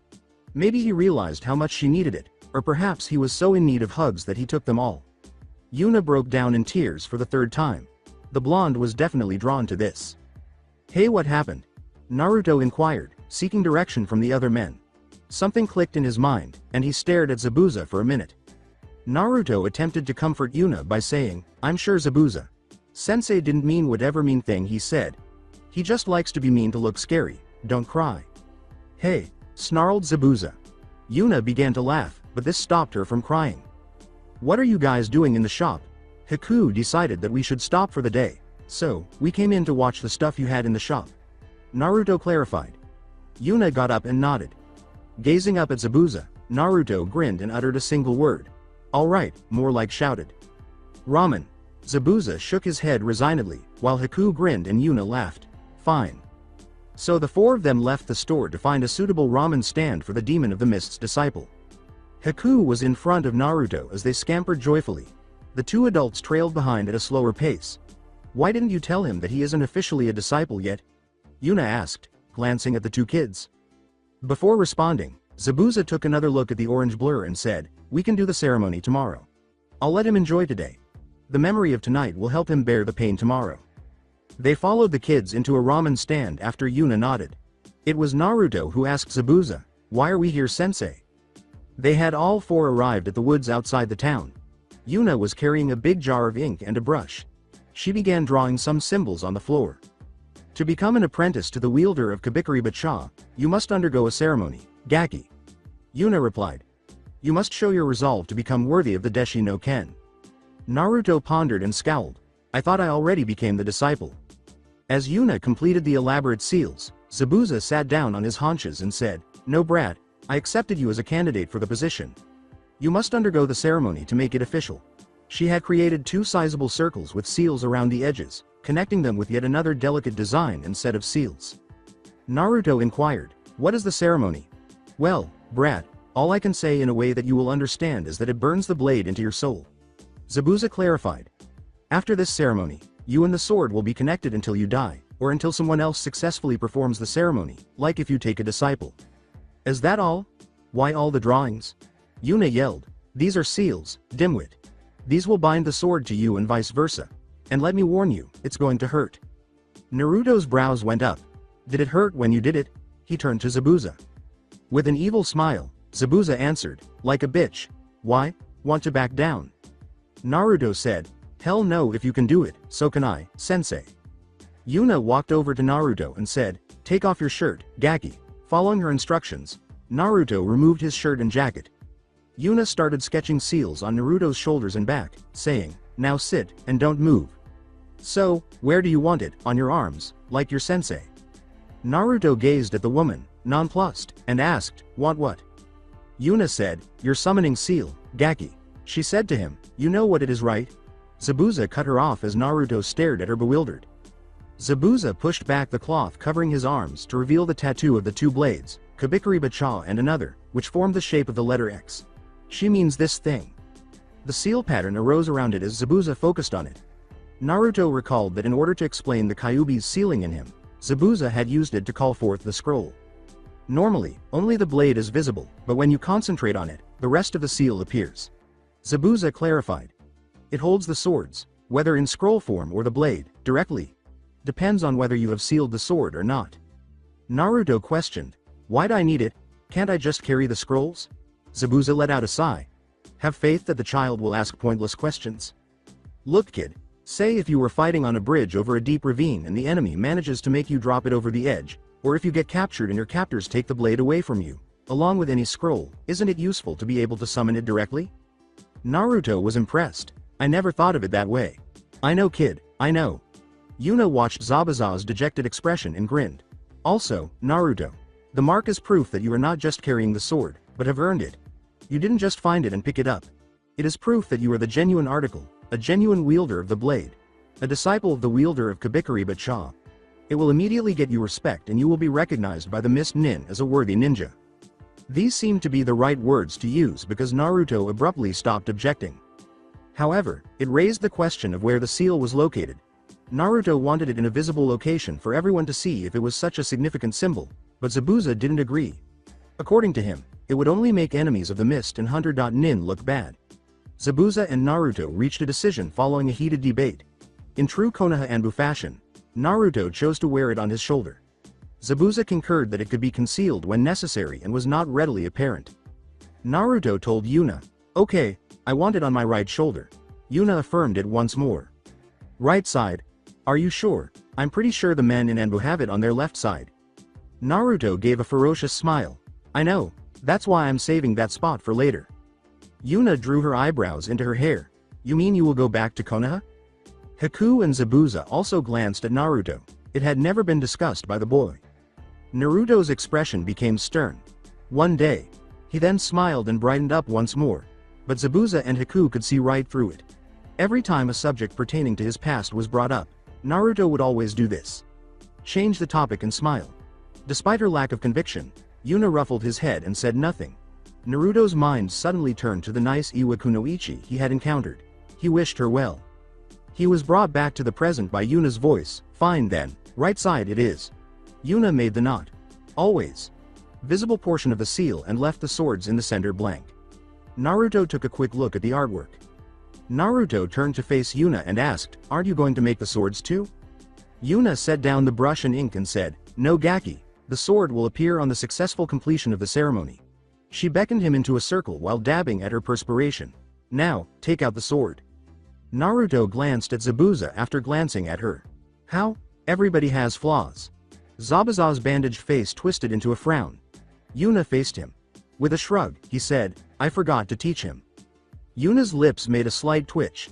Haku appeared amused as well. Naruto was simply perplexed.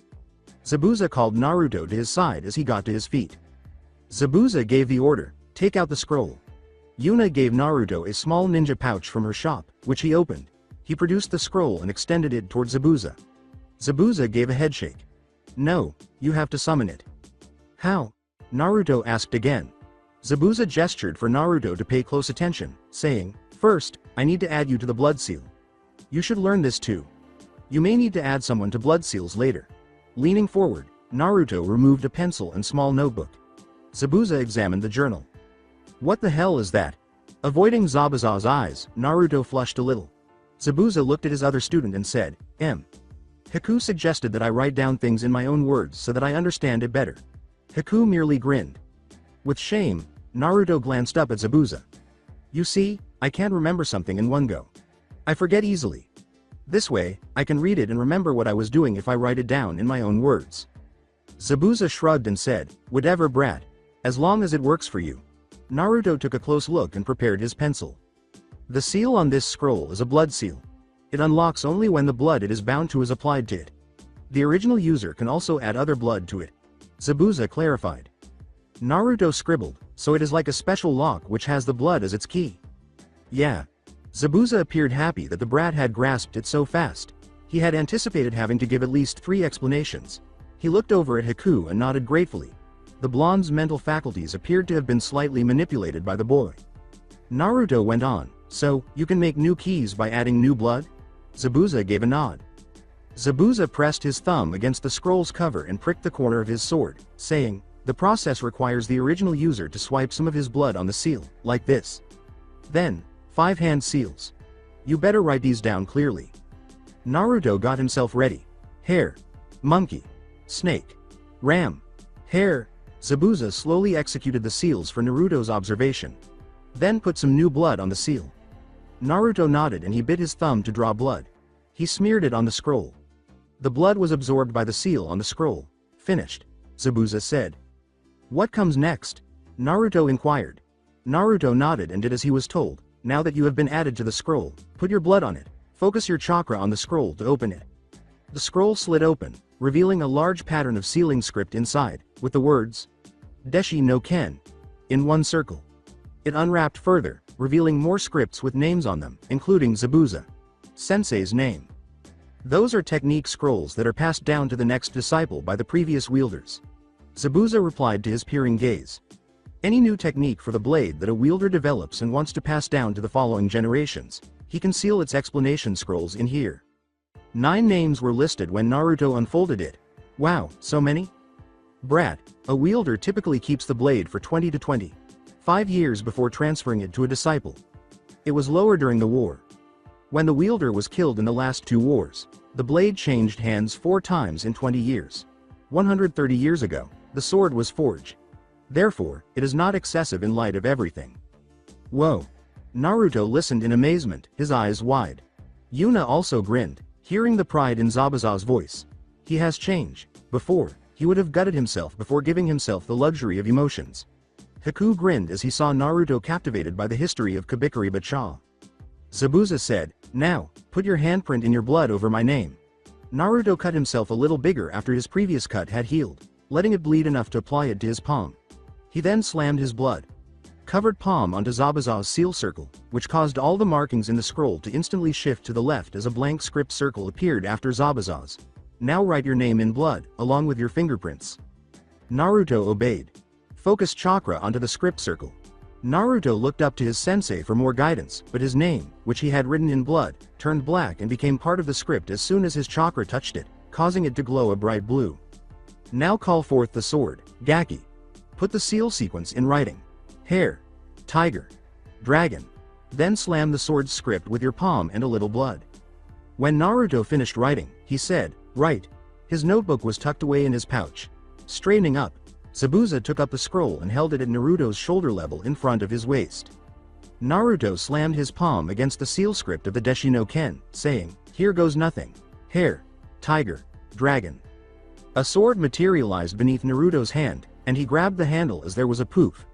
It appeared cool until Naruto's arm could no longer support the weight, and the sword dropped to the ground while Naruto's hand was still holding onto the handle. While Zabuza laughed, Naruto wheezed, "Ow! How heavy is this thing?" Yuna was grinning, too. Haku stepped forward to help his companion. "Of course it is heavy, Naruto-kun. It is almost as long as you and half as wide. It looks like you will need weight training before you can actually start practicing with it." Zabuza, meanwhile, was laughing and making frightful noises. When he stopped, he said, "Priceless." He sneered, trying to look cool. Yuna grinned and looked at Zabuza, saying, "It definitely reminded me of the scene when someone else summoned the Deshi no Ken for the first time. That made him more serious." He growled, "I did not fall down." Then Yuna said, "True. But you did drop it on your feet. Almost cut your toe clean off." Naruto was about to guffaw, but he was sent to Mother Earth by a well-timed wallop. As Zabuza left, Yuna shook her head and lifted him off the ground. "Come on, we have to begin the ceremony. Naruto, put the sword in this circle. Draw a line down its blade in your blood, then go and sit in the other one." Naruto and Haku placed the sword inside the script circle on the ground after Haku assisted him. Naruto proceeded to the second seal circle after that. He watched Zabuza prick his thumb once more and smear blood on his palm while he was seated in the circle. The man approached the design that connected the two circles. He glanced at Naruto, who gave him a nod. Then he slammed his hand onto the seals and said, "Better not disappoint me, kid." Pain dissolved Naruto's world. Haku sat inside the shining seal script and watched as Naruto's body erupted. More than 45 minutes had passed since Naruto's initial cry of agony and the start of the ceremony. Naruto screamed for 10 minutes before his voice broke. Haku gave the blonde an anxious glance and asked, "How much longer, Zabuza-sama?" The quick response from Zabuza was, "As long as it takes." Although he was wearing a blank mask, he was also becoming anxious on the inside. "I only needed a quarter of an hour for this. What on earth is happening?" He turned to face Yuna, who was likewise wearing a worried expression. Zabuza walked beside her. "Why is it taking so long?" As Yuna watched Naruto twitch once more, she bit her lip. The ceremony requires the disciple to be able to focus beyond the pain and feel the blade's presence. You were already a ninja when you took up the training. Naruto is a child. His pain tolerance is lower than a ninja's. Perhaps it was a mistake to start him this early. We should have waited. She grasped Zabuza's hand. Zabuza inquired, "How long does it last if Naruto can't do it?" The ceremony fuels on the disciple's chakra so that candidates with low reserves are weeded out if they can't complete the ceremony quickly. Yuna replied, that was what Zabuza had feared. Naruto's reserves were monstrous. If Naruto's all-nighter during the Kirigakure jutsu training was taken as a yardstick, this could go on for more than 12 hours unless he was able to see past the pain. Unable to even scream, Naruto sat. He had lost all sense of time long ago. He was unable to see or hear anything. He felt nothing but pain. He wanted it to be over. How didn't matter to him? If it meant that the pain would end, he was willing to die. This was far worse than the burns he sustained during his sensei's attempt on his life. Weak. He heard a voice boom in his mind. Naruto gasped. He didn't recognize the voice. The hair on his neck stood up because it was so deep. He wondered in his mind what was going on. The voice boomed again, this time with disdain. "So weak. What on earth?" Naruto let out a mental scream. "To think you are so pathetic. You are starting to annoy me, whoever you are." In the shadows, Naruto let out a shriek. All of a sudden, the pain subsided. His focus was diverted from the pain by his rage at the unidentified critic. "What can you do about it? You can't even handle this little tickle. You big-mouthed fool, I'll shut your mouth for you. HMMPH. With your weak hands? I think not. I'll be the disciple. You just have to wait, and I'll use my sword to cut you to pieces." "With what sword, brat? You don't have any." In the darkness, Naruto surveyed his surroundings with righteous rage. He saw a dim object in the distance for the first time since the pain had dimmed his vision. It got closer the harder Naruto tried to look at it. It was beside him in a few minutes. Deshi no Ken was the sword, as Naruto could see. Between his anguish and rage, he didn't give much thought to how strange everything was. He simply extended his hand and grasped the sword. It was hardly heavy at all this time. The pain subsided as soon as he raised it. It wasn't until the darkness began to give way to light that Naruto realized. "Punk! Where are you now?"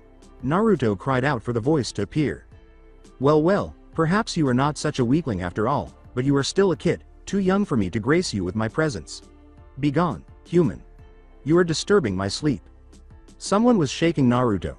All he could hope was it was the man with the unidentified voice. Yuna turned out to be the person. The woman with the violet hair held him up to prevent him from falling back to the ground and asked, "Are you okay, Gaki? How do you feel?" When Naruto attempted to sit up without Yuna's help, he gasped and said, "I'm fine, Yuna-chan. I just need to teach the new guy a lesson." Yuna gave him a questioning glance. She looked anxiously at Zabuza and asked, "What new guy, Gaki? There is no new guy. Naruto scowled and made an effort to glance around. But I heard him. He was mouthing off, calling me weak. The voice boomed inside my head. Yuna looked over at Zabuza. She noticed Zabuza tense, as if he was thinking along the same lines as her. Zabuza questioned, "What did he say, brat?" Naruto recalled, "Said I was so weak it was pathetic. Then he said some weird stuff like I was disturbing him and called me something weird. I think it was, Kit, called me a human too. Stupid guy. I mean, what else am I supposed to be? A horse?" With this knowledge, Zabuza's doubts were allayed. Kit was the offspring of a fox. How did he look? Zabuza inquired, attempting to control her emotions. It was totally dark. I couldn't see anything until he started to piss me off. Then I saw the sword while I was trying to look for something to shut him up with. Naruto said with a scowl. When he looked over his shoulder, he noticed that the blade was lying in the other script circle rather than by his side. Then, like a ton of bricks, it struck him. The ceremony was over. He had succeeded. Officially, he was a disciple. He leapt to his feet, forgetting all his anger at the enigmatic voice. Yuna was a little alarmed by this because she had just had to hold him up to keep him from collapsing. He was now whooping and doing jumping jacks. All right. I'm a disciple. Yay. As the adults looked on in amusement, Naruto leapt up to Haku and dragged the boy into his celebration. Naruto craned his neck to examine his shoulder tattoo. He scowled. "Hey, sensei. My tattoo doesn't look like yours." Looking at the tattoo, Haku realized Naruto was correct. Naruto's tattoo featured a single inclined sword, in contrast to Zabuza's two swords that crisscrossed one another. Deshi no Ken. In search of an explanation, both boys turned to Zabuza. "Of course it doesn't look like mine, brat. You are just a disciple right now, so you only have the Deshi no Ken bound to you. I, on the other hand, am the current wielder of Kabikari-Bacha.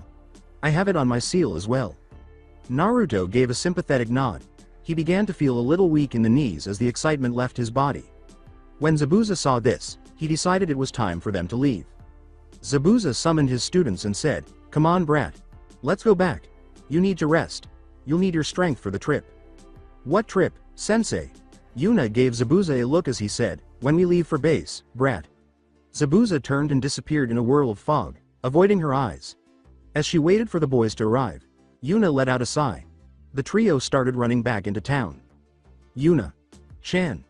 Yuna looked at Naruto, who had his large blue eyes fixed on her. "What, Gaki?" "Thank you." Surprised, Yuna looked at the blonde beside her. "Whatever for, Gaki. For being sensei's friend." Yuna said nothing because she was unable to come up with a suitable response. Naruto reflected on the ninja gear she had given him from her shop the previous evening and said, "And for all the cool stuff you gave me." "It's fine, Gaki. Just work hard and become strong." Naruto gave a joyful nod as they proceeded. Time off. From the corner of Naruto's eye, he observed Zabuza. His sensei had been grumpy ever since they returned from Yuna-chan's place a few days ago. Naruto attempted to infer the nature of the issue. His curiosity stemmed from his concern as well as the fact that Zabuza-sensei had been questioning him more intensely than usual. In addition to the Deshi no Ken being strapped onto his back like Zabuza and Kabikari-Bacha, Naruto already had to complete the 3-day journey with weights on his arms and legs. Naruto was still required to carry the sword on his back unless he was eating or using the restroom. The heavy object had to be strapped to his back for all of his speed training. Zabuza made things worse by making him lift 5 pounds more weight every 3 days. In every weight range, Zabuza saw the blonde attempting to steal discreet looks from him. "What?" he yelled. Naruto quickly averted his gaze. Exasperated, Zabuza repeated the question. "What?" You seem to be in a bad mood, sensei. Is something wrong?" replied Naruto. After Zabuza simply snarled, Naruto concluded it was time to resume his training. He picked up his plate and hurriedly finished his lunch. After cleaning it and getting Deshi no Ken, he went back to his room. Haku was reading the scroll he had borrowed from Naruto with a pencil when Naruto walked in. He had asked Naruto if the boy would mind writing down simplified concepts in the margins for Naruto to read at a later time. Naruto had concurred. "Hey, Haku. Back from your speed training, Naruto-kun?" "Yeah. My legs are killing me, Dadbao. It will stop once the muscles in your legs become accustomed to the heavy load." Naruto put the sword next to the nightstand the two boys shared and huffed as he fell onto his bed. "Yeah. If it doesn't cripple me first. I need to rest before my evening run." I can't see why I must run so much every day. To Naruto's surprise, Haku set down his scroll and asked if he wanted to spar that night. What? You want to spar with me? Yes, Naruto-kun. But, you can kick my ass with your jutsu. All I know is Kawarimi, Henge and Kirigakure no jutsu. I can't even use it properly without water nearby. Even if I do manage to make a good mist, I'll only end up going blind while you beat me up. No jutsu, Naruto-kun. Only hand-to-hand combat. Naruto gave a snort. As if you wouldn't wipe the ground with me with taijutsu. Zabuza-sensei told me that my teacher taught me wrong. Probably on purpose, the bastard did try to kill me after all. I agree that you are not at my level yet, Naruto-kun, but I wish to spar so that you can see the difference your speed training makes to your movements. Naruto closed his eyes and said, fine. The blonde fell asleep in less than a minute. Haku made the decision to wake Naruto 3 hours later. It took Naruto some time to fully awaken. Haku prepared for the sparring match during that time. The boys headed toward their new base, which was a small clearing in the forest. Haku went to stand on the other side of the clearing and said, Naruto-kun, take off your weights. Naruto did as he was told. Yuna-chan handed him 4 weight bands, which he put down. A unique substance that had the ability to absorb chakra was used to make these. They grew heavier as more chakra was fed into it. They weighed around 15 pounds each now. Accounted for nearly 3/4 of Naruto's total weight. With ease, the Deshi no Ken weighed 30 pounds. Naruto felt great as soon as he removed the weights. The strain of all the excess weight had left his body. Even when he was sleeping or taking a bath, he had been forbidden to remove the weight bands. He felt lighter. After Zabuza demonstrated a taijutsu stance for him, Naruto said, okay, I'm ready. Haku assumed his specially designed stance, which was somewhat like Naruto's but distinct, and said, alright, Naruto-kun. I will attack and you must dodge. After taking a breath, Haku rushed over to Naruto. He employed a speed he had previously used with Naruto. Naruto was pleasantly surprised by how easily he was able to avoid the attacks. He felt his body moving more quickly and feeling much lighter. Haku gradually accelerated as well. Naruto had to start observing Haku's movements and making predictions about them. Once Haku had caught up to Naruto's speed, he stopped speeding up. After a half-hour of fighting, Naruto was able to stop every one of his blows. He jumped back and gave the stop signal. Naruto paused as well, smiling.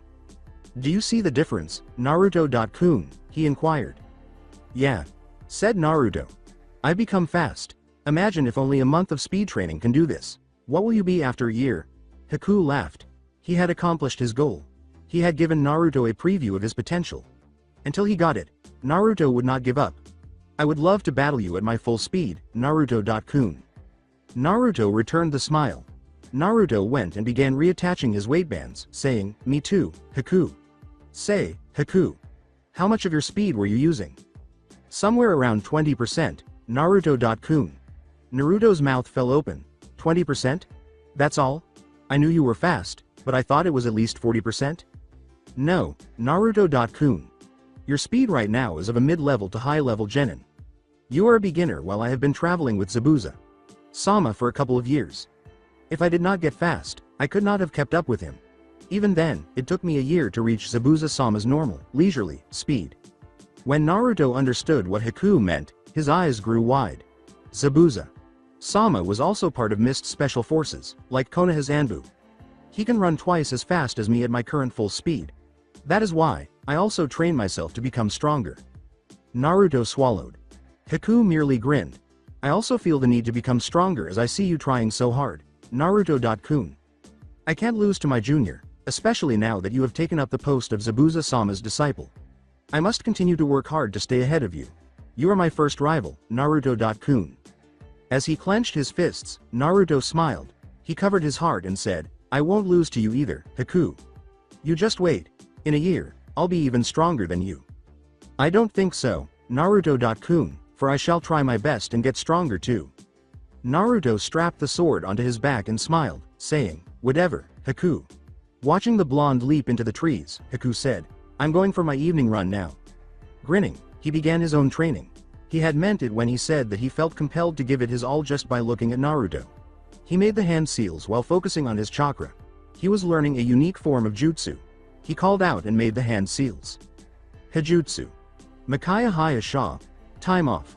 Zabuza observed that both boys had abruptly increased their training intensity as the days went by.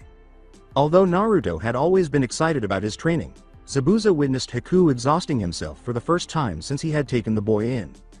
Previously, Haku would always take a break from training to rest. He kept going for the last 2 months until he was too exhausted to even shape chakra. The boys were pushing each other to the edge. Naruto had increased his jogs by 2 miles and had succeeded in raising each of his weight bands to 50 pounds. Zabuza was confident that Haku could now defeat the demon brothers with ease and without exerting much effort. Naruto only possessed Kirigakure no Jutsu and 2 of the 3 basic academy jutsu, so he needed to add more to his collection. They were all supplemental abilities that weren't sufficient for attacks on their own. Naruto appeared to be struggling with the Bunshin Jutsu. Consequently, he was attempting to become proficient in it before delving deeper into the scrolls he had brought along. Zabuza took a quick look at the big tree where Naruto was sitting, blindfolded, meditating. His Kirigakure training included this. A month ago, Zabuza began training Naruto in his most deadly art, silent killing, after determining that the boy needed at least one strong attack skill. Although it would take months for Naruto to develop into a true silent killer, Zabuza was impressed by the boy's dedication. In an attempt to improve his other senses, Naruto would blindfold himself every day while recuperating from his speed training. The boy had a decent nose and hearing, but he was terrible at chakra sensing. After 2 weeks, he was able to recognize the other ninjas by their footsteps and other small, everyday sounds that were specific to them, such as clinking earrings or clearing throats. Additionally, he had learned that both boys studied scrolls prior to bedtime. As Zabuza saw Naruto tilt his head to the side to dodge a fruit that was falling from the tree, he felt proud. Despite becoming his disciple, Naruto had not been taught how to wield a sword because he lacked the strength required to wield Deshi no Ken. Maybe it was time. Zabuza yelled, "Brat," to his pupil. Naruto removed one eye's blindfold. As Naruto's eye began to light up with anticipation, Zabuza asked, "How do you feel about your first sword lesson?"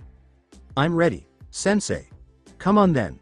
Leaping into the trees, Zabuza made his way to the small hillock close to their base.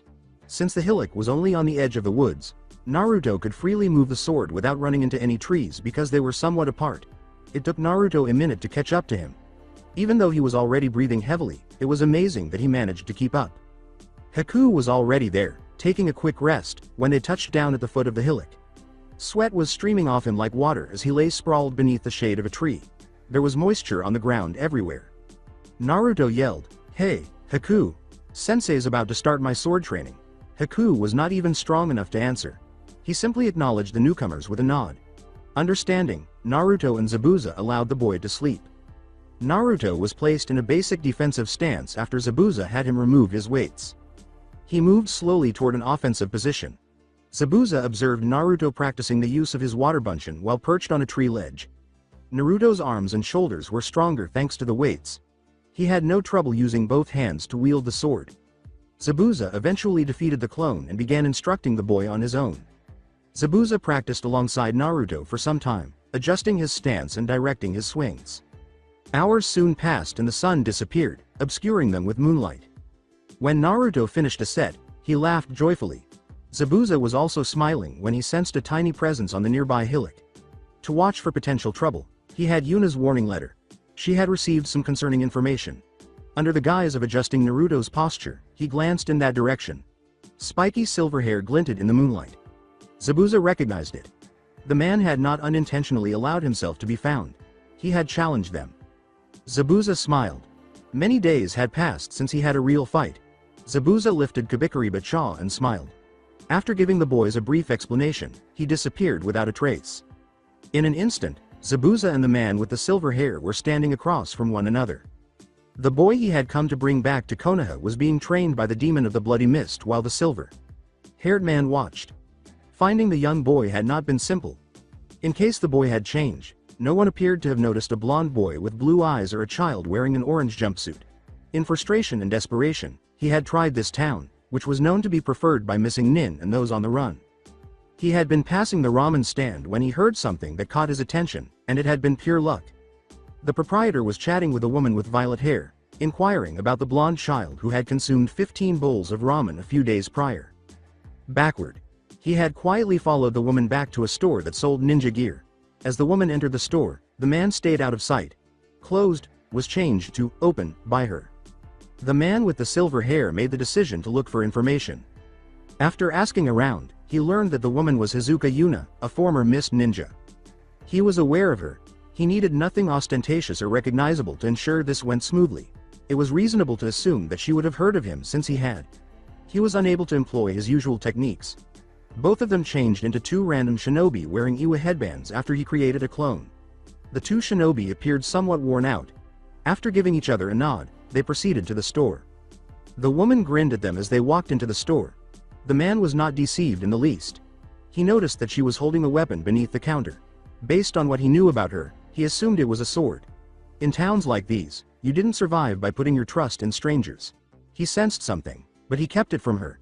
He appeared somewhat breathless as he and his clone approached the counter. We need 5 sets of 20-piece kunai, 20 sets of standard shuriken pack, 3 rolls of ninja wire and 2 unmarked headbands. He told the lady. She nodded and grinned. Please wait while I get them. Feel free to look at any other merchandise you might want. She gave the store a wave. A conversation broke out between the man and his clone. His clone said, I don't understand, Taicho. Why must we use non-marked headbands? He yelled at his clone, damn it, fool. Do you want news to reach Konoha that it was Iwa who took the Uzumaki brat? He caught a glimpse of the woman stiffening as she removed the kunai set. Inching her fingers toward one of the kunai caught his attention. This wasn't good. He had no desire to fight. He was looking for information. He didn't want to waste this chance, even though he could defeat the former Kunoichi at any moment. The woman had been a member of the team that carried important information. She wouldn't think twice about killing herself to protect the secret if she believed she would lose and be captured. He chose to risk wasting chakra by bluffing it out. Before long, he created more clones outside the store. 3 more clones dressed as Iwa Nin entered the store just as the woman was about to pick up the kunai. She stopped. One of them said, Hey, you two.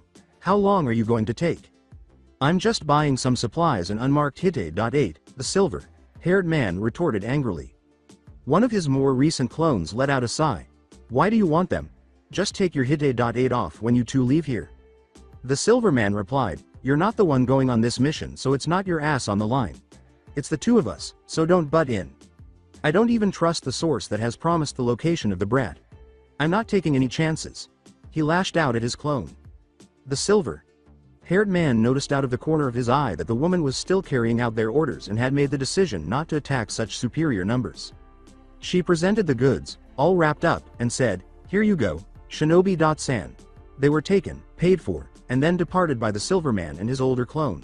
One of his more recent ones remained. He waved his eyebrows at the woman and said, Say, pretty lady, how about you and me having some fun together? Aren't you going with your friend, Shinobi.san? The woman asked with a smile. The clone grinned. He was aware that she would attempt to elicit information from him. Everything was fine. He desired for her to inquire. He attempted to put his arm around her but said, No, only those two have to go somewhere. I can stop with you here. With a swift detour, she assertively stated, I don't go out with people I do not know, Shinobi.san.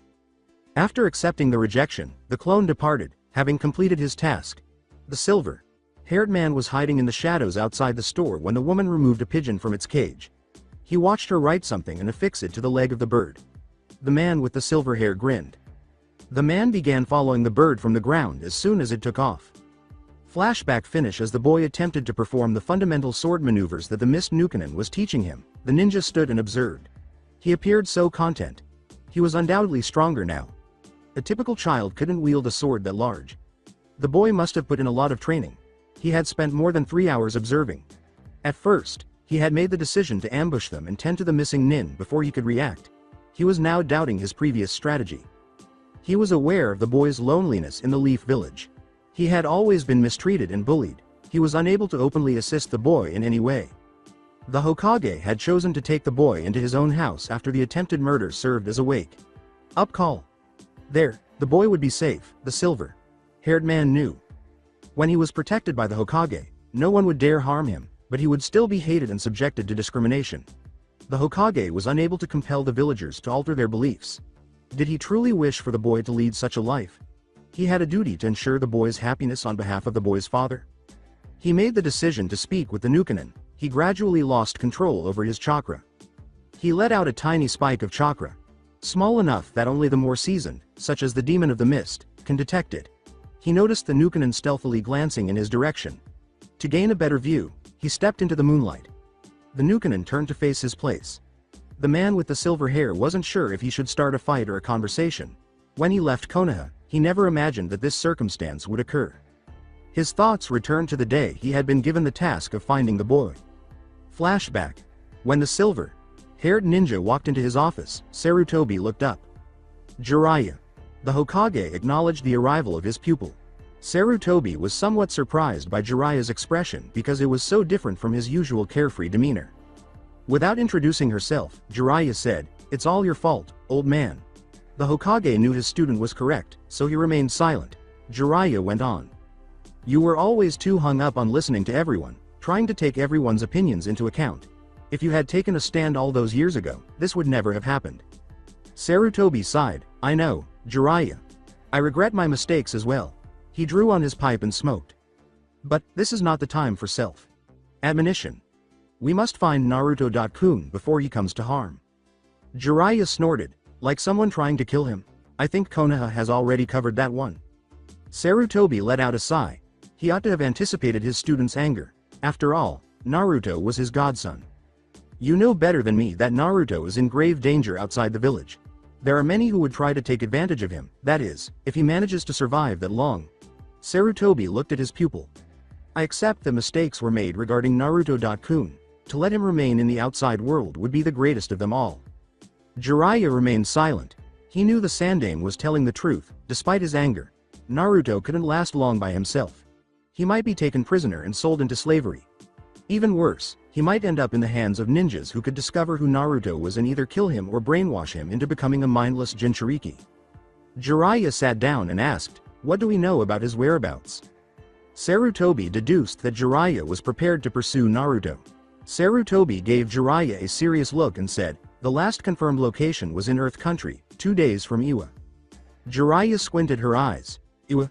What was he doing there?" "He was under the impression that by running, he was going to be labeled a Nukanon and I would be forced to send hunters after him, so he ran into Earth Country where our ninja couldn't openly pursue him."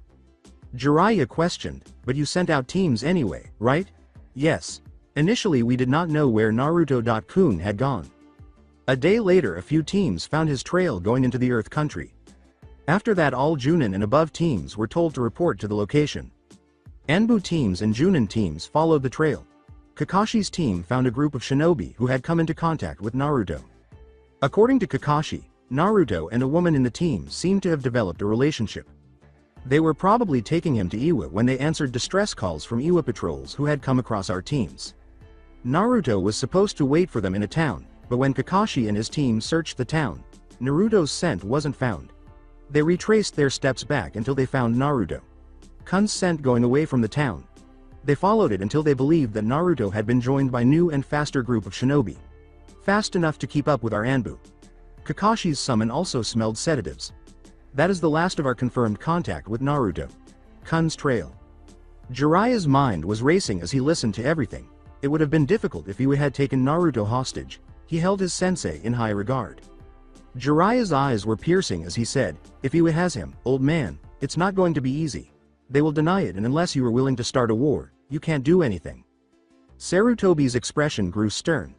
"I am aware of that. I have already asked Danzo to prepare multiple infiltration plans for a quick strike team. I would, however, like a confirmation before I commit to such an action." Jiraiya was taken aback. He had not anticipated such extreme measures from his sensei. He had assumed that until he returned with Naruto, he would have to enter Iwa covertly and keep his sensei in the dark.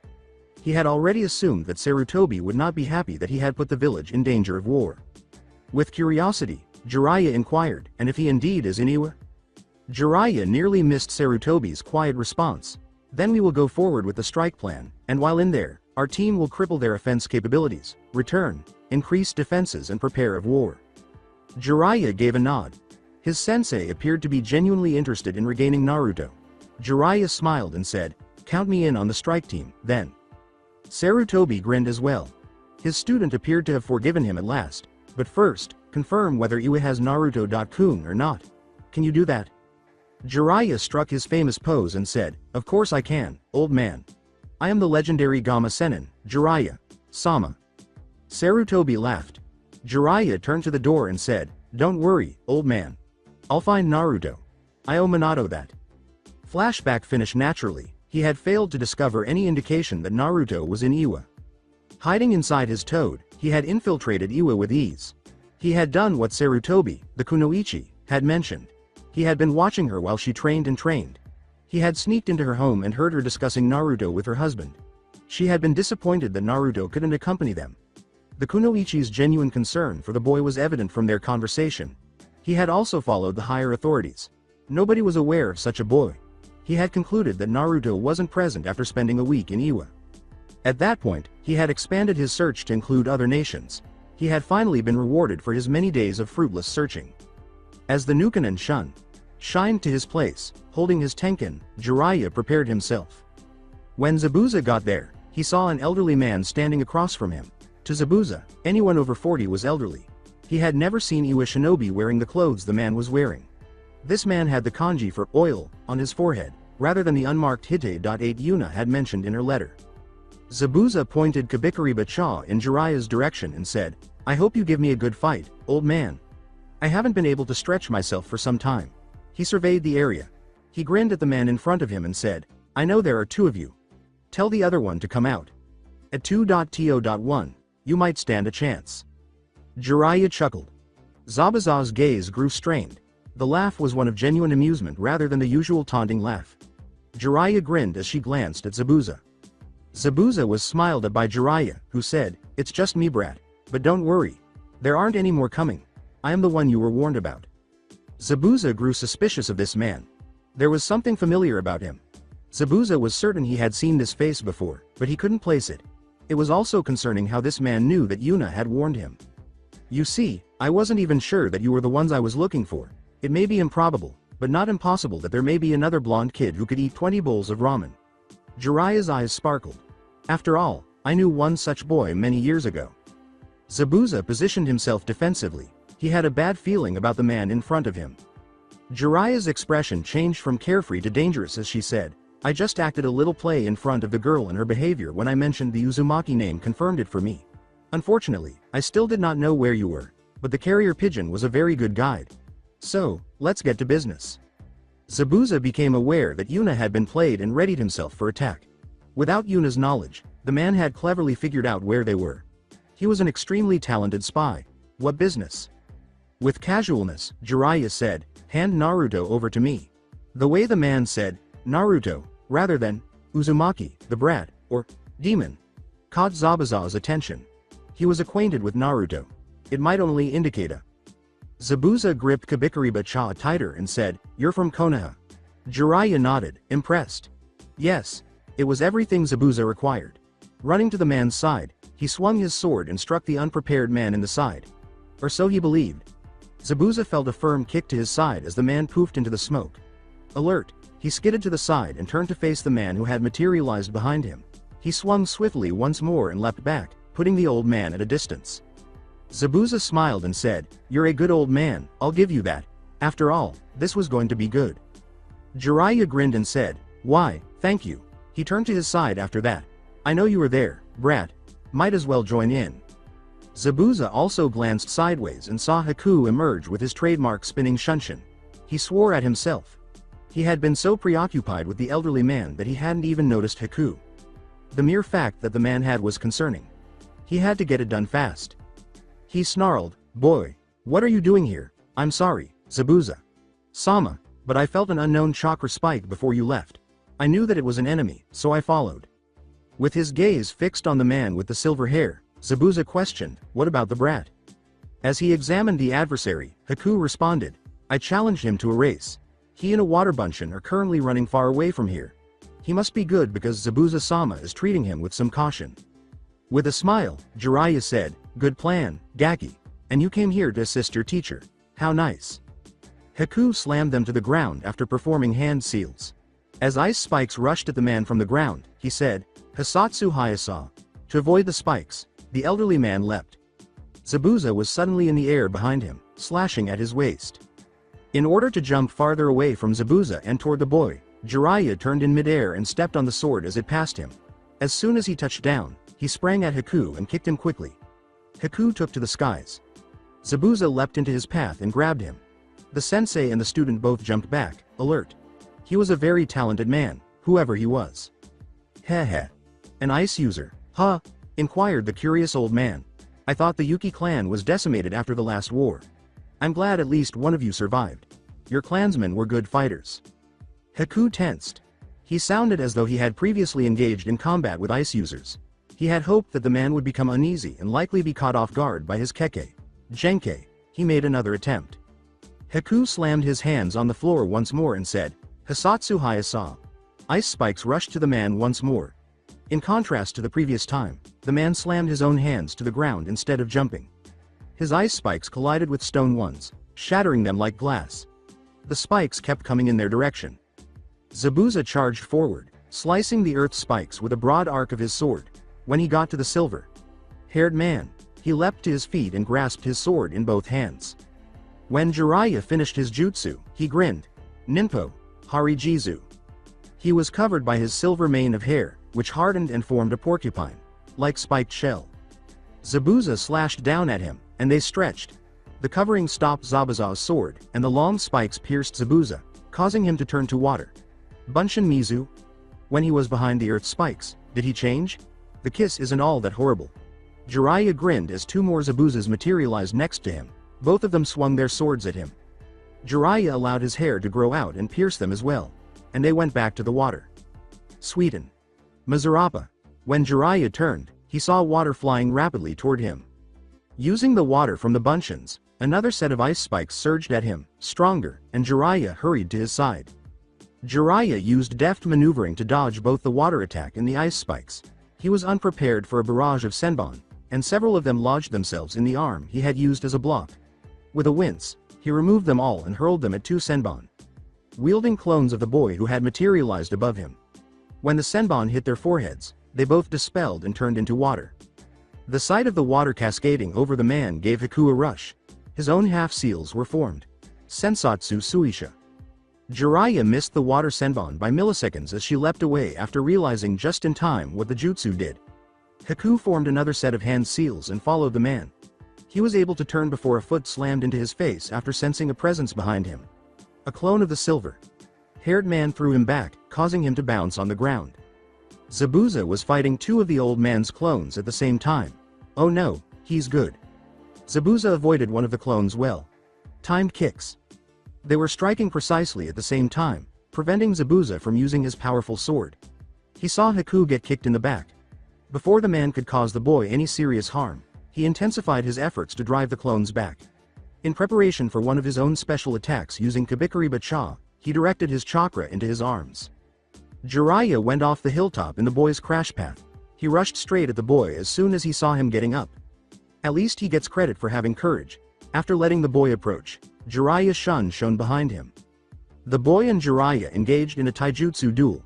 Jiraiya easily outmatched Haku blow for blow. In between the boy's openings, he was able to get a couple solid hits. Haku was amazed at how quickly the man behind him materialized. Zabuza's voice interrupted Jiraiya as she was about to kick him back onto the hilltop. Oni no Daiichi no Sume. Kiritateru. As the clone's memories vanished under Zabuza's assault, Jiraiya felt them come back to him. Based on his observations of the clones, Zabuza used his enhanced boost to swing his sword, slashing and burning the clones with chakra. I think he's good, Jiraiya. Haku took advantage of the moment to return to his teacher's side, and the old man soon followed. In order to hold the sword backhanded, with the handle above and the blade beneath his fist, Zabuza moved his hands on the handle. Slashing a nearby opponent was simpler. The man poofed it into smoke as he slashed at him. Over him, the man materialized with a massive blue orb of whirling chakra in his hand. Good night, Zabuza, if I get that. As a shield, he brought Kabikari Bacha in front of him, with the flat side attacking. Despite applying chakra to his feet to hold his ground, the attack was still able to push him back. The old man landed where they had been, and Haku came to his side. Kabikari Bacha was returned to an offensive position by Zabuza. Crick. Crack. A tiny crack opened up in Kabikari Bacha's side, and Zabuza's eyes grew wide. He held the man in high regard. What was the strength of that attack? Zabuza. Sama. Not daring to look away from this unknown man for even a fraction of a second, he glanced at Haku out of the corner of his eye. The man was too risky. HMMPHH. was his response. With trepidation in his voice, Haku stated, "He is very good." Zabuza said, "Just focus on the fight, boy. There is no need to overanalyze things." The man with the silver hair chuckled. "You don't have to fight me. Just give me Naruto and I will leave." "Never." Haku shifted into a more watchful position. "Naruto-kun is a precious person. I will not hand him over to you, so that you can take him back to the place where he has felt so much pain." Jiraiya remained silent. He gave the boy a close look. As Jiraiya experienced a twinge of guilt, Haku went on, "All he has felt in that village is pain and loneliness. No one has ever paid any attention to him. Do you know that he couldn't even read and write kanji properly? Do you even care? He had only gone so far as to inquire about Naruto's health and whether he was hurt.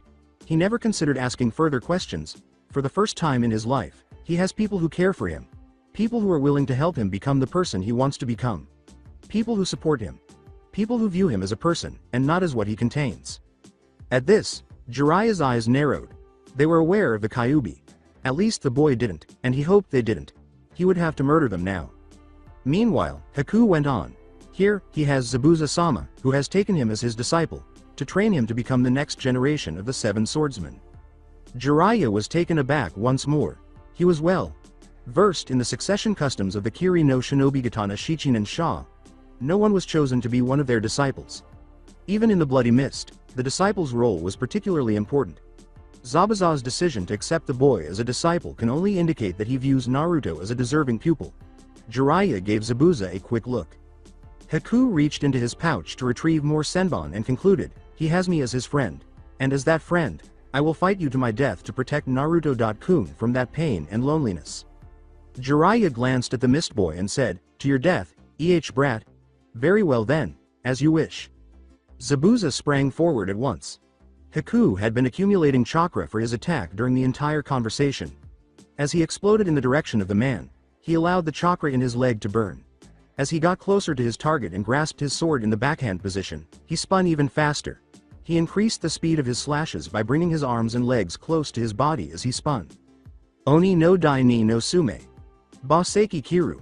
Although Jiraiya jumped back, the sword's tip still tore his shirt, nearly severing his skin in the process. He created the snake seal. Ranjashigami no Jutsu. Zabuza and his sword were encircled by his growing hair. He swung his head, and Zabuza, restrained by the hair, flew in a wide arc before crashing into the ground. Beside him, Haku materialized and hurled senbon at him. Letting go of Zabuza, Jiraiya leapt into the air. Two can play the same game, Gaki. Hari Jigoku. He impaled Haku in the arms and chest with his hardened hair, which flew at him like senbon. He performed a Kaiden jutsu by forming seals. Trying to get some distance, Zabuza grabbed Haku and fled from the man. While Jiraiya landed and followed his opponents, the fireball struck an empty spot. As Haku removed the hair needles from his body, he gasped, "Zabuza, Sama?" The half-ram seal was formed by Zabuza, Ninpo, Kirigakure no Jutsu. As Zabuza and Haku's figures vanished into the haze, a dense mist began to form. Jiraiya grinned. They had just put an end to their own affairs. Forming the seals, Jiraiya began spinning in his Gamayuden position. At a tenth of the usual force of the blow, he spat oil out of his mouth. The mist became a thick fog of water and oil as a result of the oil being sprayed sparingly rather than in a large wave and adhering to the moisture. He leapt over the mist and into the air. This countermeasure to Kirigakure no Jutsu was created by him during the Second Shinobi War against Rain Ninja. He roared and formed the seals. Kaiten. Gokakyu no Jutsu. The massive flame shot out of his mouth and hurried into the fog. The whole haze burst into flames for a few seconds as soon as it touched the oil and the mist. A short distance from the explosion site, Jiraiya made a smooth landing. Two figures appeared as the smoke cleared. The attack had nearly knocked the boy out. The older man had him draped over his shoulder. Nor had the older man escaped unharmed. He seemed to have taken the brunt of the attack while attempting to protect his pupil. He was also barely able to stand. His Kiri Hite.8 and his bandages had been torn off. His body was burned in multiple places. He held Haku while he swayed. Haku was shocked by what had transpired. He had never faced an adversary so dangerous. It was the first time he had ever felt helpless in the face of a formidable foe. Together, he and Zabuza were insufficient. He had let his friend down. His eyes welled up with tears. Zabuza dropped him to the floor. On the other hand, Zabuza was not shocked that he and his pupil had been caught in the act. When he was a shinobi of the mist, he had heard of this technique and had cautioned against it. He now realized the reason behind his persistent suspicion that he had seen this man before. In his master's bingo book, he had spotted a picture of the man from 30 years ago. The hair and the red tear marks had grown longer. Zabuza grunted, "Haku." Haku's eyes widened in surprise. Zabuza hardly ever addressed him by name. "Run away." "But, Zabuza." "Sama?" asked Haku, startled. With his gaze fixed on Jiraiya, Zabuza snarled, "Don't argue with me, boy. Find Naruto and start running far away from here. Go to the hideout we had before we met Naruto. Do not look back, understand?" Haku's eyes were filled with tears as he gazed at Zabuza. "He is not an opponent we can kill, or even hope of escaping together. He is Jiraiya of the Densetsu no Sanin," Zabuza stated to Haku. Haku gazed at the elderly man, and his eyes grew wide. Jiraiya chuckled while observing this conversation. He stopped abruptly and turned to face them as though he had just had an epiphany. The man's face fell, and a sad aura emanated from him. "You mean you didn't know when we started fighting?" Haku got up, and Zabuza swallowed as he stepped in front of his pupil. He gripped his tenkin tightly and ordered, "Go." Haku's voice broke as he said, "What about you, Zabuza? Sama? When will you join us?" Zabuza remained silent for a few seconds. Then, without looking, he took a scroll out of his pouch. When Haku saw the Kabikariba-cha scroll, his eyes grew wide. He opened the scroll's seal, wiped some of the blood from his wounds, and threw it to Haku, saying, "Tell the brat to practice hard. Don't let him slack off. By the time you reach the hideout, I would have returned the sword to the scroll. The ceremony to bind Kabikariba-cha to him is in this scroll. Don't rush it. Understand it first before performing it. Don't go to Yuna's, he knows about her." As he comprehended the unsaid words, Haku began to cry. "Now go.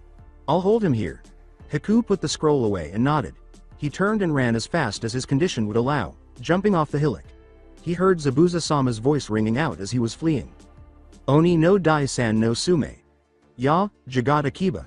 Disappointed at being duped, Naruto returned to the base. Haku abruptly changed into water while they were running.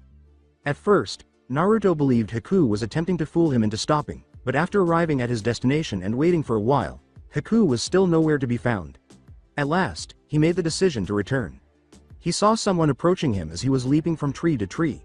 It turned out to be Haku. Naruto shouted, "Oe Haku! Why did you leave me in the race alone?" Naruto noticed that Haku appeared to have been in a fight as he drew nearer. He had 2 backpacks with him as well. Naruto's and his own. Haku threw Naruto's backpack to the blonde as soon as he approached. Quickly, Naruto.kun. "Follow me." Surprisingly, Naruto caught the bag. He opened his mouth to ask a question, but Haku caught him by the collar of his jacket and pulled him along. Haku continued to run, saying, "We have to leave this place first. Questions later, Naruto.kun."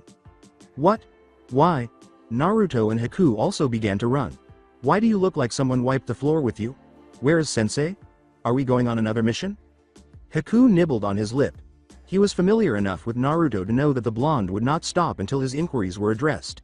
He looked at the blonde. "Fine. I'll tell you while you take off all your weights. Speed is of the essence right now." The 2 boys fell to the floor. In order to make his weights as light as their original material, Naruto began removing them while depleting them of chakra. Haku scanned his surroundings. He looked over at Naruto. "First promise me that you will not react to what I tell you and will follow my instructions." Naruto paused and cast a dreadful glance at Haku. "Why?" Haku demanded, "Give me your word, Naruto.kun." According to Naruto, "Fine." Haku shook his head, saying, "Say it." "I give you my word." Naruto's mind was starting to raise red flags by this point. Haku turned to face the direction they had come from and said, "Zabuza lied when he said he was returning to base."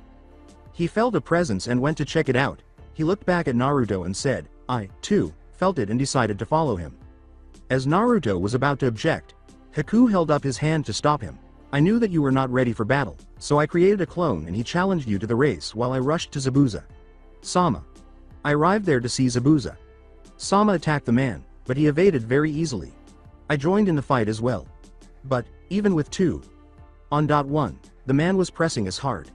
We fought for a while, but he was too strong."